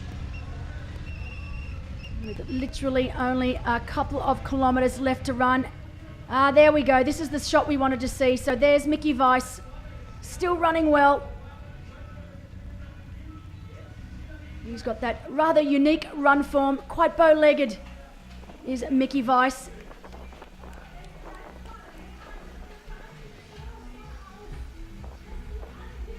So Mickey still in 4th place.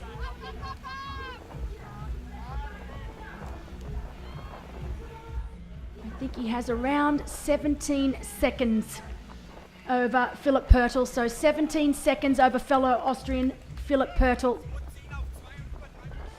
Will it be enough? Or will it come down to the line for the two Austrians? Certainly nothing coming down to the line for this man. He is well and truly in control to take the win here today. Never really looked like being challenged throughout this run. As soon as he was able to take the lead very early on in the first kilometre of this run, he has not looked back.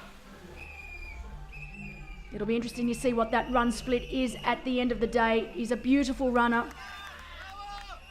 He was predicted to take the win here today.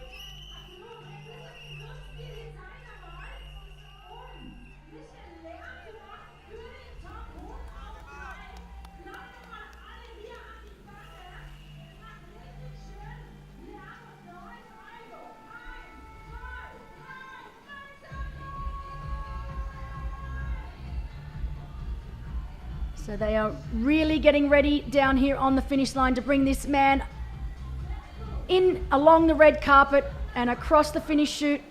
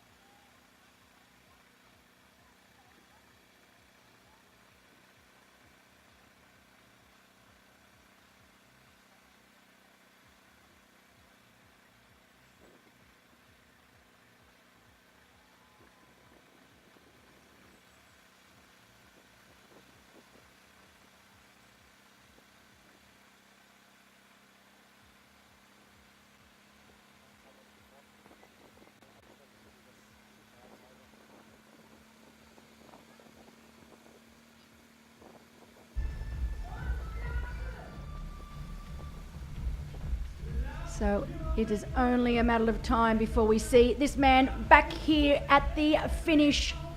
He will be coming back to a huge applaud. The grandstand down on the finish line is absolutely packed solid. Standing room only here as he makes his way over to the bridge. This is the bridge that they also ran over on the swim. So you can see the first lake in the background there. They then made their way over this bridge into the second lake. Now for Tom Hook, zipper goes up. He knows it's only a matter of meters before he makes his way to the finish line here in St. Pölten. Brilliant racing from this man here today. He was so controlled. He set himself up in the swim. He had such a great swim. Swimming is not really his strength, but he got out right where he needed to get out. He rode very, very well, particularly towards the latter stages of the bike ride, coming into transition in second place. And then it was only a matter of time before he took the lead on this run and has not looked back. He is our defending champion. He won last weekend in Apfelland. We knew he was coming into this race in great form. And he's having another fantastic race here today. Hats off to him. Yep, you can see he's starting to crack a little bit of a smile now. All of a sudden, you start trusting the process. You start to really feel like you have got this race under control. And while we know that this man is going to take the win here today, we know there is a battle royale going on behind. Andre Kubo still in second, Will Draper in third, Mickey Weiss in fourth, and Philip Pörtel in fifth. But we know Philip is doing everything he can to try and catch and overtake Mickey Weiss.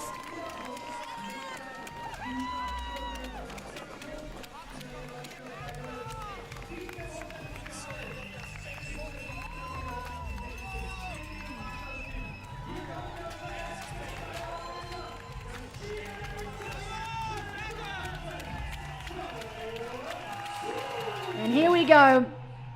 He takes the corner. Big smiles, claps to the crowd as Tom Hug from Germany makes his way onto the red carpet.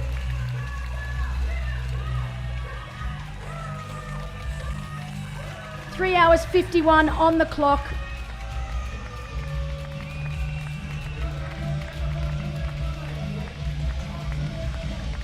He'll make that one last turn.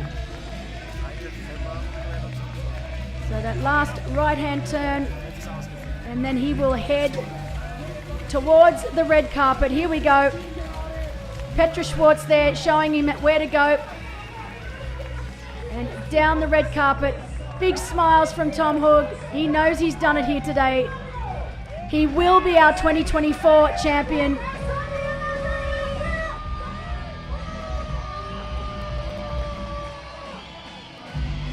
He was our winner here in 2023, and he will again be our winner here in 2024. Hats off to Tom Hug from Germany. Brilliant racing from him today as he lifts that finish tape above his head.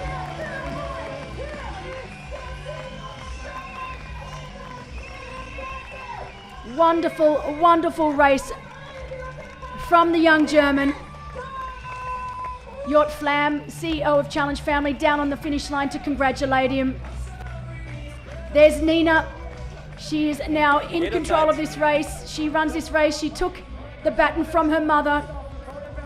This is why this race works so incredibly well. It's a family affair. That is Petra's dad there to right of screen, Christoph.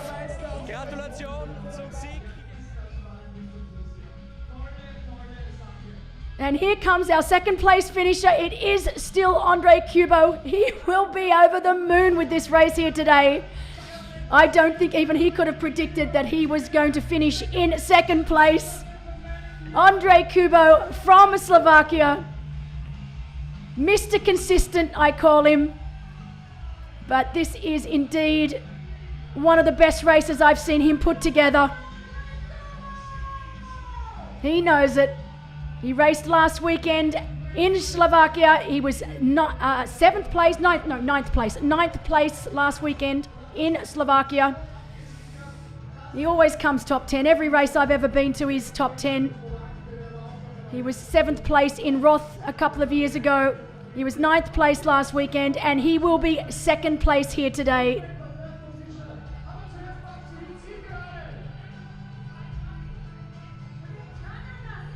Interestingly enough, if Will Draper is able to hold on to the podium spot and come in behind Andre, both of these men have backed up from racing the championship last weekend.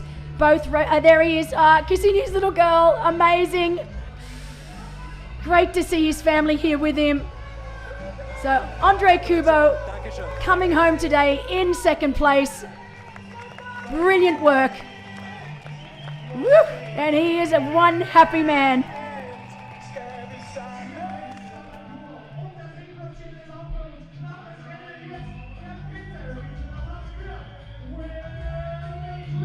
And right behind him, so close, Will Draper from Great Britain. He also raced last weekend in the championship. He will be 3rd place here today. He made it abundantly clear. Oh, look, and it looks like the poor thing, he has to hold together his race suit. Looks like he's had a bit of a zipper malfunction there. But still, 3rd place for Will Draper today from Great Britain. Fantastic podium.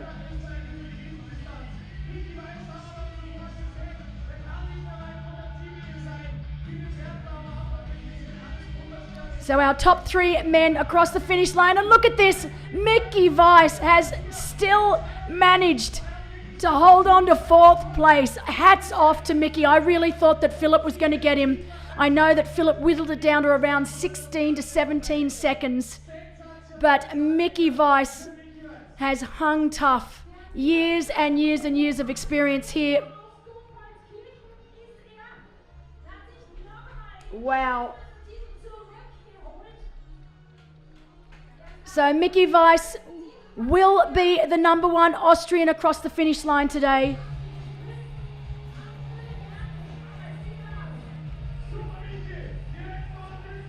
He will be so happy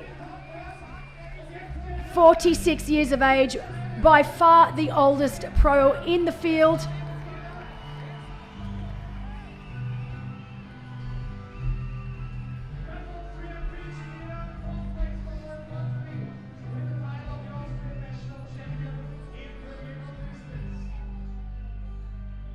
So 40. Here we come. Round he comes.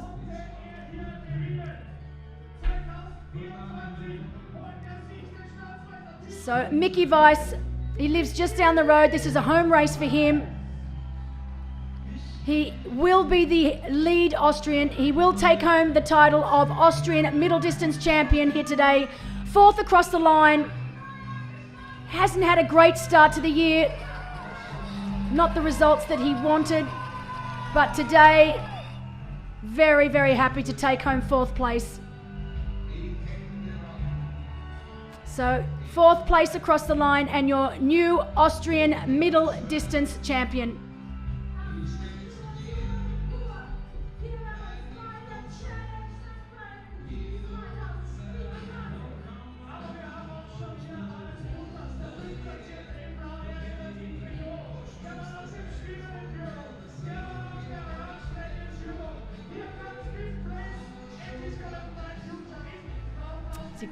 Jort Flam congratulating Mickey Weiss on the finish line.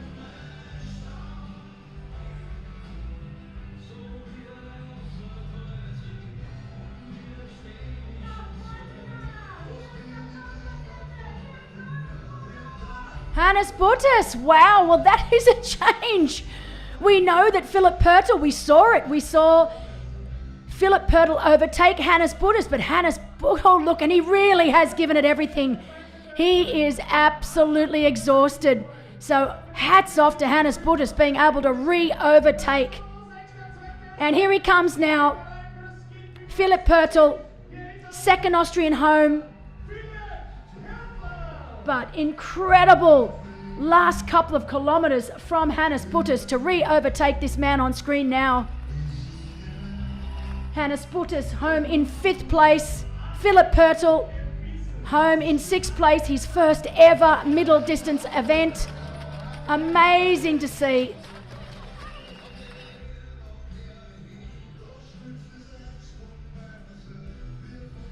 So our top 5 across the line: Tom Hug from Germany, Andre Kubo from Slovakia, Will Draper from Great Britain, Mickey Weiss from Austria, and Hannes Butters from Germany.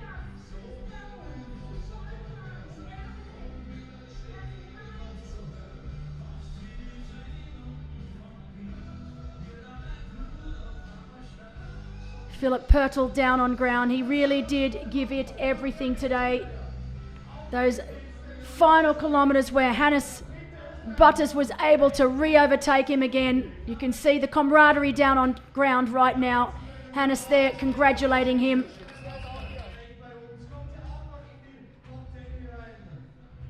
As Onion Sajanovic also across the finish line from Serbia.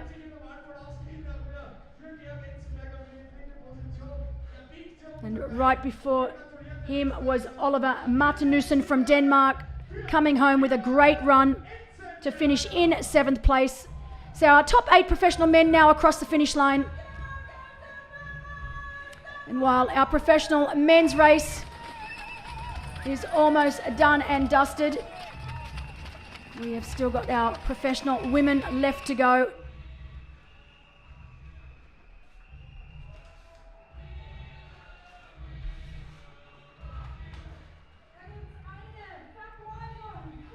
Another one of our Austrian athletes, George Enzenberger, also across the finish line. So that is our top 3 Austrian athletes across the finish line today. Mickey Weiss, our winner, Philipp Pölten in 2nd, and George Enzenberger.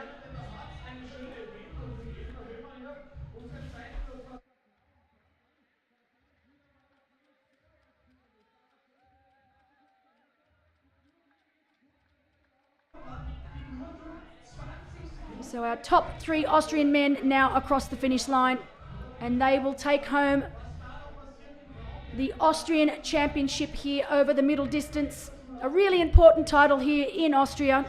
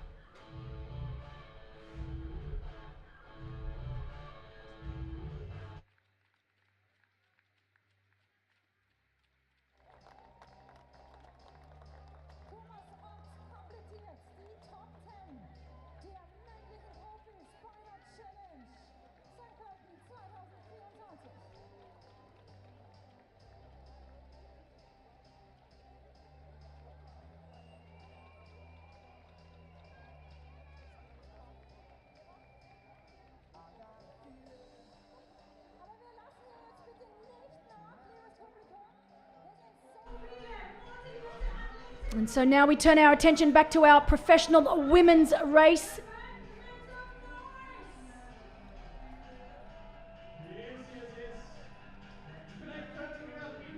And if our timing system is anything to go by, we may have had a change back in our women's race. We need to get a report out on course. We have got our spotters out there, but there have been a few changes in our women's race.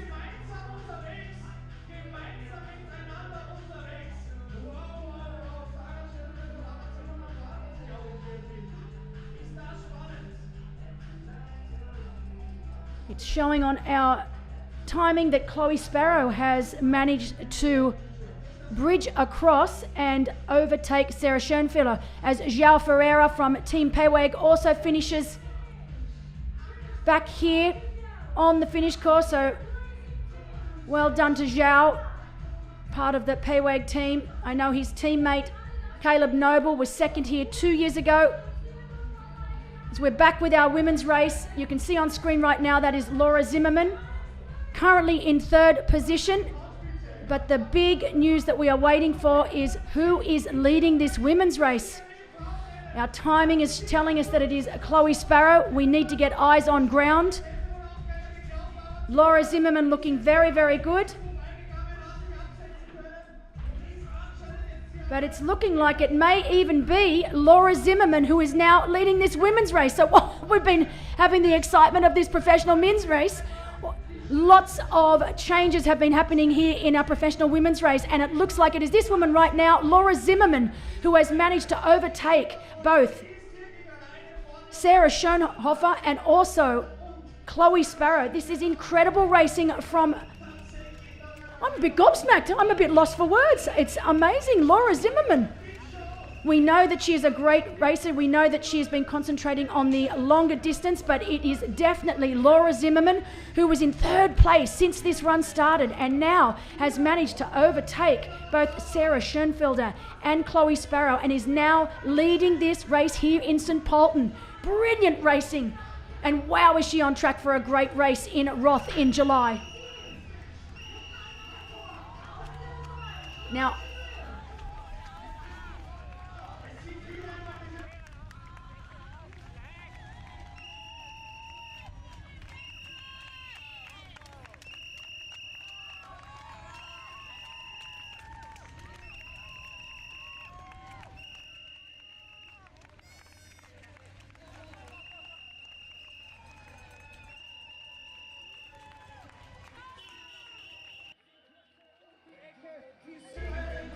so here we go.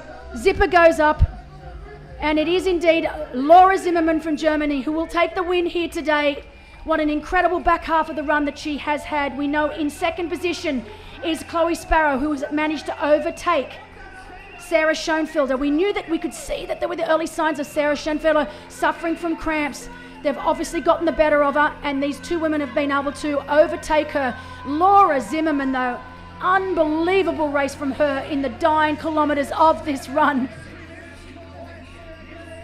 I did not predict this happening here today. Big thank you to her bike rider. Absolutely love the camaraderie with the volunteers, with the athletes. And I don't think she can quite believe it's happened, to be honest. Yes, now it's starting to sink in for Laura. Look at the look of determination. She is just over the moon here today. She was in third place all day long.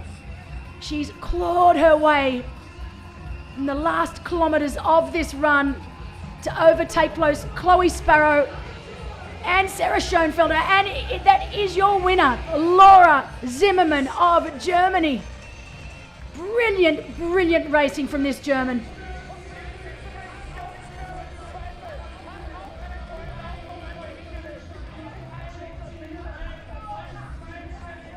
And here she comes right now.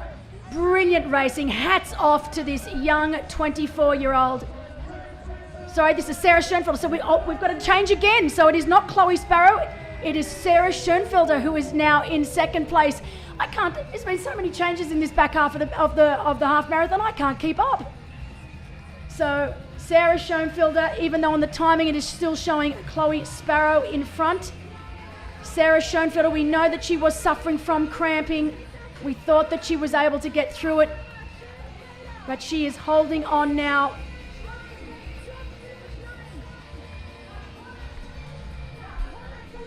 Our last update on course from our spotter was that Chloe Sparrow was in second place. But what a battle it has been between these three women. This is incredible.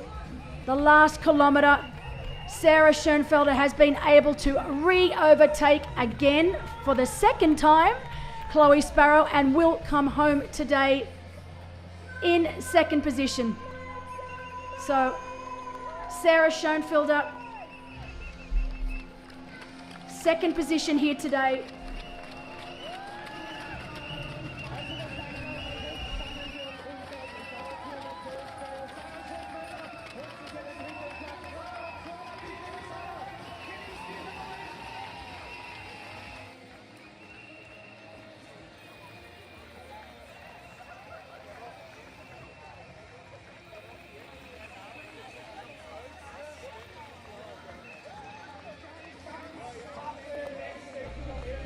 So it is Sarah Schoenfelder, also of Germany. Oh, and hold on, we've got on the finish line right now.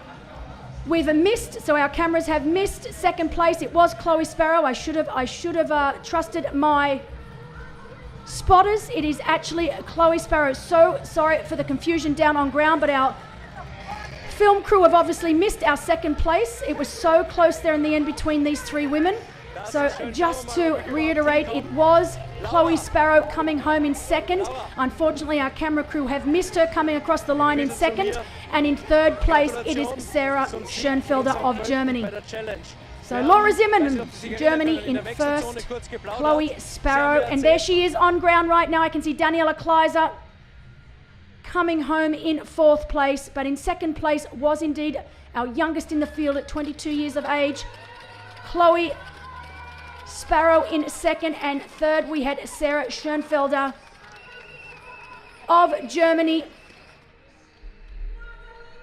Brilliant.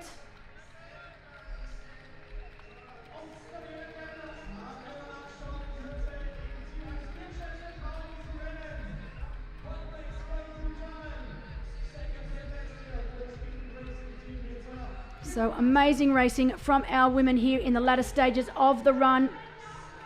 Literally seconds separating Chloe Sparrow and Sarah Schoenfelder. Sarah Schoenfelder led early in the run. She was able to overtake Chloe Sparrow. Laura Zimmermann was then able to overtake them both, and Chloe was able to re-overtake Sarah right in the dying final kilometres of this run. So what a podium here today. And there she is, Daniela Kleiser, coming home in fifth position here today. She was predicted to take the win here today. She was the fastest runner on paper. She didn't have the bike ride that we know that she is capable of, but still fifth place for Daniela across the line here today.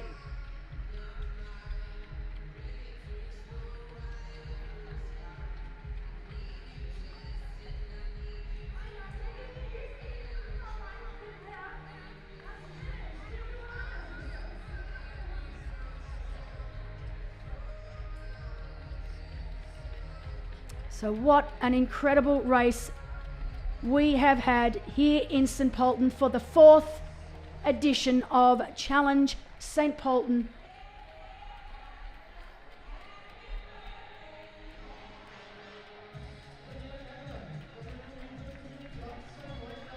And we are still waiting for more of our professional women to make it down to the finish line.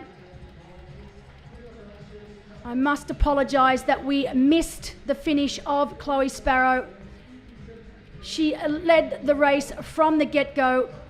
As we take you to our top 10 finishes overall for our professional men today, Tom Hug from Germany taking the number one position and defending his title. Andrej Kubo from Slovakia having a fabulous race to bring home second, and Will Draper from Great Britain in third. Mickey Weiss taking Austrian title, coming home in fourth. Hannes Buttus being able to re-overtake Philip Pörtl to come home in fifth. In sixth, we've got Philip Pörtl Then Oliver Magnussen in 6th position. Great racing from our men as well as our women.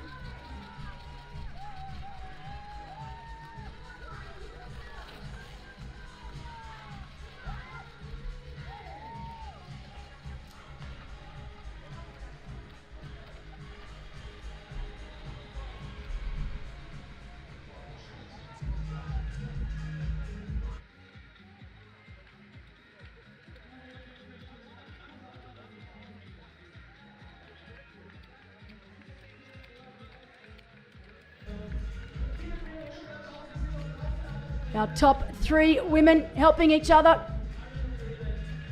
Final photo. Laura Zimmermann first in the middle there from Germany. In 2nd place, our youngster at only 24 years of age, Chloe Sparrow from Great Britain. And in 3rd, Sarah Schoenfelder from Germany. Wonderful racing from these women. I have to say, particularly fantastic race from the young Chloe Sparrow in what was only her 2nd ever professional event. She was 8th at Challenge Gran Canaria earlier this year in April. She is now on the podium in her 2nd race. I think she might have even surprised herself today, dominating the swim and the bike.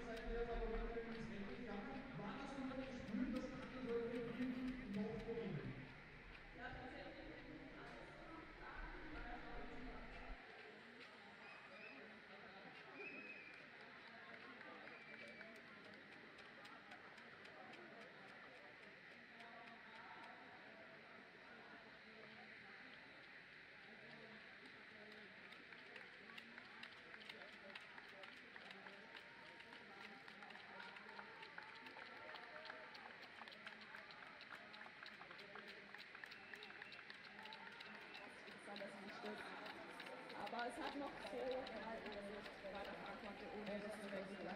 Das sagen wir trotzdem danke. Gute Organisation und Riesenapplaus für die Siegerin der Frauenrennen, Laura Zimmermann. So some great words from Laura Zimmermann. We know that she is concentrating on Challenge Roth in July. So she just proved perfectly to herself that her training is well and truly on track.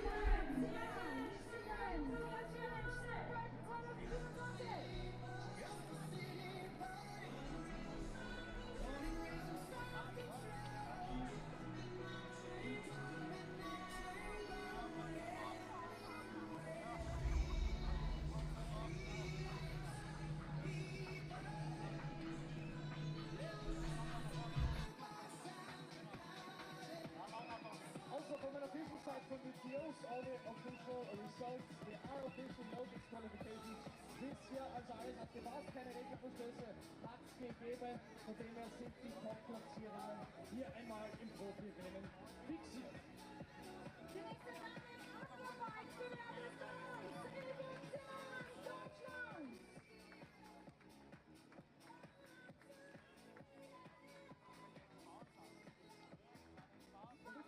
Pass auf, Babsi, jetzt hat es eine Änderung gegeben. Anna Fabinger hat sich da nach vorne noch geschoben mit einer super Laufstrecke, einer super letzten Runde. So while our professional men's and women's race are won and done, we have still got 1,700 age group athletes making their way throughout this 21.1 kilometre bike run course and to this finish line here. Incredible racing in both our men's and women's races today. So many changes, I actually couldn't keep up with them towards the end.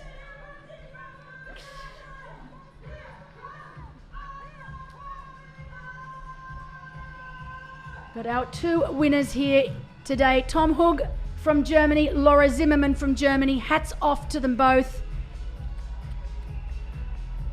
Of course, to Chloe Sparrow from Germany, Great Britain in 2nd, Sarah Schoenfelder from Germany in 3rd, and Daniela Kleiser. The Germans really did take control of our women's race here today.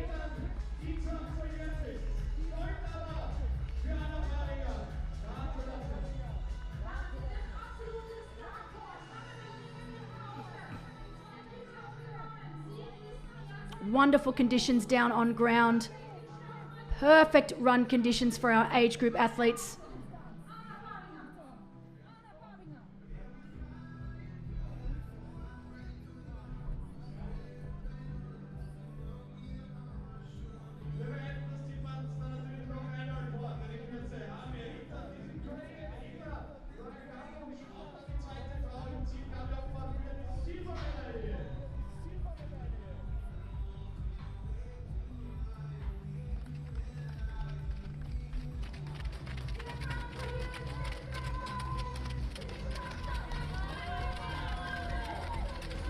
And here we have Gabrielle Obmann, so she will be the first Austrian across the finish line. Gabby Obmann from Austria will be your Austrian middle distance champion. Oh, actually, I think might have even been Anna Pabinger who was first across the line. Gabby might have been second, so definitely I'll get that confirmed in a second. Our timing has literally just reset itself, and yes, I can see down there right now it was Anna Pabinger that will take that title here today, and Gabby Obmann in second place. So well done to these two Austrian women. Ja, das mit dem Zeichen deuten von der Frauenwelt ist so eine Sache.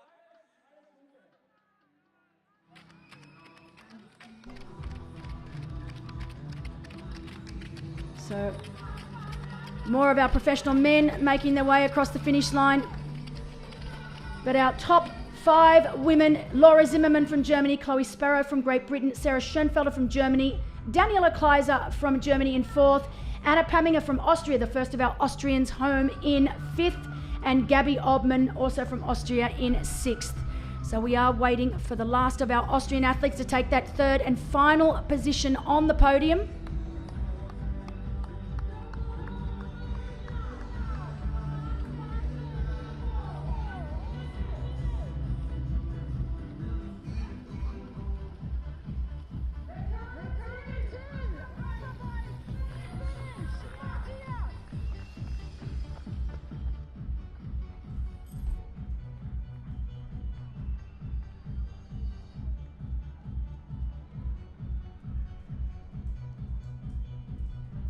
So just so you are aware, I know in the women's race and the men's race, a little difficult with some other athletes coming through with different numbers. That was indeed the aqua bike.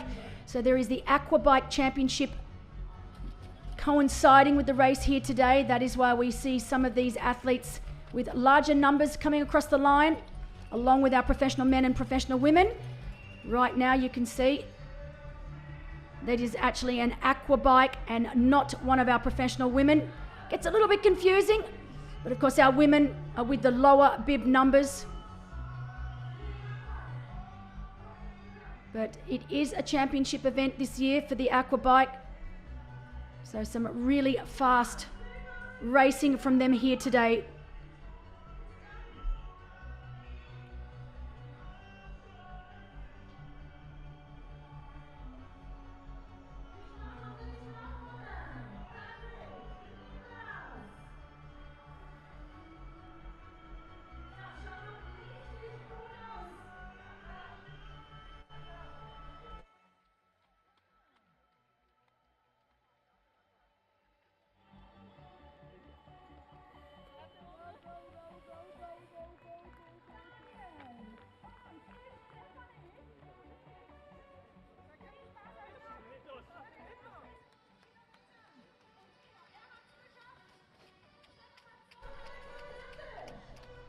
So we will be having the flower ceremony fairly soon for our top 3 professional men and women.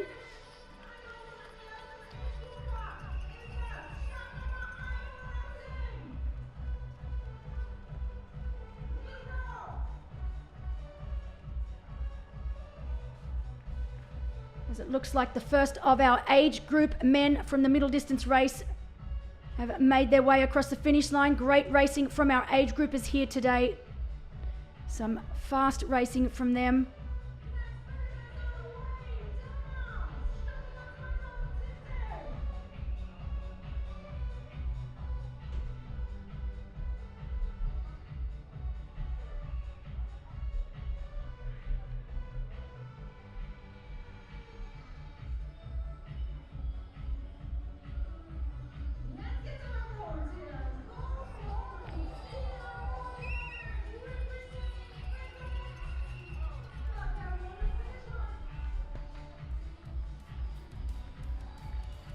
So that was indeed Tiina Pohjalainen from Finland across the finish line.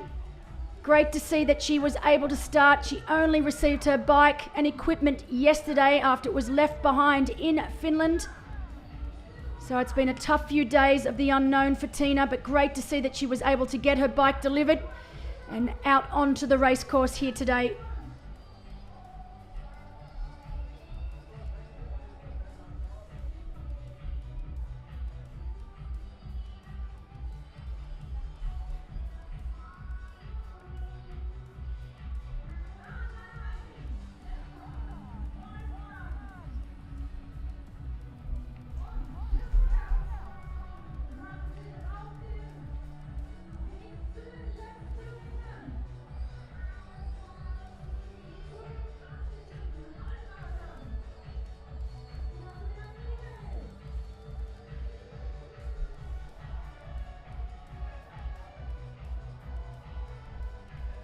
So Tiina home in 7th position here today. We are waiting for our third and final podium for the Austrian Championship.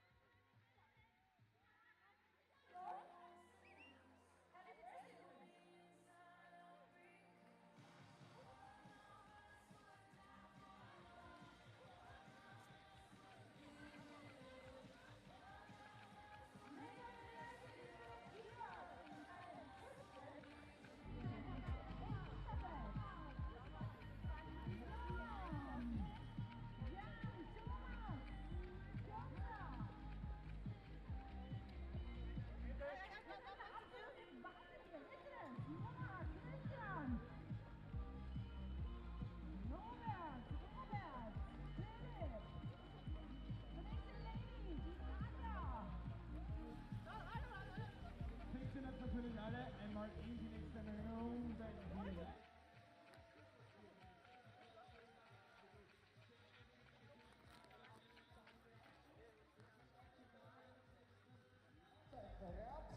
Wo es natürlich auch tolle Preise zu verlosen gibt. So, wir machen hier auf unser Siegespodium in 2 Minuten die Siegerehrung der Top 3 bei den Männern und bei den Frauen im Rahmen der Challenge St. Pölten 2024. Coming up in 2 minutes, victory award ceremony for the top 3 men and women at this year's Challenge St. Pölten. Das ist schön, dass es erst in 2 Minuten losgeht. Denn bis dahin können wir die nächste Österreicherin im Ziel empfangen. Ich habe sie hier schon gesehen.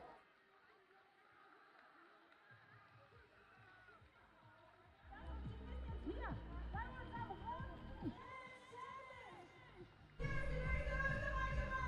Hier ist Susanne.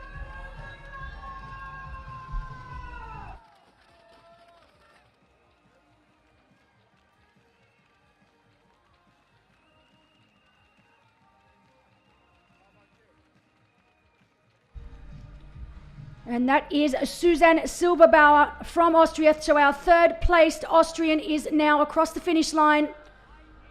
Great racing from Susanne. And we have our podium for the Austrian Championship.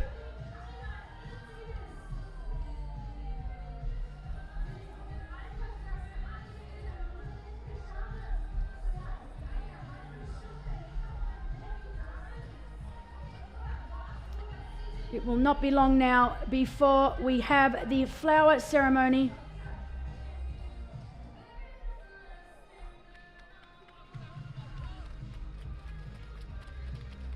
Our top 8 professional women are across the finish line.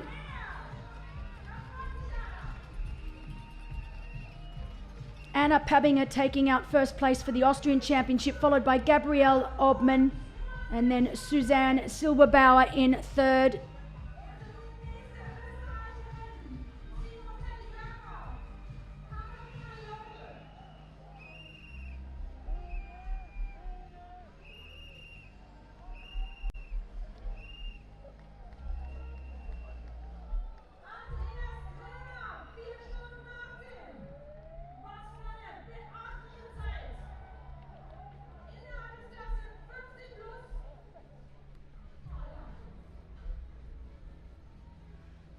Lots of congratulations to our down on the ground for our age group athletes. These are the fastest of our age group athletes here today. Katharina Leudel also across the finish line there from Austria. So our top 4 Austrians across the finish line.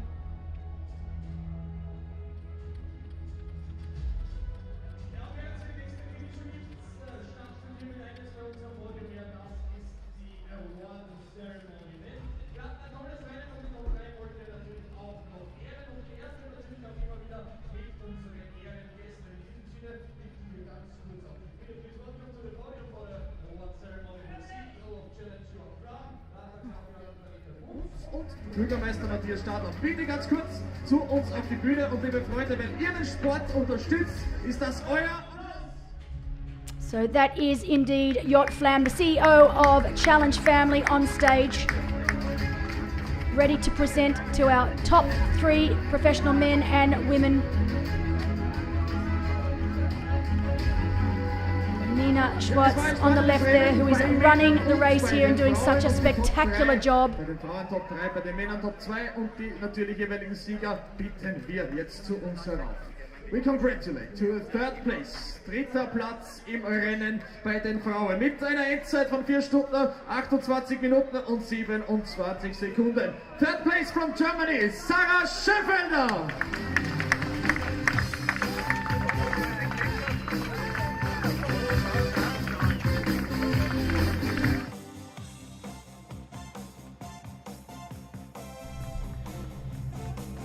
So third place here today, Sarah Schönfelder from Germany.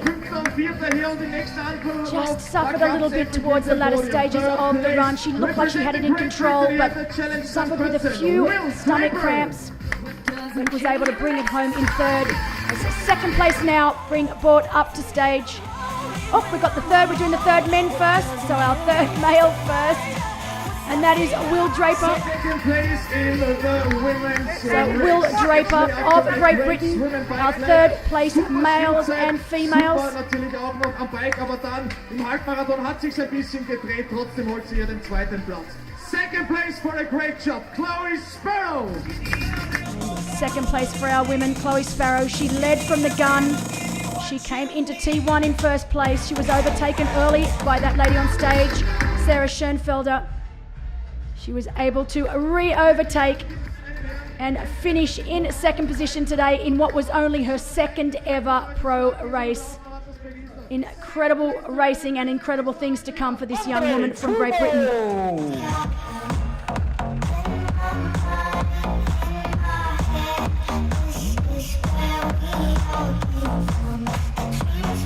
A very popular second place here, Andrej Kubo from Slovakia.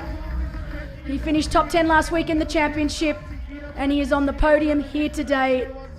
He's a favourite amongst all of the athletes, always smiling. Great to see him up on the podium here today.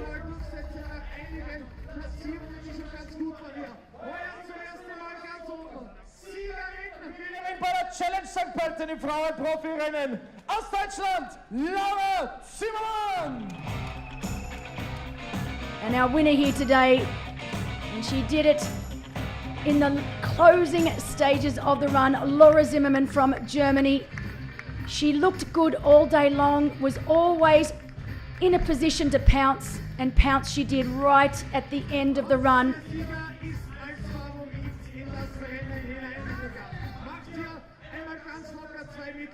Innerhalb von 7 Tagen und hat eines gezeigt, am Ende der Weitstrecke, wenn es bergauf geht, da ist er da, im Halbmarathon war er der schnellste Mann heute und holt sich verdient den Sieg. Bis 2023 heißt der Sieger auch im Jahr 2024 ein Herr aus Deutschland representing Germany, the winner of the Challenge St. Pölten, Tom Hug. And our champion here today in the men's race, our defending champ, he won it last year. He's now won it again this year. Tom Hug from Germany.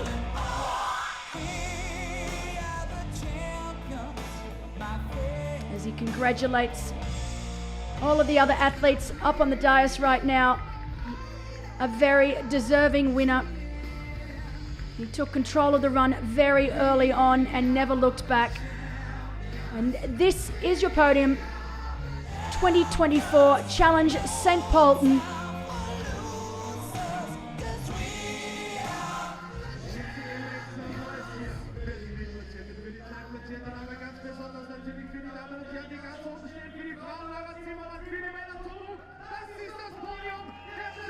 Big round of applause. Brilliant racing from these athletes today.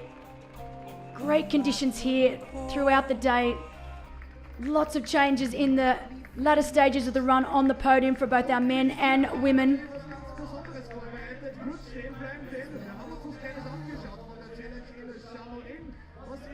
As we go to our champagne showers.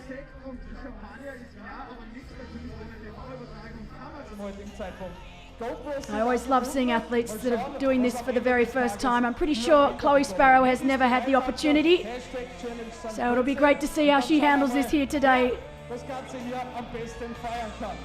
got a couple of seasoned pros up on stage. They'll be able to show them how it's done. Andre Kubo not doing a good job of it at the moment. Here we go, Laura Zimmermann showing the way. She would be the most experienced out of all of these athletes here. Poor old Tom Hug not doing well at the moment. Come on, Tom. All right, we've got some work to do on this champagne shower finish for these athletes.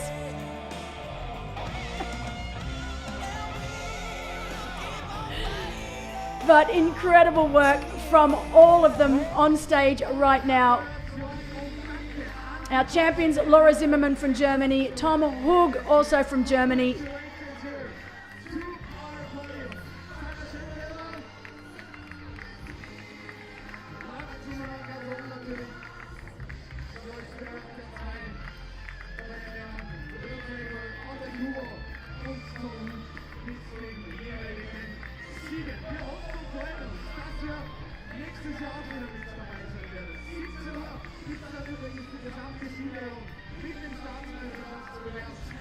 Einmal von der Flower Ceremony. Great job, everybody. Right before lunchtime. Kurz vor Mittag ist es. Oh, Babsi, jetzt geht unser Arbeitstag erst richtig los. Ja, aber sowas von, lieber Uwe. Jetzt holen wir alle Endstufen und So while that's it for our professional men's and women's races, we've still got plenty of racing on tap here in St. Pölten, while our 1,700 age group athletes make their way throughout this run course as more of them start crossing the finish line.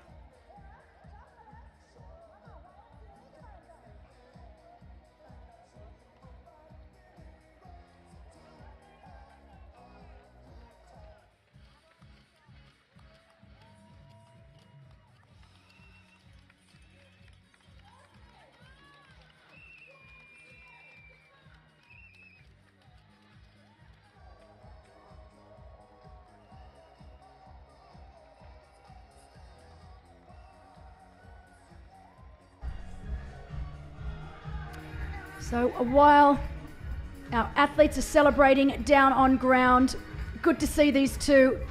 Chloe Sparrow on the right, 24 years of age, big future ahead for her. Will Draper on the left. Great to see the Brits doing well here in Austria. As I said, plenty more racing left to go as more of our age group athletes in both the aquabike and the middle distance race make their way across this amazing finish line. It's time for me to say goodbye. Thank you so much for listening. It's been a wonderful day of triathlon. I look forward to seeing you all again soon. Next race up for me will be the one and only, the ultimate challenge Roth in Germany in July. Until then, plenty more racing to come. Hope you had a fantastic day, and I will see you all in July.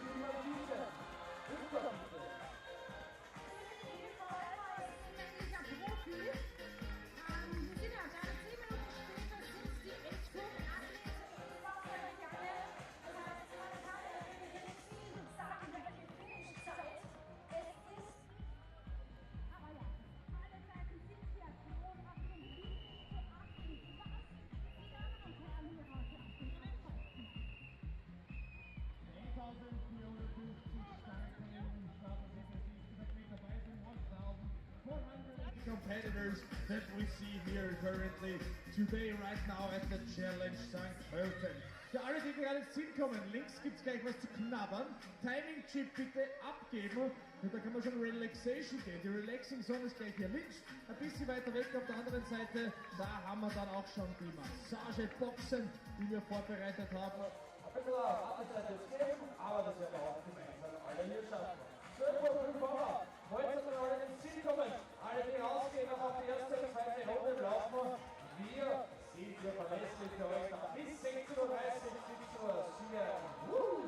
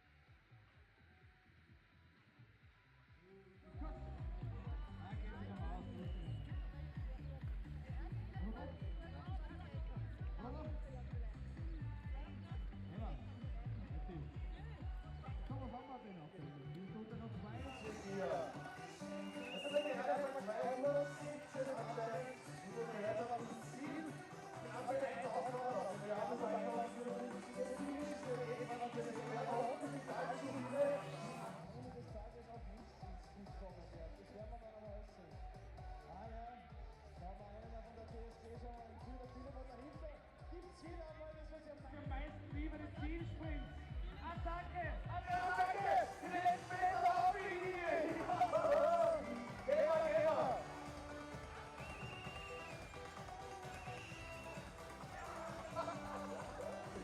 Genau so! Total gut geklappt. Martin Meyer, Martin drauf, geht man rein. Super gemacht.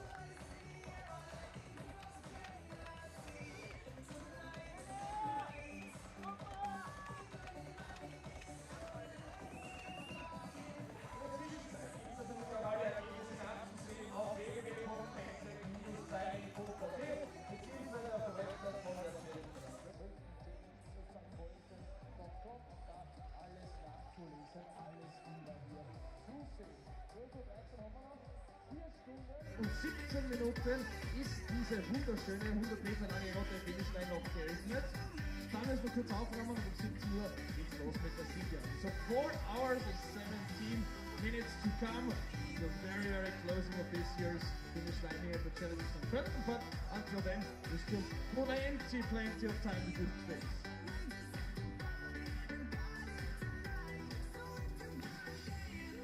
So, jetzt haben wir dann die Fastest Age Grouperin, die zu uns reinkommen wird, Jacqueline Karliner. Mal schauen, was sich da jetzt dann noch ausgeht.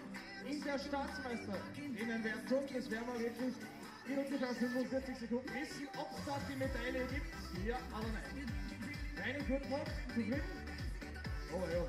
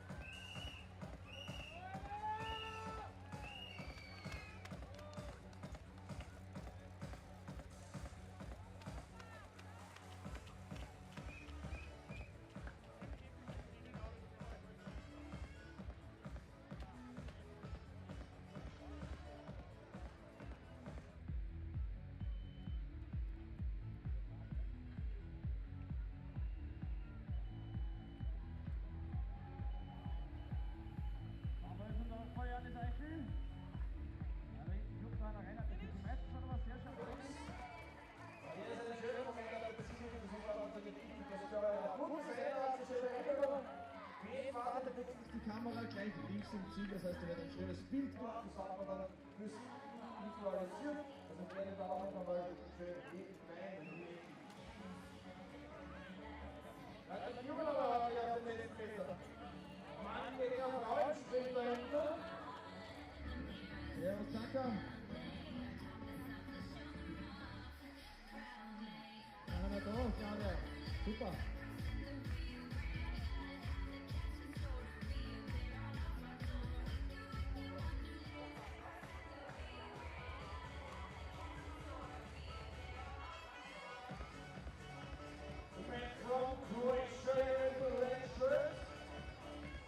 Mal schauen, was es ausgeht. Ja, das ist was von den Besten noch geht. Gebt Applaus für die Werder, Freunde. Yeah. Nee, jawohl, super. Schaut's aus, so viel nicht über deine Füße zu reden, sondern vor allem mit einer super Zeit. Denn man muss schon sagen, der Allgäuer die muss man nicht schwer. Die Radstrecke ist auch eine der schönsten und eine der schönsten zugleich hier im Rahmen der Challenge zum Pölten. Also keine einfache Sache, das Ganze hier.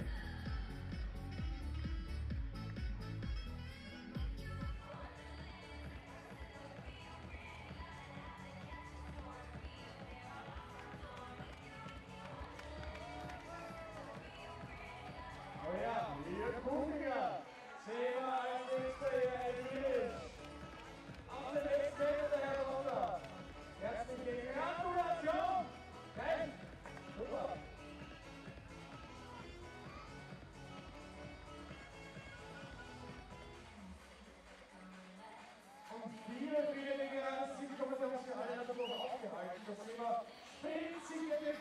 fehlen noch für die letzten Meter.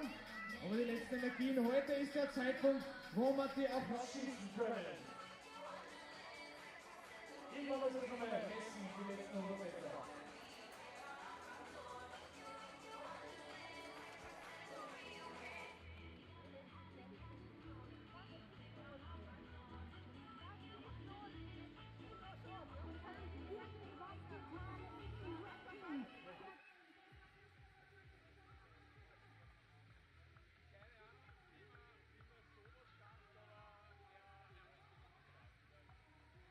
Ist es nicht mehr Susanne Silberbauer, sondern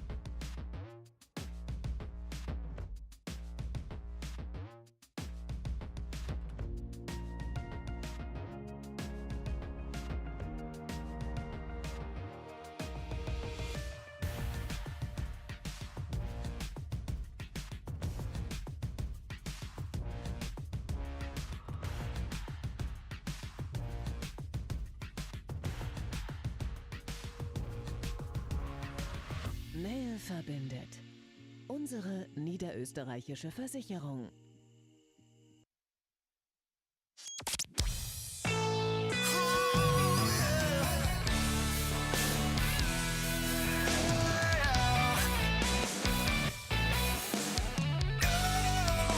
Sportland Niederösterreich.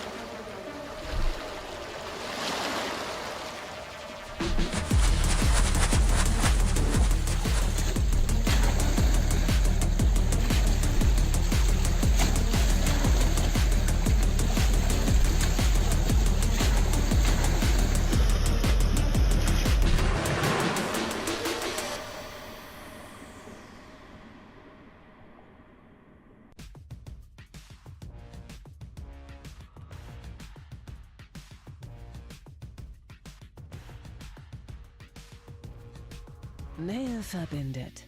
Unsere niederösterreichische Versicherung.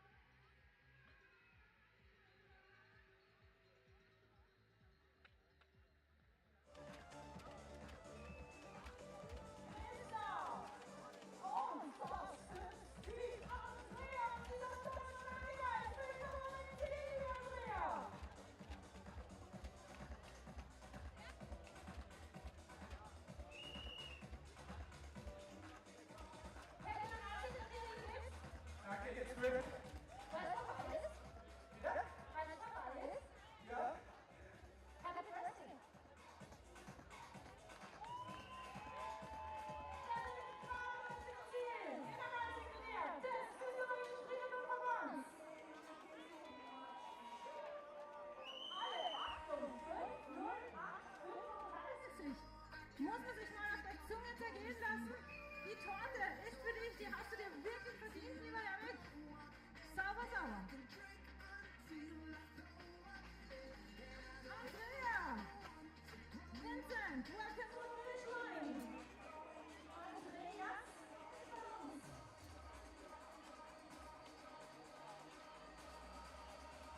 Was für eine gute Zeit im Sieg, Manuel!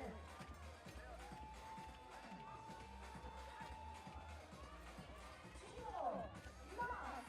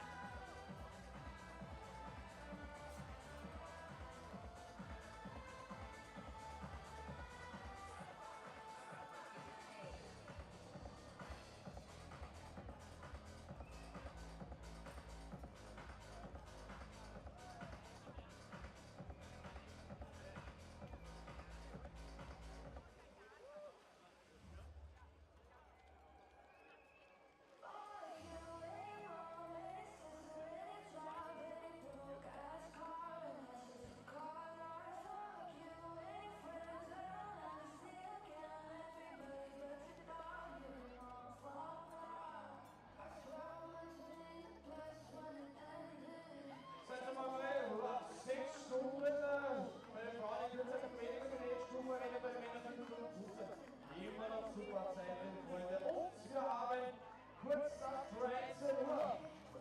Ja, hey, genau so. Thomas. Jawohl, jawohl, jawohl. Ja, wieder mal draußen, wir mal raus. Jeder auf die zweite Runde insgesamt auf die 10,5 Kilometer. Wir noch zuschauen den Abend, aber die haben natürlich schon die Augen. Bei uns haben wir ja Pölten. Das war das, was wir kommen. Und wir freuen uns noch mehr, wenn wir mit dabei sind. Ab 17 Uhr. Bei der Sieger und coming up also after we finish here with the race at 4:30 for the victory ceremony, the awards, the prize giving and so on. At 5 we are here in our tent. Wow, yes.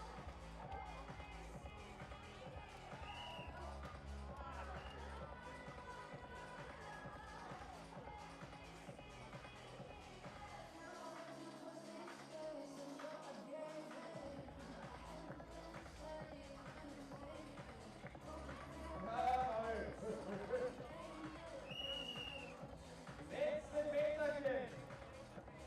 Aber schon. Willst du mir aus? Zu viel? Ja. Sehr gut. Ja, geht wieder los. Verificales. A terminar el challenge.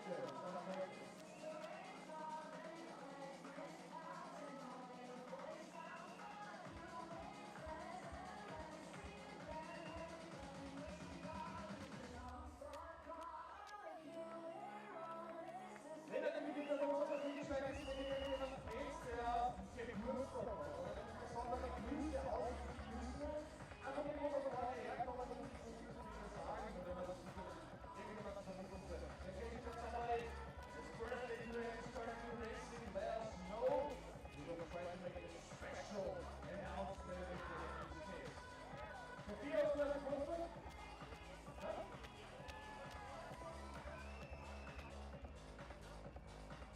So in the start for the picture. Freunde, das ist jetzt ein Sprint. Jetzt springt jetzt nochmal weiter. Komm. Yeah. Super.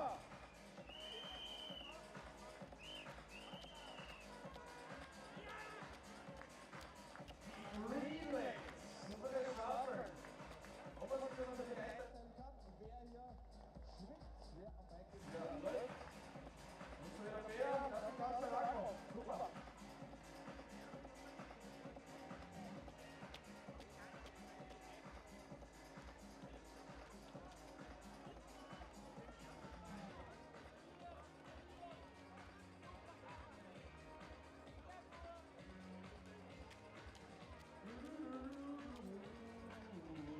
Markus. Wow. Die graue Lampe. Ja, aber wir bringen den Schirm. Auf der Seite. Ja, wie gesagt, eine besondere Grüße, wenn man ausrichten möchte. Let us know. Jetzt schaut ihr natürlich, dass wir das irgendwie hinbekommen. Und dass wir alle ausrichten können.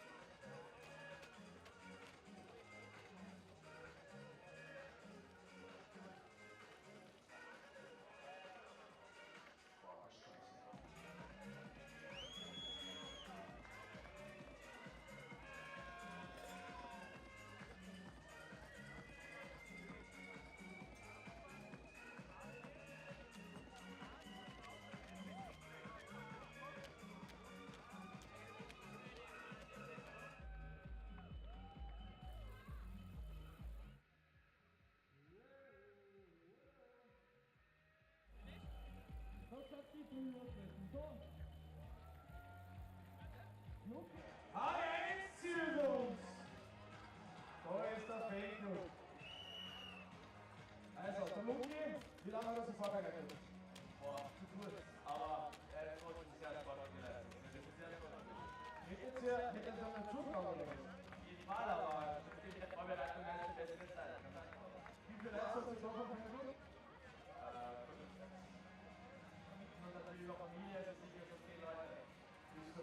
den werden wir ins Zug begleiten, oder? Den Luki. Da ist er schon ein Kugelplan gekommen. Hat er geputzt zufällig? Doch, er hat auch Geburtstag. Luki, du hast heute den ersten Geburtstagstag und wir feiern mit dir gemeinsam auf der Zielgerade. Das sind deine ganzen Freunde, die haben jetzt nach 1,5 Stunden warten auf die haben die besten Plätze reserviert und wollen mit dir feiern. Luki, das ist dein Applaus!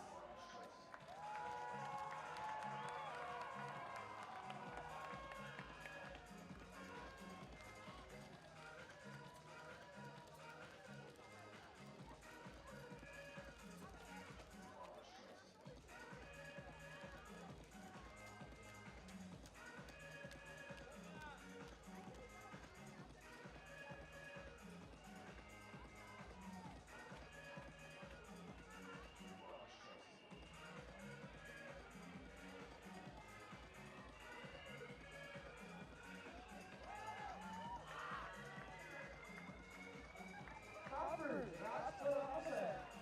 Hey. Und du, 3, 2, 1. Hände nach oben. Rechts und links seht ihr über den Zielbogen rechts als Kamera. Und morgen dann auf challenge-st.com.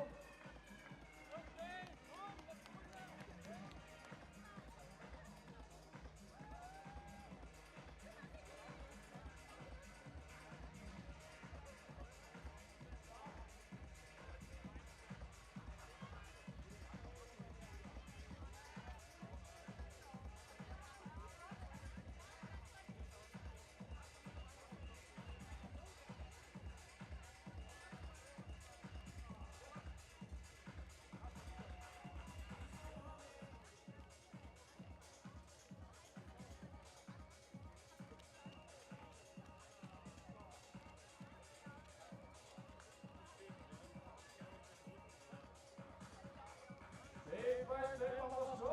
Ja, machen wir es nochmal raus auf die Runde, auf die 10,5. Und hier auf den Kopf. So easy war das. Trotzdem gratulieren soll ihr. Jawohl, hat passt. Die Tränen müssen dynamisch sitzen. Ganz interessanter Aspekt ist heute, wir haben ja 1400 Fahrräder in etwa gehabt, drin in der nächsten Zone. Checkt das noch nicht offen übrigens, aber der Warenwert, der ist riesig. 5,1 Millionen Euro ist heute in die Stadt.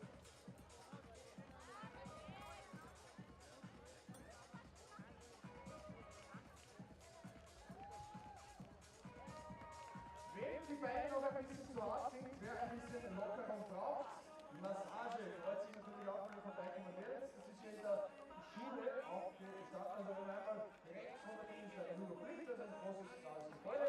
Da ist die Massage drin und wer sich später noch duschen möchte, das ist in der Eishalle hinten, wenn man zum Sportzentrum in Niederösterreich geht, dann leitet den Teil vor, dort findet man auch die Duschen bei der Eishockeyhalle. So guys, you want to get a massage in, you want to get your legs a little bit better in shape, make sure to go to the great building right next to the finish line. It's a school, and today we have two massage tables in there. Also, if you want to take a shower, make sure to go to the ice hockey hall. This is right before you enter the red carpet on the finish line to the left, and you will find the ice hockey indoor hall. You can also find a shower. Essen, Getränke haben wir selbstverständlich bereitet.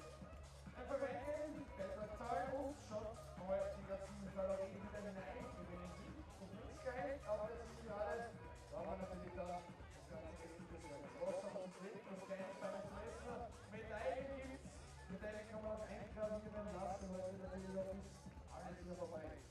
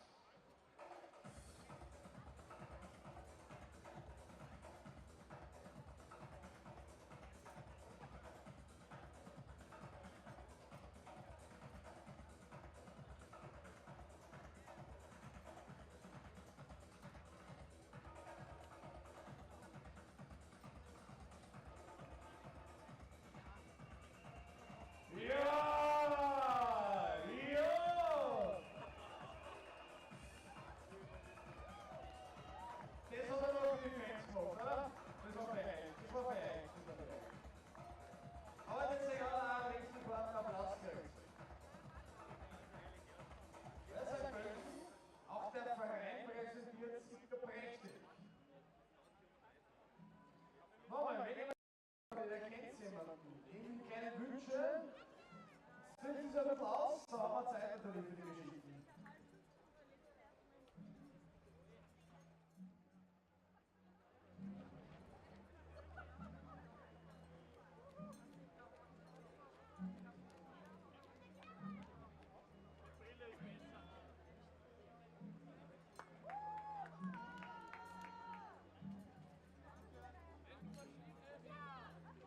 Alle, die sich in der Zwischenzeit, wie gesagt, erholen wollen, ist alles aufgebaut im Hintergrund. Das ist ja nicht von Rock auf Schule, das graue Gebäude bei der Ziellinie, da haben wir die Massage und der Dusche auf der anderen Seite. Ja, viele mit den Rise-On-Trikots sehen wir hier auf dem Führbusch, der hier auf der anderen Seite gegenüber und auf den letzten Metern ist. Gehen wir!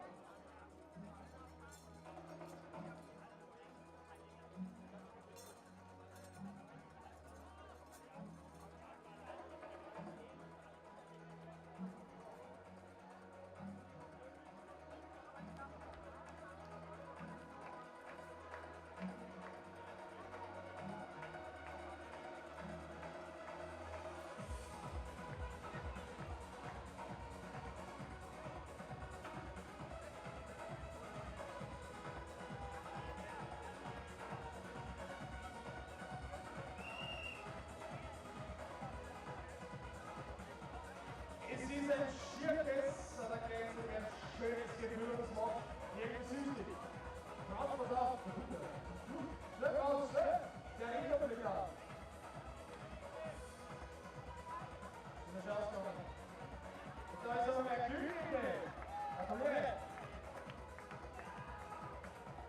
Das ist noch ein Heckel! Isa! Voll das hier wieder raus!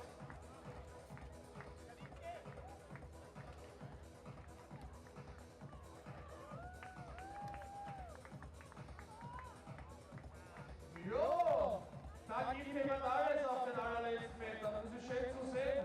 Lieber Robin, yeah. Comrades of finishing here at the Challenge St. Pölten. Immer mit Reinheit kommen, da kann man mit dieser Zielstrecke motivieren. Freunde, wird noch gesprintet. Kriegen wir nochmal alles aus die Haxen. Geht's nochmal? Hans? Hans geht's? Hans geht's nochmal? Komm. Immer. Während der Hoch den nicht berührt, sondern genau 100 Meter zu absolvieren. Dann haben wir die Geschichte geschafft.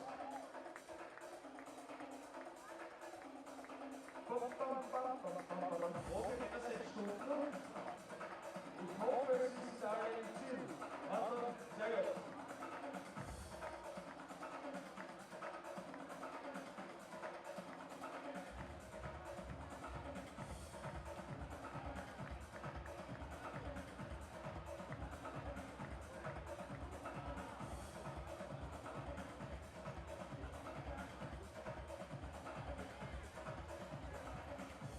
Super Petra!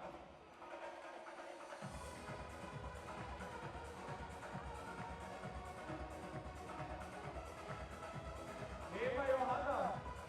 200, eine noch, das reicht. Schaut mir nach. Aber wir wünschen dir alles Gute auf dem Meter.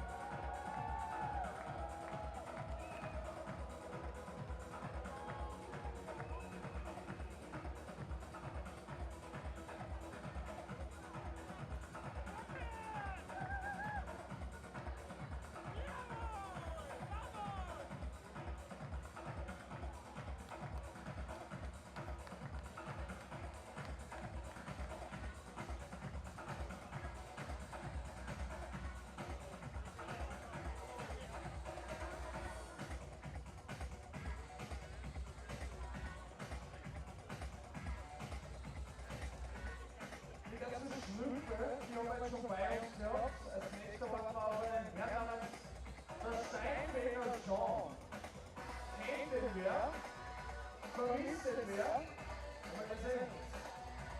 Immer Männer.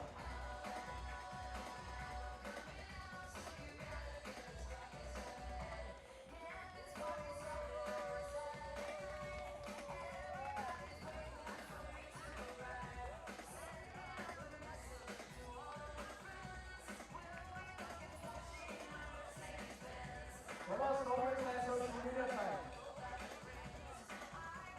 Aber es ist Kasten. Hoffentlich. Ist das eine Staffel auf der Zielgerade? Ja!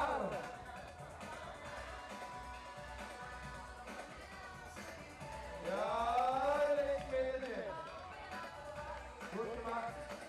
Maximilian hoch. Im Team.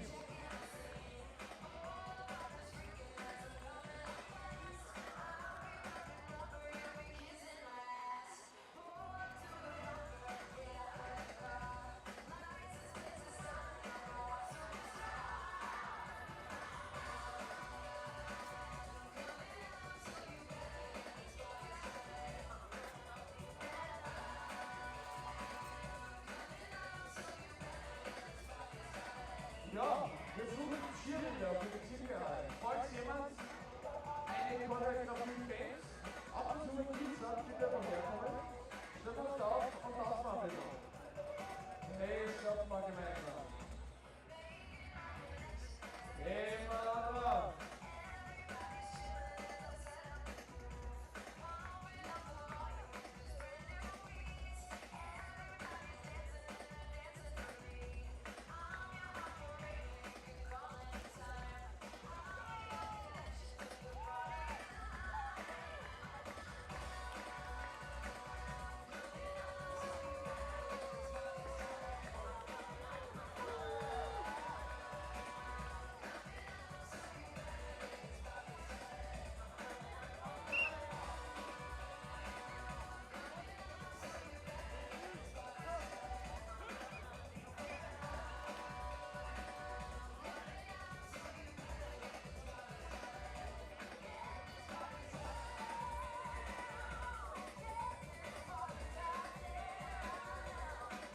Unsere letzte Meterchen und Zentimeter sind für Thomas Adler.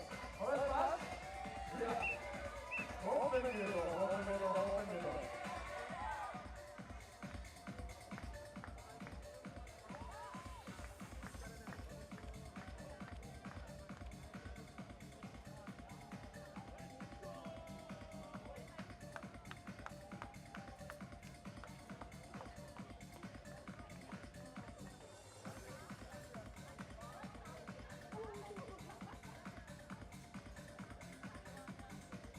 Rollmannschaft.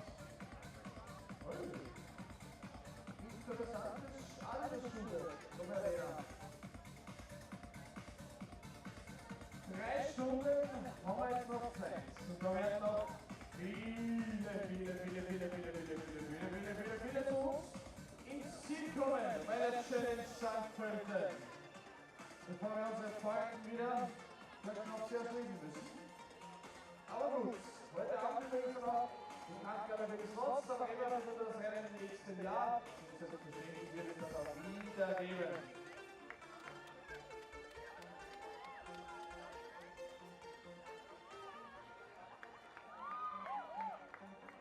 Chris, schöne Attacke nochmal.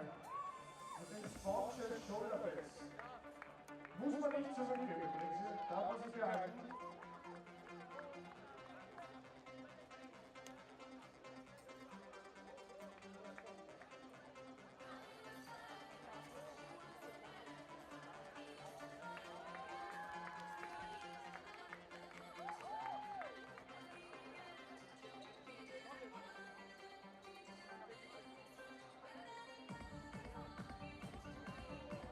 Schritt für Schritt zurück zu uns ins Ziel. So, auf der Uhr schauen wir nochmal.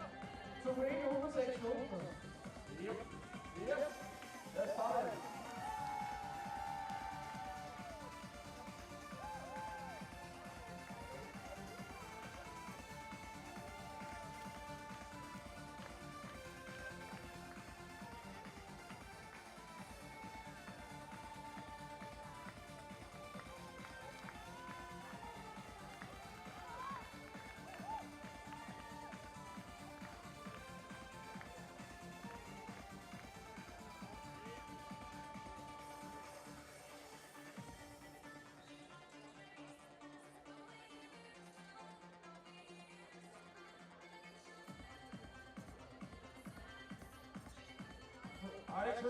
durchgekämpft.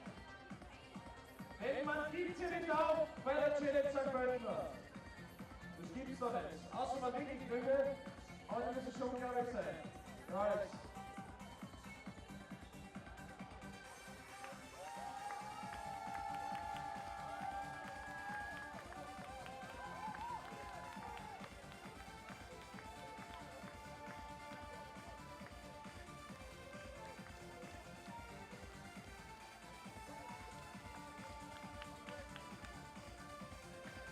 Treviso d'Italia!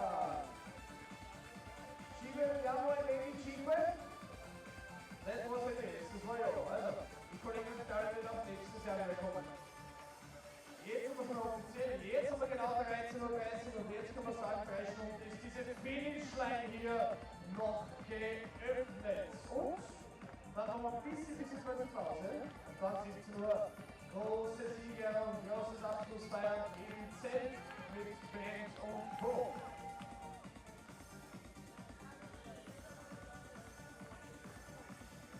Im Ziel gibt es eine Medaille, wer die Medaille schon hat, die kann man übrigens auch gerne eingravieren lassen. Wer also eine Gravur aus diesem Rennen haben möchte, von der Challenge St. Pölten, bitte einfach dann zu uns kommen und das Ganze eingravieren lassen beim Infoboard auf der Expo.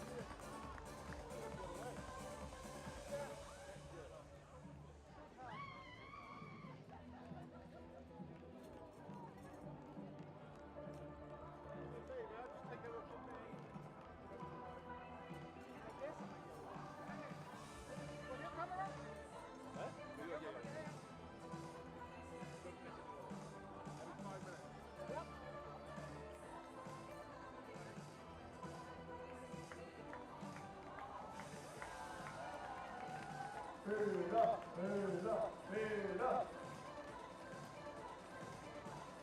Seit 37 die Stage Group draußen und verwendet ihr alle mit unterschiedlichen Zeiten gestartet. Von dem her gratuliere ich alle, die sind mal schön langsam ins Ziel geschaut haben und alle sind zufrieden. Bist du zufrieden? Ja, natürlich. Super hier. Very cool. Oh, Holland. Okay, so why did you choose the challenge of the program? Because it was after. Perfect. Listen here, brother. Thank you very much. See you next year, hopefully.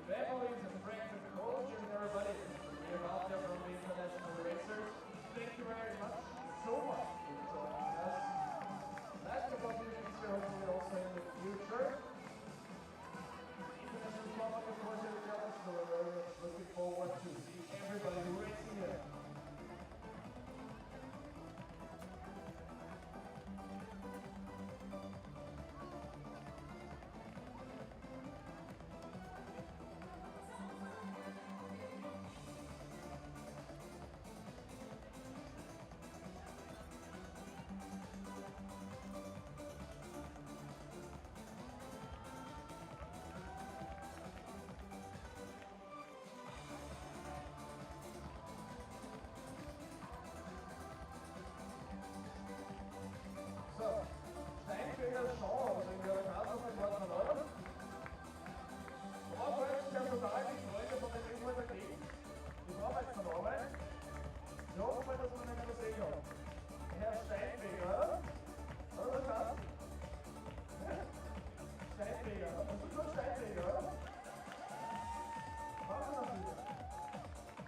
Das ist nicht leicht, die letzten Meter, ja? Da wollen wir noch den letzten 100 Bewegung.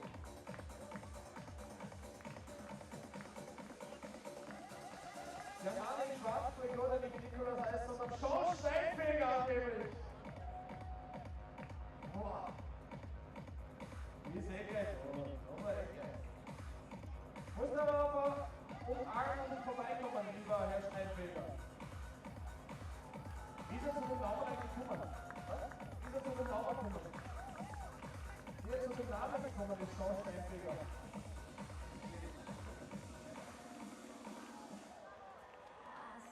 Du willst eine Chance, sein Namen holen. Ah, aber schau. Da ist er, der Nikolaus. Schwarzes Trikot. Das ist extra gewünscht worden, dass wir dich hier bestens empfangen. Als Sean Steinfeger. Du hast das ordentlich super gemacht und auch gerade gehabt bei dem Rennen. Und auch in der Leistung war das passt, oder? Das ist dein Entwicklung. Herzliche Gratulation auf jeden Super. Bei der Challenge St. Pölten 2024.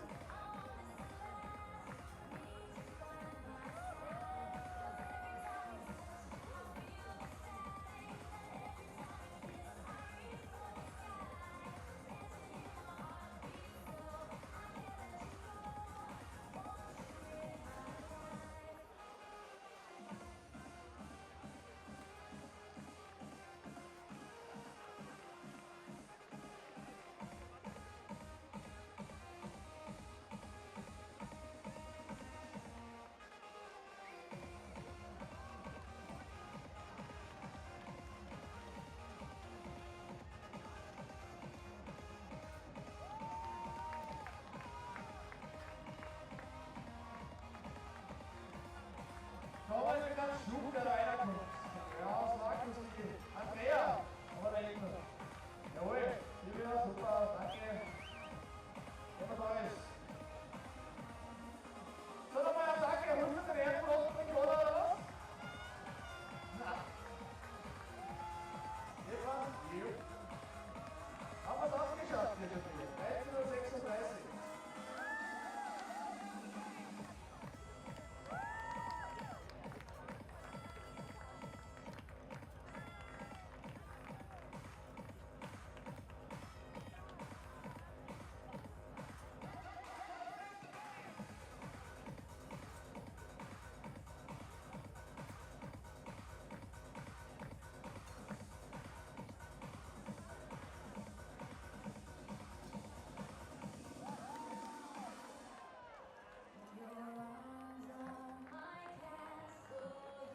Oh mein Gott, Mannschaft, die Reise. 5 Stunden auf 16 Minuten, herzliche Gratulation. Ja, Fensterleiner, sehr gut. Das war der höchste Schlusssprung. Also wenn wir das Foto hoffen, das kann man sich wirklich irgendwo hinnehmen. Herzliche Gratulation. Zielsprints am Markt gesehen, das war das schönste Zielsprint aller Zeiten auch noch vor uns. Mal schauen, was da kommt. Vorwärts war und hinwärts war noch nicht, oder? Das ist viel später. Das ist dann meistens so. So gegen 15:30 Uhr die letzte Stunde. Aufstand. Und ausgeführte Zeit, dass ich irgendwann aufstelle. Mal schauen, ob eure Zusammenhänge wieder bei uns.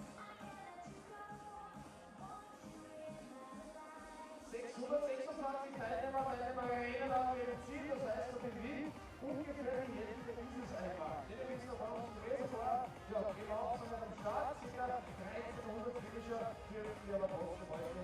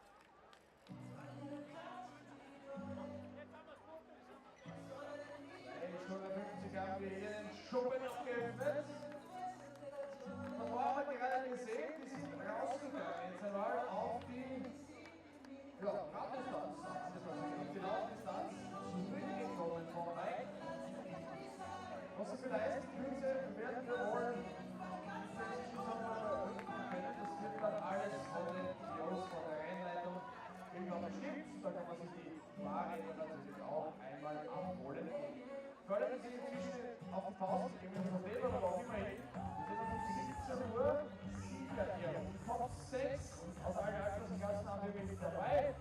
17 Uhr geht's los. For the victory ceremony, we're gonna start at 5 p.m. The top 6 will be there.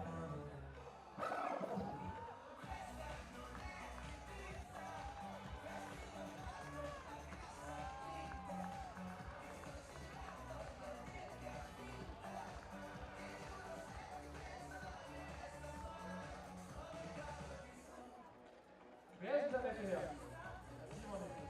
Simon, die Herren haben Bier für dich vorbereitet. Das wird sie aber nicht aufgeschieden, oder? Ah, das ist jetzt ein Träger. Muss ich das jetzt extra anhauen, bevor er mit Ziehen hat? Muss ich das jetzt extra anhauen, bevor er mit Ziehen hat? Nur eine Runde, ja. Achso, er hat eine Runde.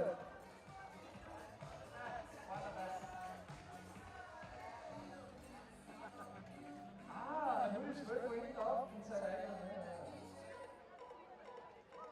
Schau mal. Wir sollten den Tag nicht von dem Abend kommen, ja? Einmal so genau. Ja, einmal. Würden wir natürlich bemerken, heutzutage in diesen elektronisch überwachenen Zeiten. Simon, ich habe schon mit deinen Teamkameraden gesprochen. Sie müssen dir für die letzten 10 Kilometer eine ganz, ganz wichtige Botschaft mitgeben.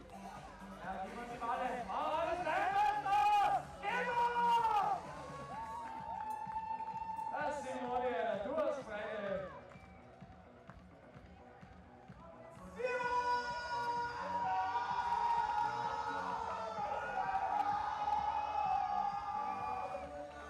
Das war schon der größte Fehler, den wir besprochen haben. Ich freue mich schon für deine Zukunft. Bitte fischt uns noch her, okay?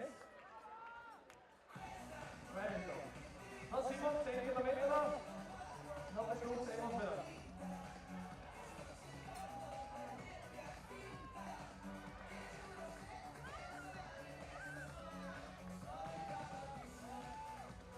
Aber es ist gewusst, dass wir Cheerleader hier haben. Der hat bei der grünen Busch schon nicht. Du sagst doch, wir haben keine Cheerleader. Wer seid ihr? Die Cheerleader? Eigentlich schon, die sind schon Cheerleader. Jedenfalls ja. Ja, okay. Ist das jetzt nur für einen Banker oder kann man euch auch überzeugen, da reinzukommen? Kann man euch auch überzeugen, da reinzukommen? Ich würde sagen, überlegt euch kurz, macht die Choreografie aber perfekt und dann bekommen Sie viel später eine kleine Scheibe und legen einfach auf. Dann fallen wir nicht von an. Das ist der Spiel. Passt. Wenn ihr auf Minisports kommt, muss man sagen, dann kommt ihr bitte rein.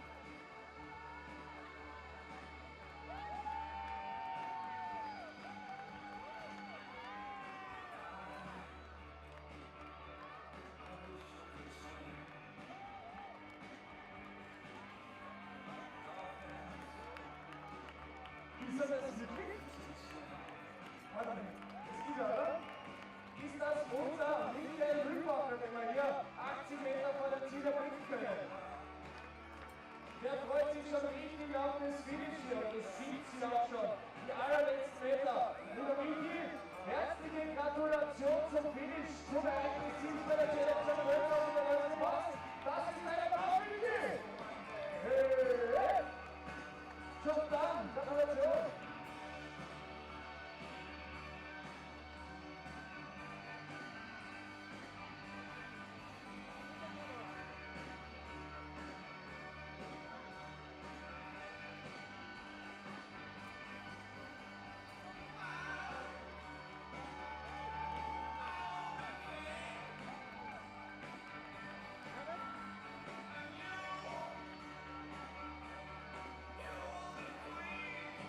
Minisports bin ich schon weit, aber was war da rein? Uiuiui. Was hat einer gehört? Das ist der Cheerleader, ja? Stefan ist auch noch. Mach mal ab. Entschuldigung.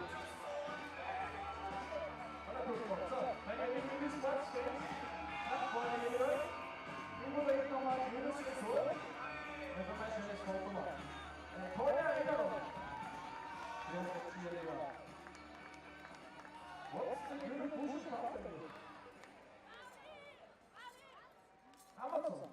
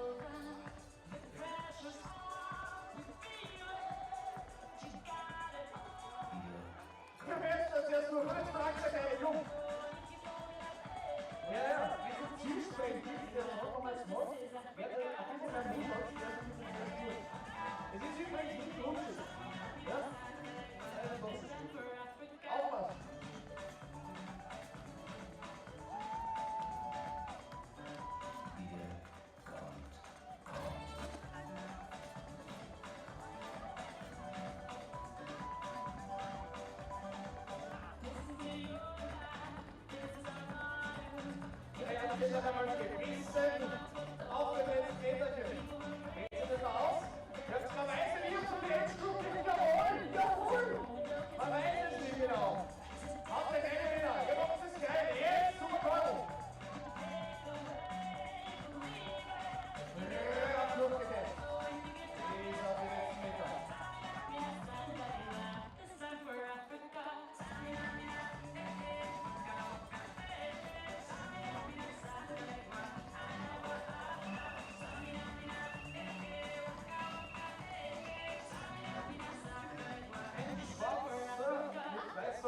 Garmin Radcomputer, Garmin Explore Edge ist bei uns abgegeben worden und wer den gefunden hat, zum Finden, zum Wiederhergeben beim Mann mit dem Hut. Und bitte das noch Beweis hergeben, dass ihr wirklich euch gehört, weil der kostet 800 €.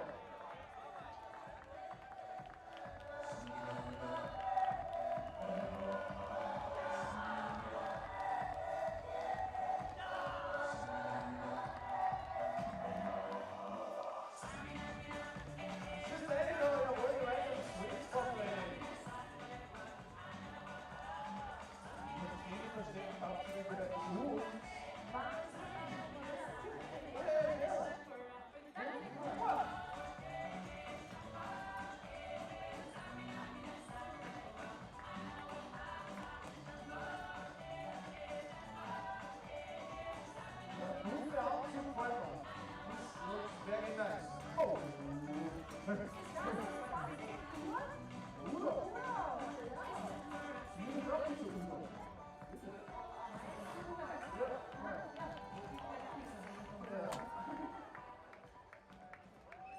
Auf geht's, jetzt Ziel. Sehr, sehr souverän, meine Lieben.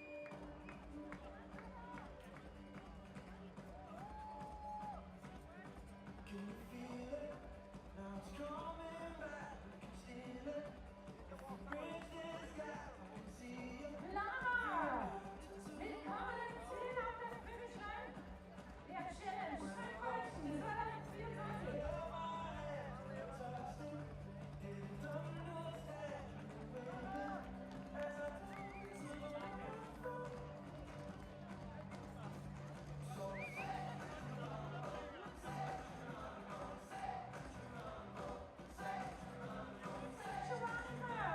Auf geht's!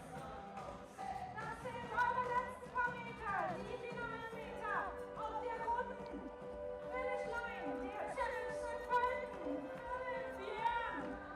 Für den Christian! Jetzt ab ins Ziel, der Christian! Super, hast du gemacht? Franziska!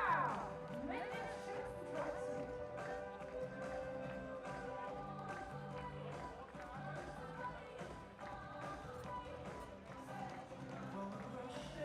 Ein paar Minuten sind noch genau.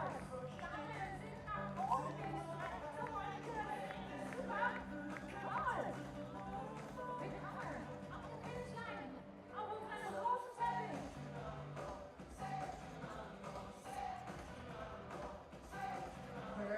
13:52 Uhr, this is an important announcement. Bike check in open. You can now go and check out your bikes. Damit ist die Transition Zone, die Wechselzone over. Jetzt könnt ihr eure Fahrräder wieder abholen. Die Bike-Wechselzone ist geöffnet. Dann auf den nächsten Feld. Die Boxen und die Dinger sind hier und die warten auf die Welt. Und die Golfer warten wohl auch. Sie haben einen Club und die Family. Großartiges Finish, lieber Golfer.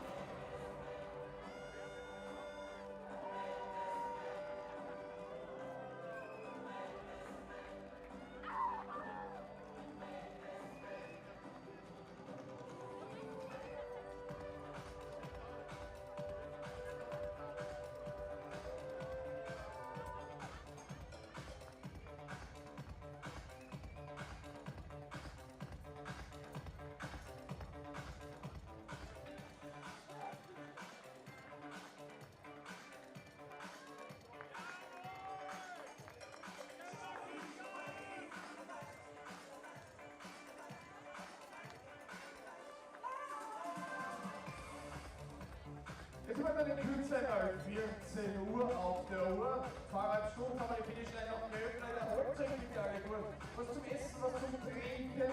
Können auch massieren gehen in die Schule gegenüber dem Traumgebäude. Und ein Stück weiter da hinten, dann ist auch noch angebracht die Umkleide, die Dusche. So in case you want to get a massage or a shower, you can do so right next to the finish line with the massages, and behind that you can go for the shower.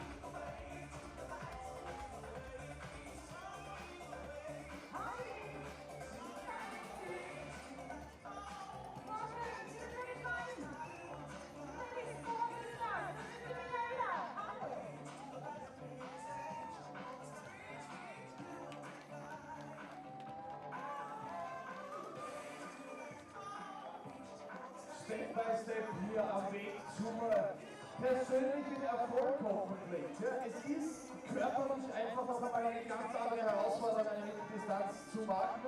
Das tut noch mal ein bisschen mehr weh. Aber für Age-Grouper, ja, wie lange Wiederholungszeit wird man da brauchen jetzt da? Eine ganze Woche? Tut man das noch länger?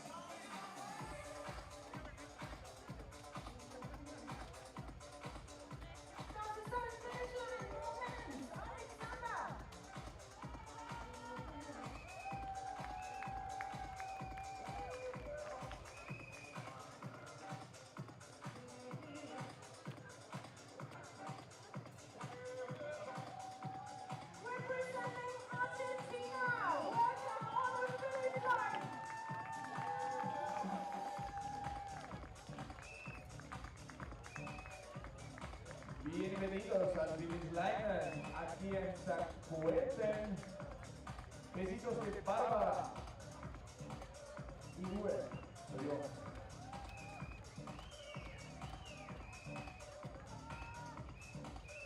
Wir werden noch welche Geburtstagswünsche an diese Kolleginnen und Kollegen auch bitte einfach uns sagen, das wäre was wirklich eine schöne Sache. Irgendwer hat immer Geburtstag, irgendwer feiert immer ein Jubiläum, irgendwer ist auch immer zum allerersten Mal mit dabei und schafft es. Viele unserer Stadtfilme, das haben wir jetzt schon oft gesehen, die müssen gut sein. Und ein paar springen uns circa aller richtig rein.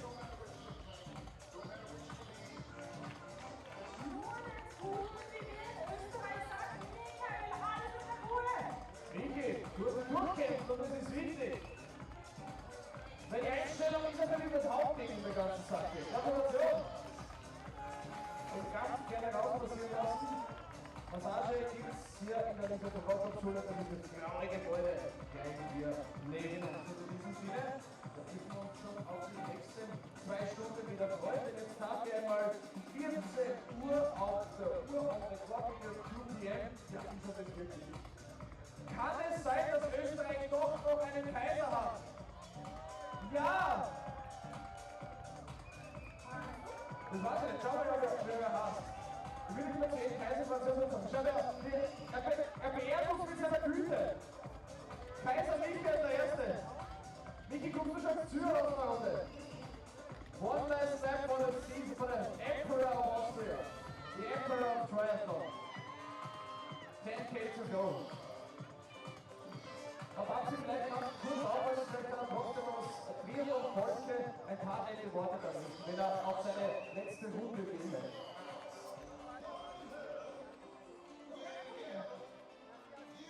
Bitte frag ihn, ob er auch mit dem gleichen Aerosuit schon am Rad gesessen ist oder was seine Majestät denn sonst noch trägt.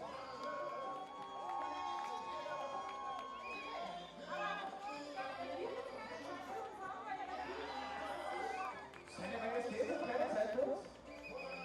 Ich glaube nicht. Du hast schon die Ostballrunde, er kommt ja. Schon ins Ziel.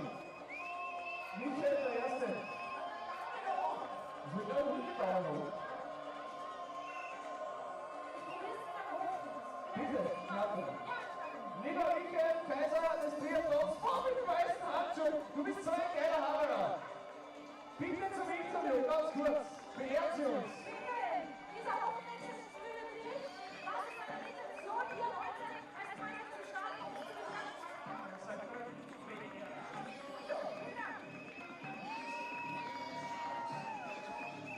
War es die verlorene Wette oder wirklich der letzte Kaiser dieser Welt? Verneigen Sie sich. Herzliche Gratulation, lieber Michi, und 4:1. Haben wir da Kostüme draußen gehabt, oder nicht?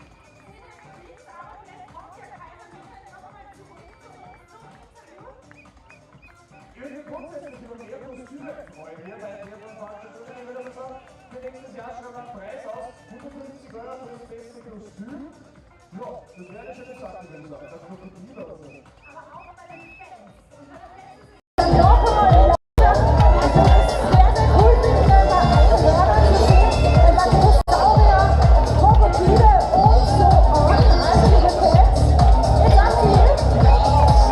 Triathlon, Kapfenberg, die Sportstadt der Steiermark, so ist es. Ein echter Buildup.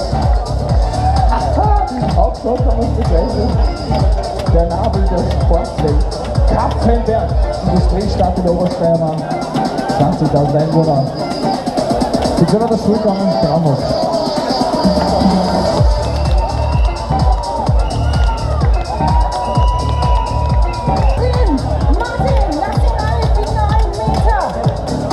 Martin, schnappst du den Herrn mit dem schwarzen Leibel noch vor dir?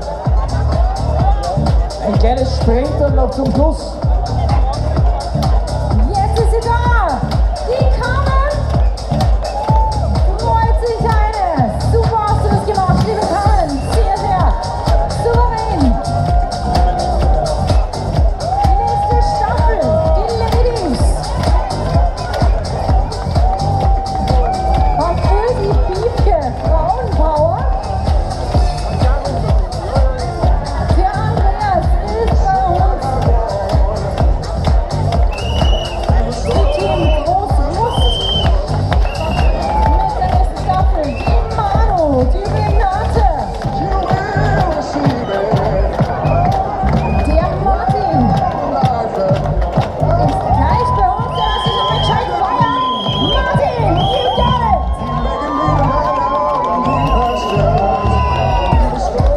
Unsere Medaillen, Girls and Boys, sind schon bereit für dich. Mit der Finisher-Medaille der Challenge St. Pölten. Haltet sie in Ehren, ihr habt euch sowas von verdient heute. Mit diesen Leistungen, die ihr heute hier auf den Asphalt gebracht habt, im Rahmen der Challenge St. Pölten 2024, so wie die Heike und der Björn, unsere nächsten beiden Finisher.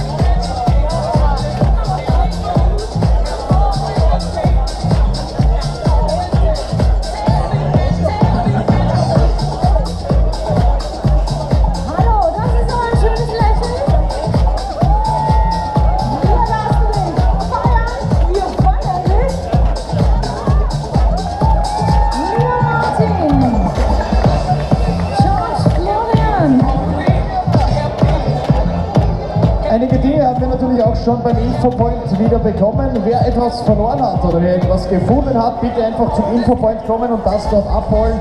Jetzt haben wir mehrere Brillen schon dort, ein paar Swimcaps haben wir auch, ebenso eine Aero-Scheibe hier für den Helm haben wir auch noch gefunden. In case you found or lost something, please make sure to go and bring it to the Infopoint. That's the place for lost and found, so make sure please to go there. Michaela ist im Ziel. Trikots der Neuburg. Fast ein Local. Hier. George Florian. Hi.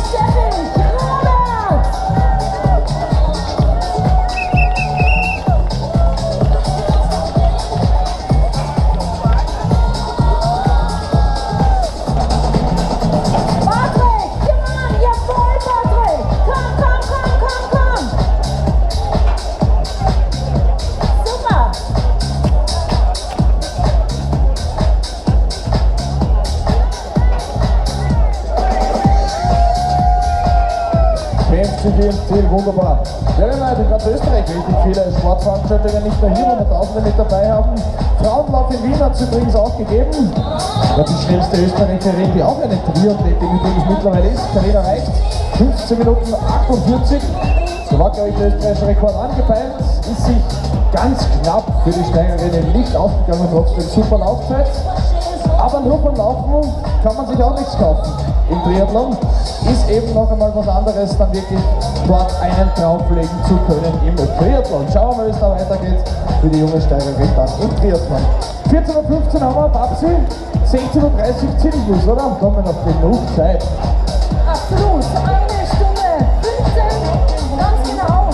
Aber das kostet einer nicht aus, wenn ich der Gewalt und der Fischer. Gerade mal 6 Stunden 17 hat er gebraucht. Cut-off ist bei 8 Stunden 30, dann müssen alle im Ziel sein. Und hier gibt es noch mal einen extra Applaus für Tomasz, unseren Challenged Athlete, representing Slovakia. Tomasz Krawinka, welcome to the finish line.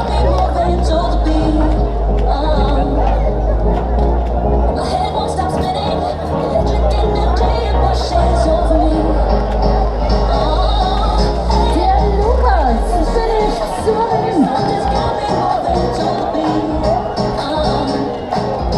Schöne Nummer, ja.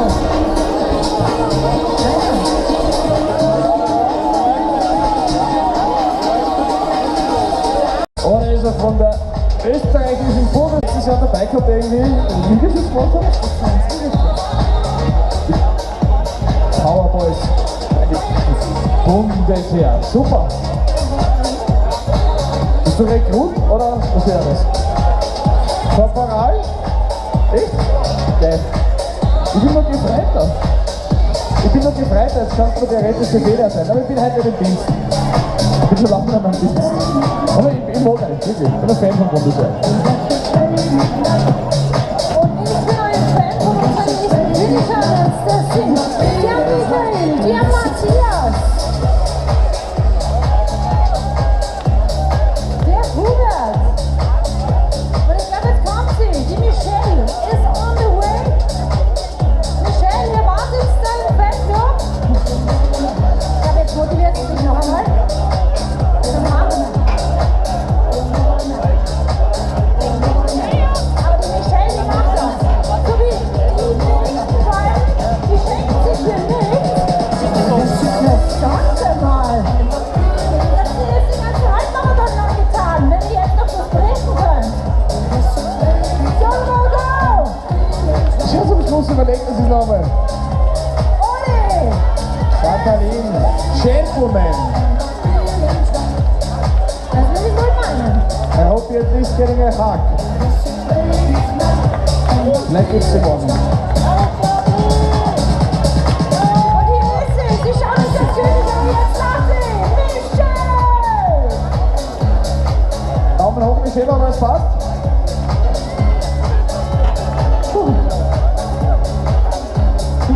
Sie, da wollten wir. Da wollten Roman, hallo. Danke, Dietmar. wir. Didi, Hat Zeit gehabt zum Blumenpflücken. ihr zwei wartet jetzt auch schon lange. Auf wen wartet ihr? Ihr wartet auch schon länger. Auf wen wartet ihr? Elmar, Bruder und Freund, wo bist du? Elmar die Elmen. Ihr wartet wirklich schon eine Stunde, gell? So was. Ihr wartet schon eine Stunde auf ihn. Vielleicht war er immer auch Blumenpflücken. Christian war sicher nicht Blumenpflücken und auch der Daniel. Das wäre aber nett, wenn wir mal da um Zielen laufen. Aber ich Babsi mit einem Strauß Blumen reinkommen Das würde. wird wirklich sehr nett. Da würde ich mich sehr freuen, muss ich sagen. Stefanie, willkommen im Team.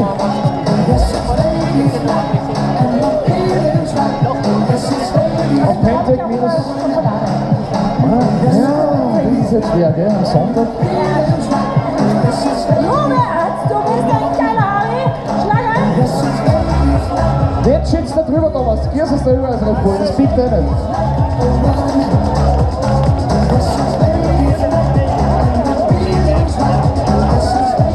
Pentec-timing.at. Da gibt es die Ergebnisse. Vorher hat die Website nicht funktioniert, schauen wir mal, was jetzt geht. Nein, geht immer noch nicht. Schauen wir später wieder rein. Gut, wir haben noch genug zu tun auf der Finishline. There are 2 hours to go here until we shut down everything here. Let's shut down. Of course, we're going to continue at 5 p.m. at the award ceremony in the big white tent. 2,5 Stunden in etwa Schluss hier und dann gehen wir einfach über in die Siegerehrungsposition. Die Top 6 aller Altersklassen sind mit dabei. Um 5 Uhr, 17 Uhr dann bei der Siegerehrung. Thomas Fahner. Jetzt bei uns der nächste Finisher. Lieber Thomas.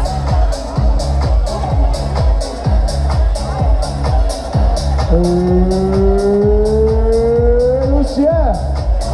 Ja! Marco, Lucien Fochtler aus Deutschland. Danke für die Teilnahme an der Challenge St. Pölten. Jetzt ist was Außergewöhnliches, oder? Es macht die Radstrecke, glaube ich, zum Großteil aus, wenn man in der Strecke vielleicht auch kommt. Geile Sache. Wirklich, wirklich geile Sache. Es ist so schön hier. Die Radstrecke ist so besonders. Das Schwimmen in 2 Seen, im Viruchener See, im Ratzersdorfer See.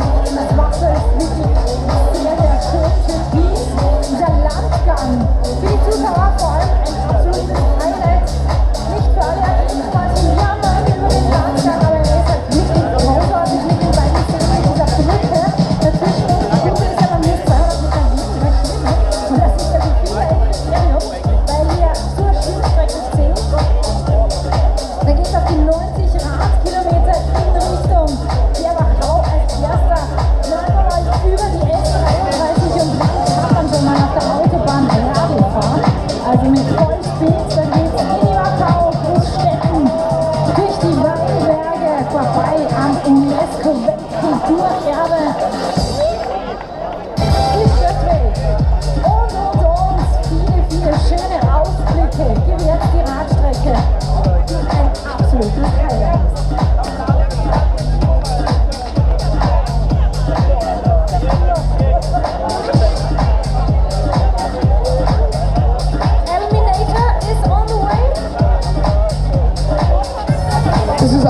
Terminator. Das ist der andere. Ja, Elmar. Wo bist du denn?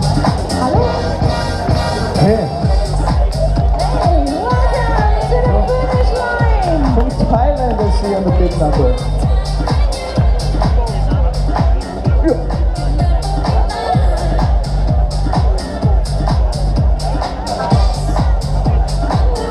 Alle Energie fassen. Du bist auf dem roten Teppich. Der wird nicht gegangen, der wird noch gejoggt. Jawohl. Ja, das ist immer die Frage, den Papsi. Sind die beiden Herren Freunde oder sind sie auf der Zielgerade erbitterte Feinde? Renata, willkommen. Servus. Ja, das schaut jetzt sehr freundlich. Schau den Zielgerade, das ist ein Sprint an, oder? Nein, das schaut nicht aus. Schaut so aus? Ja, absolut. Aber er hat einen Meter Vorsprung, der Herr im grünen Trikot. Na komm. Kämpft euch durch die Haxen, Freunde. Hey, hey, hey. Ja, ja, schau jetzt gut. Ja, geil. Jetzt ist Schluss mit lustig und nach Freundschaft. Ernst muss sein, Spaß muss sein, das hat für alle gepasst. Super. Das stimmt, und jetzt haben sie sich wieder nicht, oder? Das ist, ja, wenn wir das zusammenbringen, dass jemand einen Sprint macht, warum schaffe ich das dann mit dem Heiratsantreten? Es ist natürlich ein größerer Schritt, das ist noch klar, aber... Ja. Man kann sich ja morgen wieder scheiden werden. Oder einfach das nur so tun, als ob. Hauptsache ich bin glücklich. Ist ja wurscht, dass ich trainieren setze auf unsere Finish. Bist du Heiratsantrag machen? Na, spät. Alles Gute zum Finish hier, Arne Gehring, super. Und auch der Jörg hat zuversichtlich ins Ziel geschafft. Welcome to the finish line, Misha. From Hungary.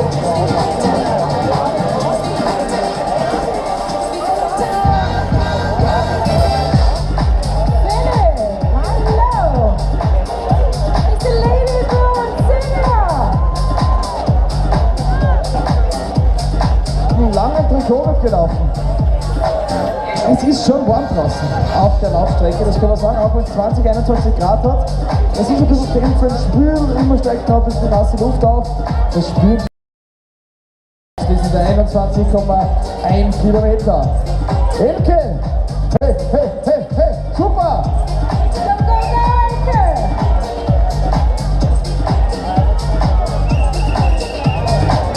Aber er kann nicht verloren gehen mit langen, mehrsauberen Ärmeln und Hals. Unbedingt auf der Laufstrecke. Eines können wir wieder durchgehen, Bike-Check ist offen, ihr könnt gerne eure Fahrräder einmal holen. The transition area is already open for bike check out if you want to do so. Which also means that our last competitors are already way out there. Die letzte wird irgendwo jetzt einmal auf der ersten Runde sein. Und bis 16:30 Uhr hat man Zeit, dass man das Ganze hier eben durchzieht. Wer übrigens die gesamte Challenge St. Pölten noch einmal nachschauen will, gibt es morgen dann auf englischer Sprache, also auf YouTube zum Nachschauen, beziehungsweise auf onorf.at. Das Ganze auch noch einmal in der deutschen Fassung eine Woche lang. Willkommen im Ziel, Johanna. Welcome to the finish line, Mario. Ralf.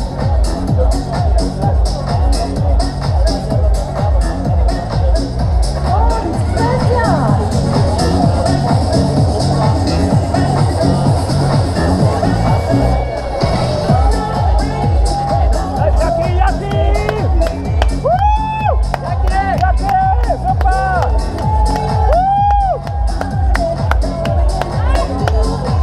Lieber Jakob, die Fans zappeln an. Winken geht's noch, das ist gut. Elmar, ist er das? Elmar, gib Gas! Let's go! Elmar, Family, Freundin und wir warten auf dich. Wir müssen nur einklatschen. So, den haben wir auch gleich im Ziel. Also, das ist im Ziel, oder? Jetzt hat er keine Runde mehr. Perfekt. Elmar, deine Betreuerinnen haben uns versprochen, du reißt noch einen mega Zielsprint an. Wir freuen uns auf die in Kürze.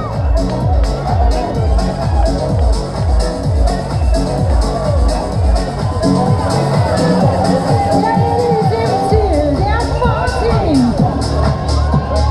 Und jetzt ist auf der Zielgeraden der Jockel.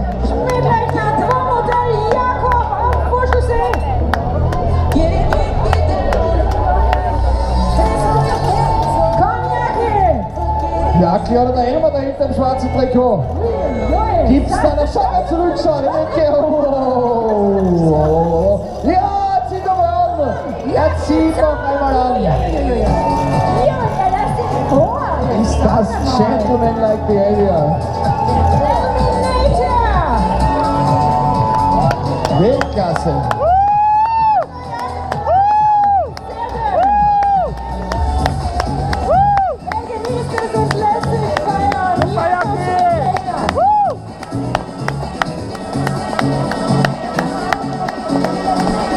Ja, super. Martha. Und mein billiger Eco-Grillputzen.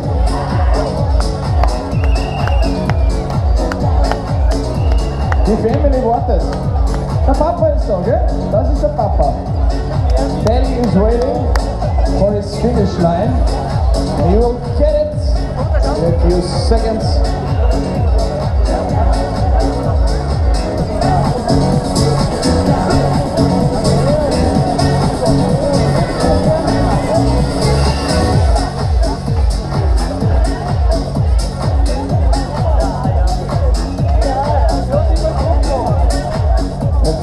Und Pölten haben wir die nächsten Home-Finishers. Bei uns auf den letzten Metern noch 1,9 Kilometer schwimmen, 90 Kilometer auf dem Fahrrad und abschließend der Halbmarathon, der zu absolvieren war. Aber vorher kommt noch ein Sportsmann-Käse. Roman ist bei uns im Ziel. Scharf vom Uli.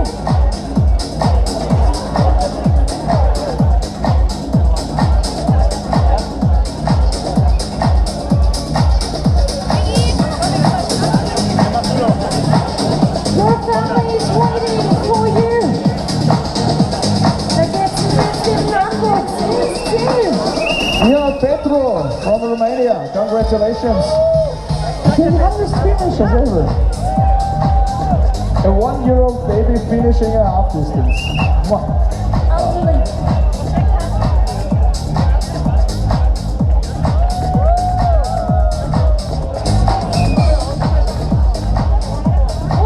to the finish line.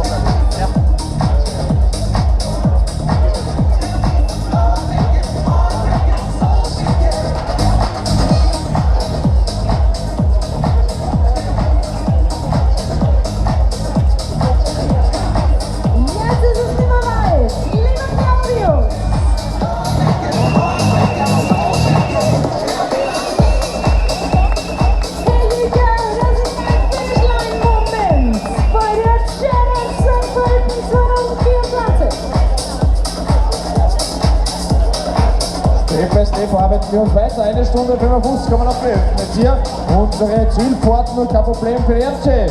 Hey, der Family wartet da. He's waiting for you. Sun is coming. Und auch für das Team Liebelt, unsere nächste Staffel. Willkommen im Ziel.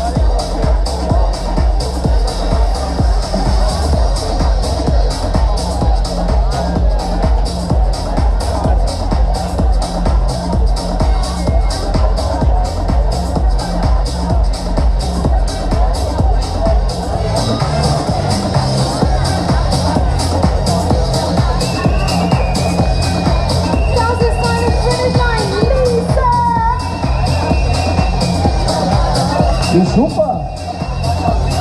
Schaut so ruhig aus. Michael, sehr souverän hast du das gemacht.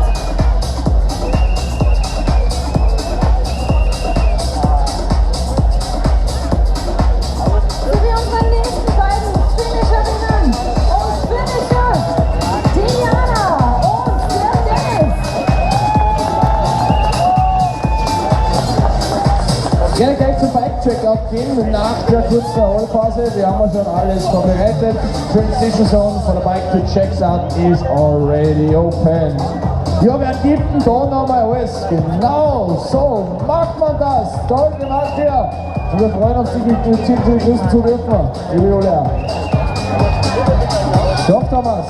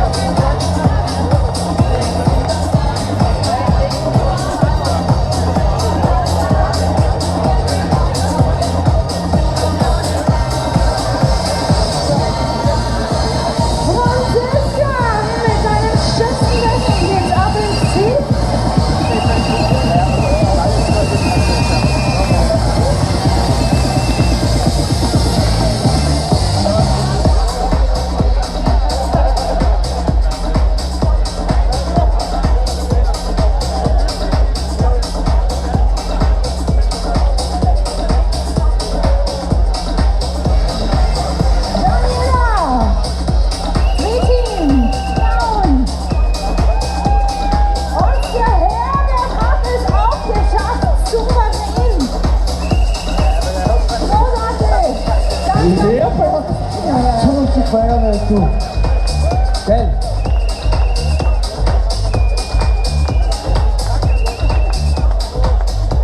Die Gewitter wollten gerade jeden Tag tauchen sie in etwa zur selben Zeit ab. Die winken also von der Früh rüber. Vorgestern ist dann ein bisschen was gekommen, so zwischen 5 und 6 Uhr. Gestern war es glaube ich auch, dann war es wieder wunderschön abends. Mal schauen, ob heute was kommt. Der Wind bläst eigentlich in die andere Richtung, aber hoffen wir, dass nichts kommt. Wenn wir es auch schaffen, natürlich ohne die ganze Geschichte.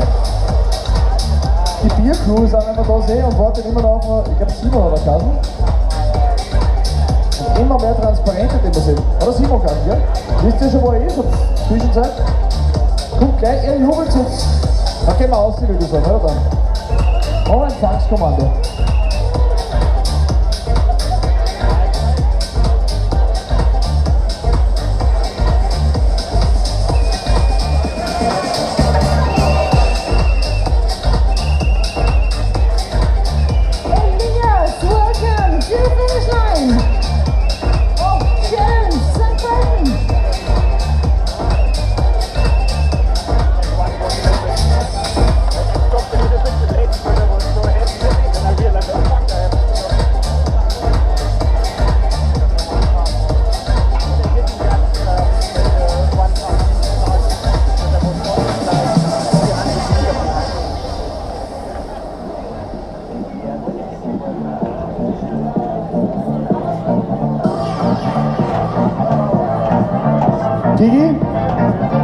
Ich fühle den Tiroler in mir.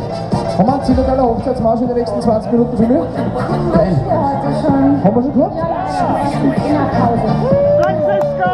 Wirklich? Ja.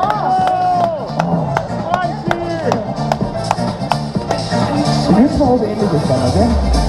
Die Tiroler Landesfinde. Super!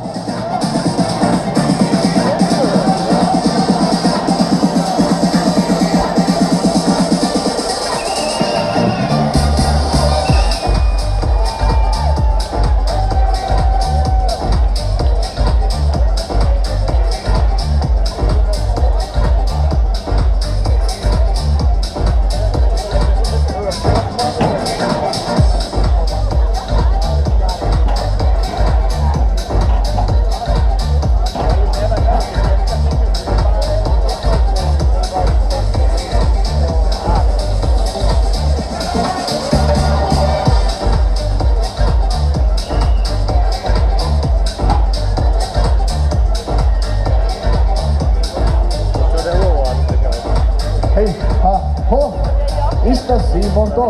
Na, das ist er nicht. Die, Franziska Waschnager. Guter Zuspringt. Oh. Thomas. Gut erholen, dann die Züge links, ist noch aufgebaut. Foto links jetzt. Getränk und Tor auch links.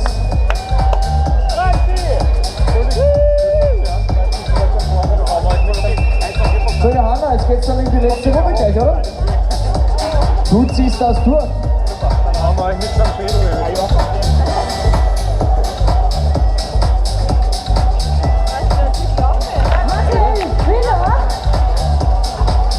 Die harte Füller.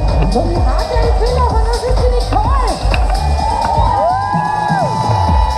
Niki, die Frau Professor.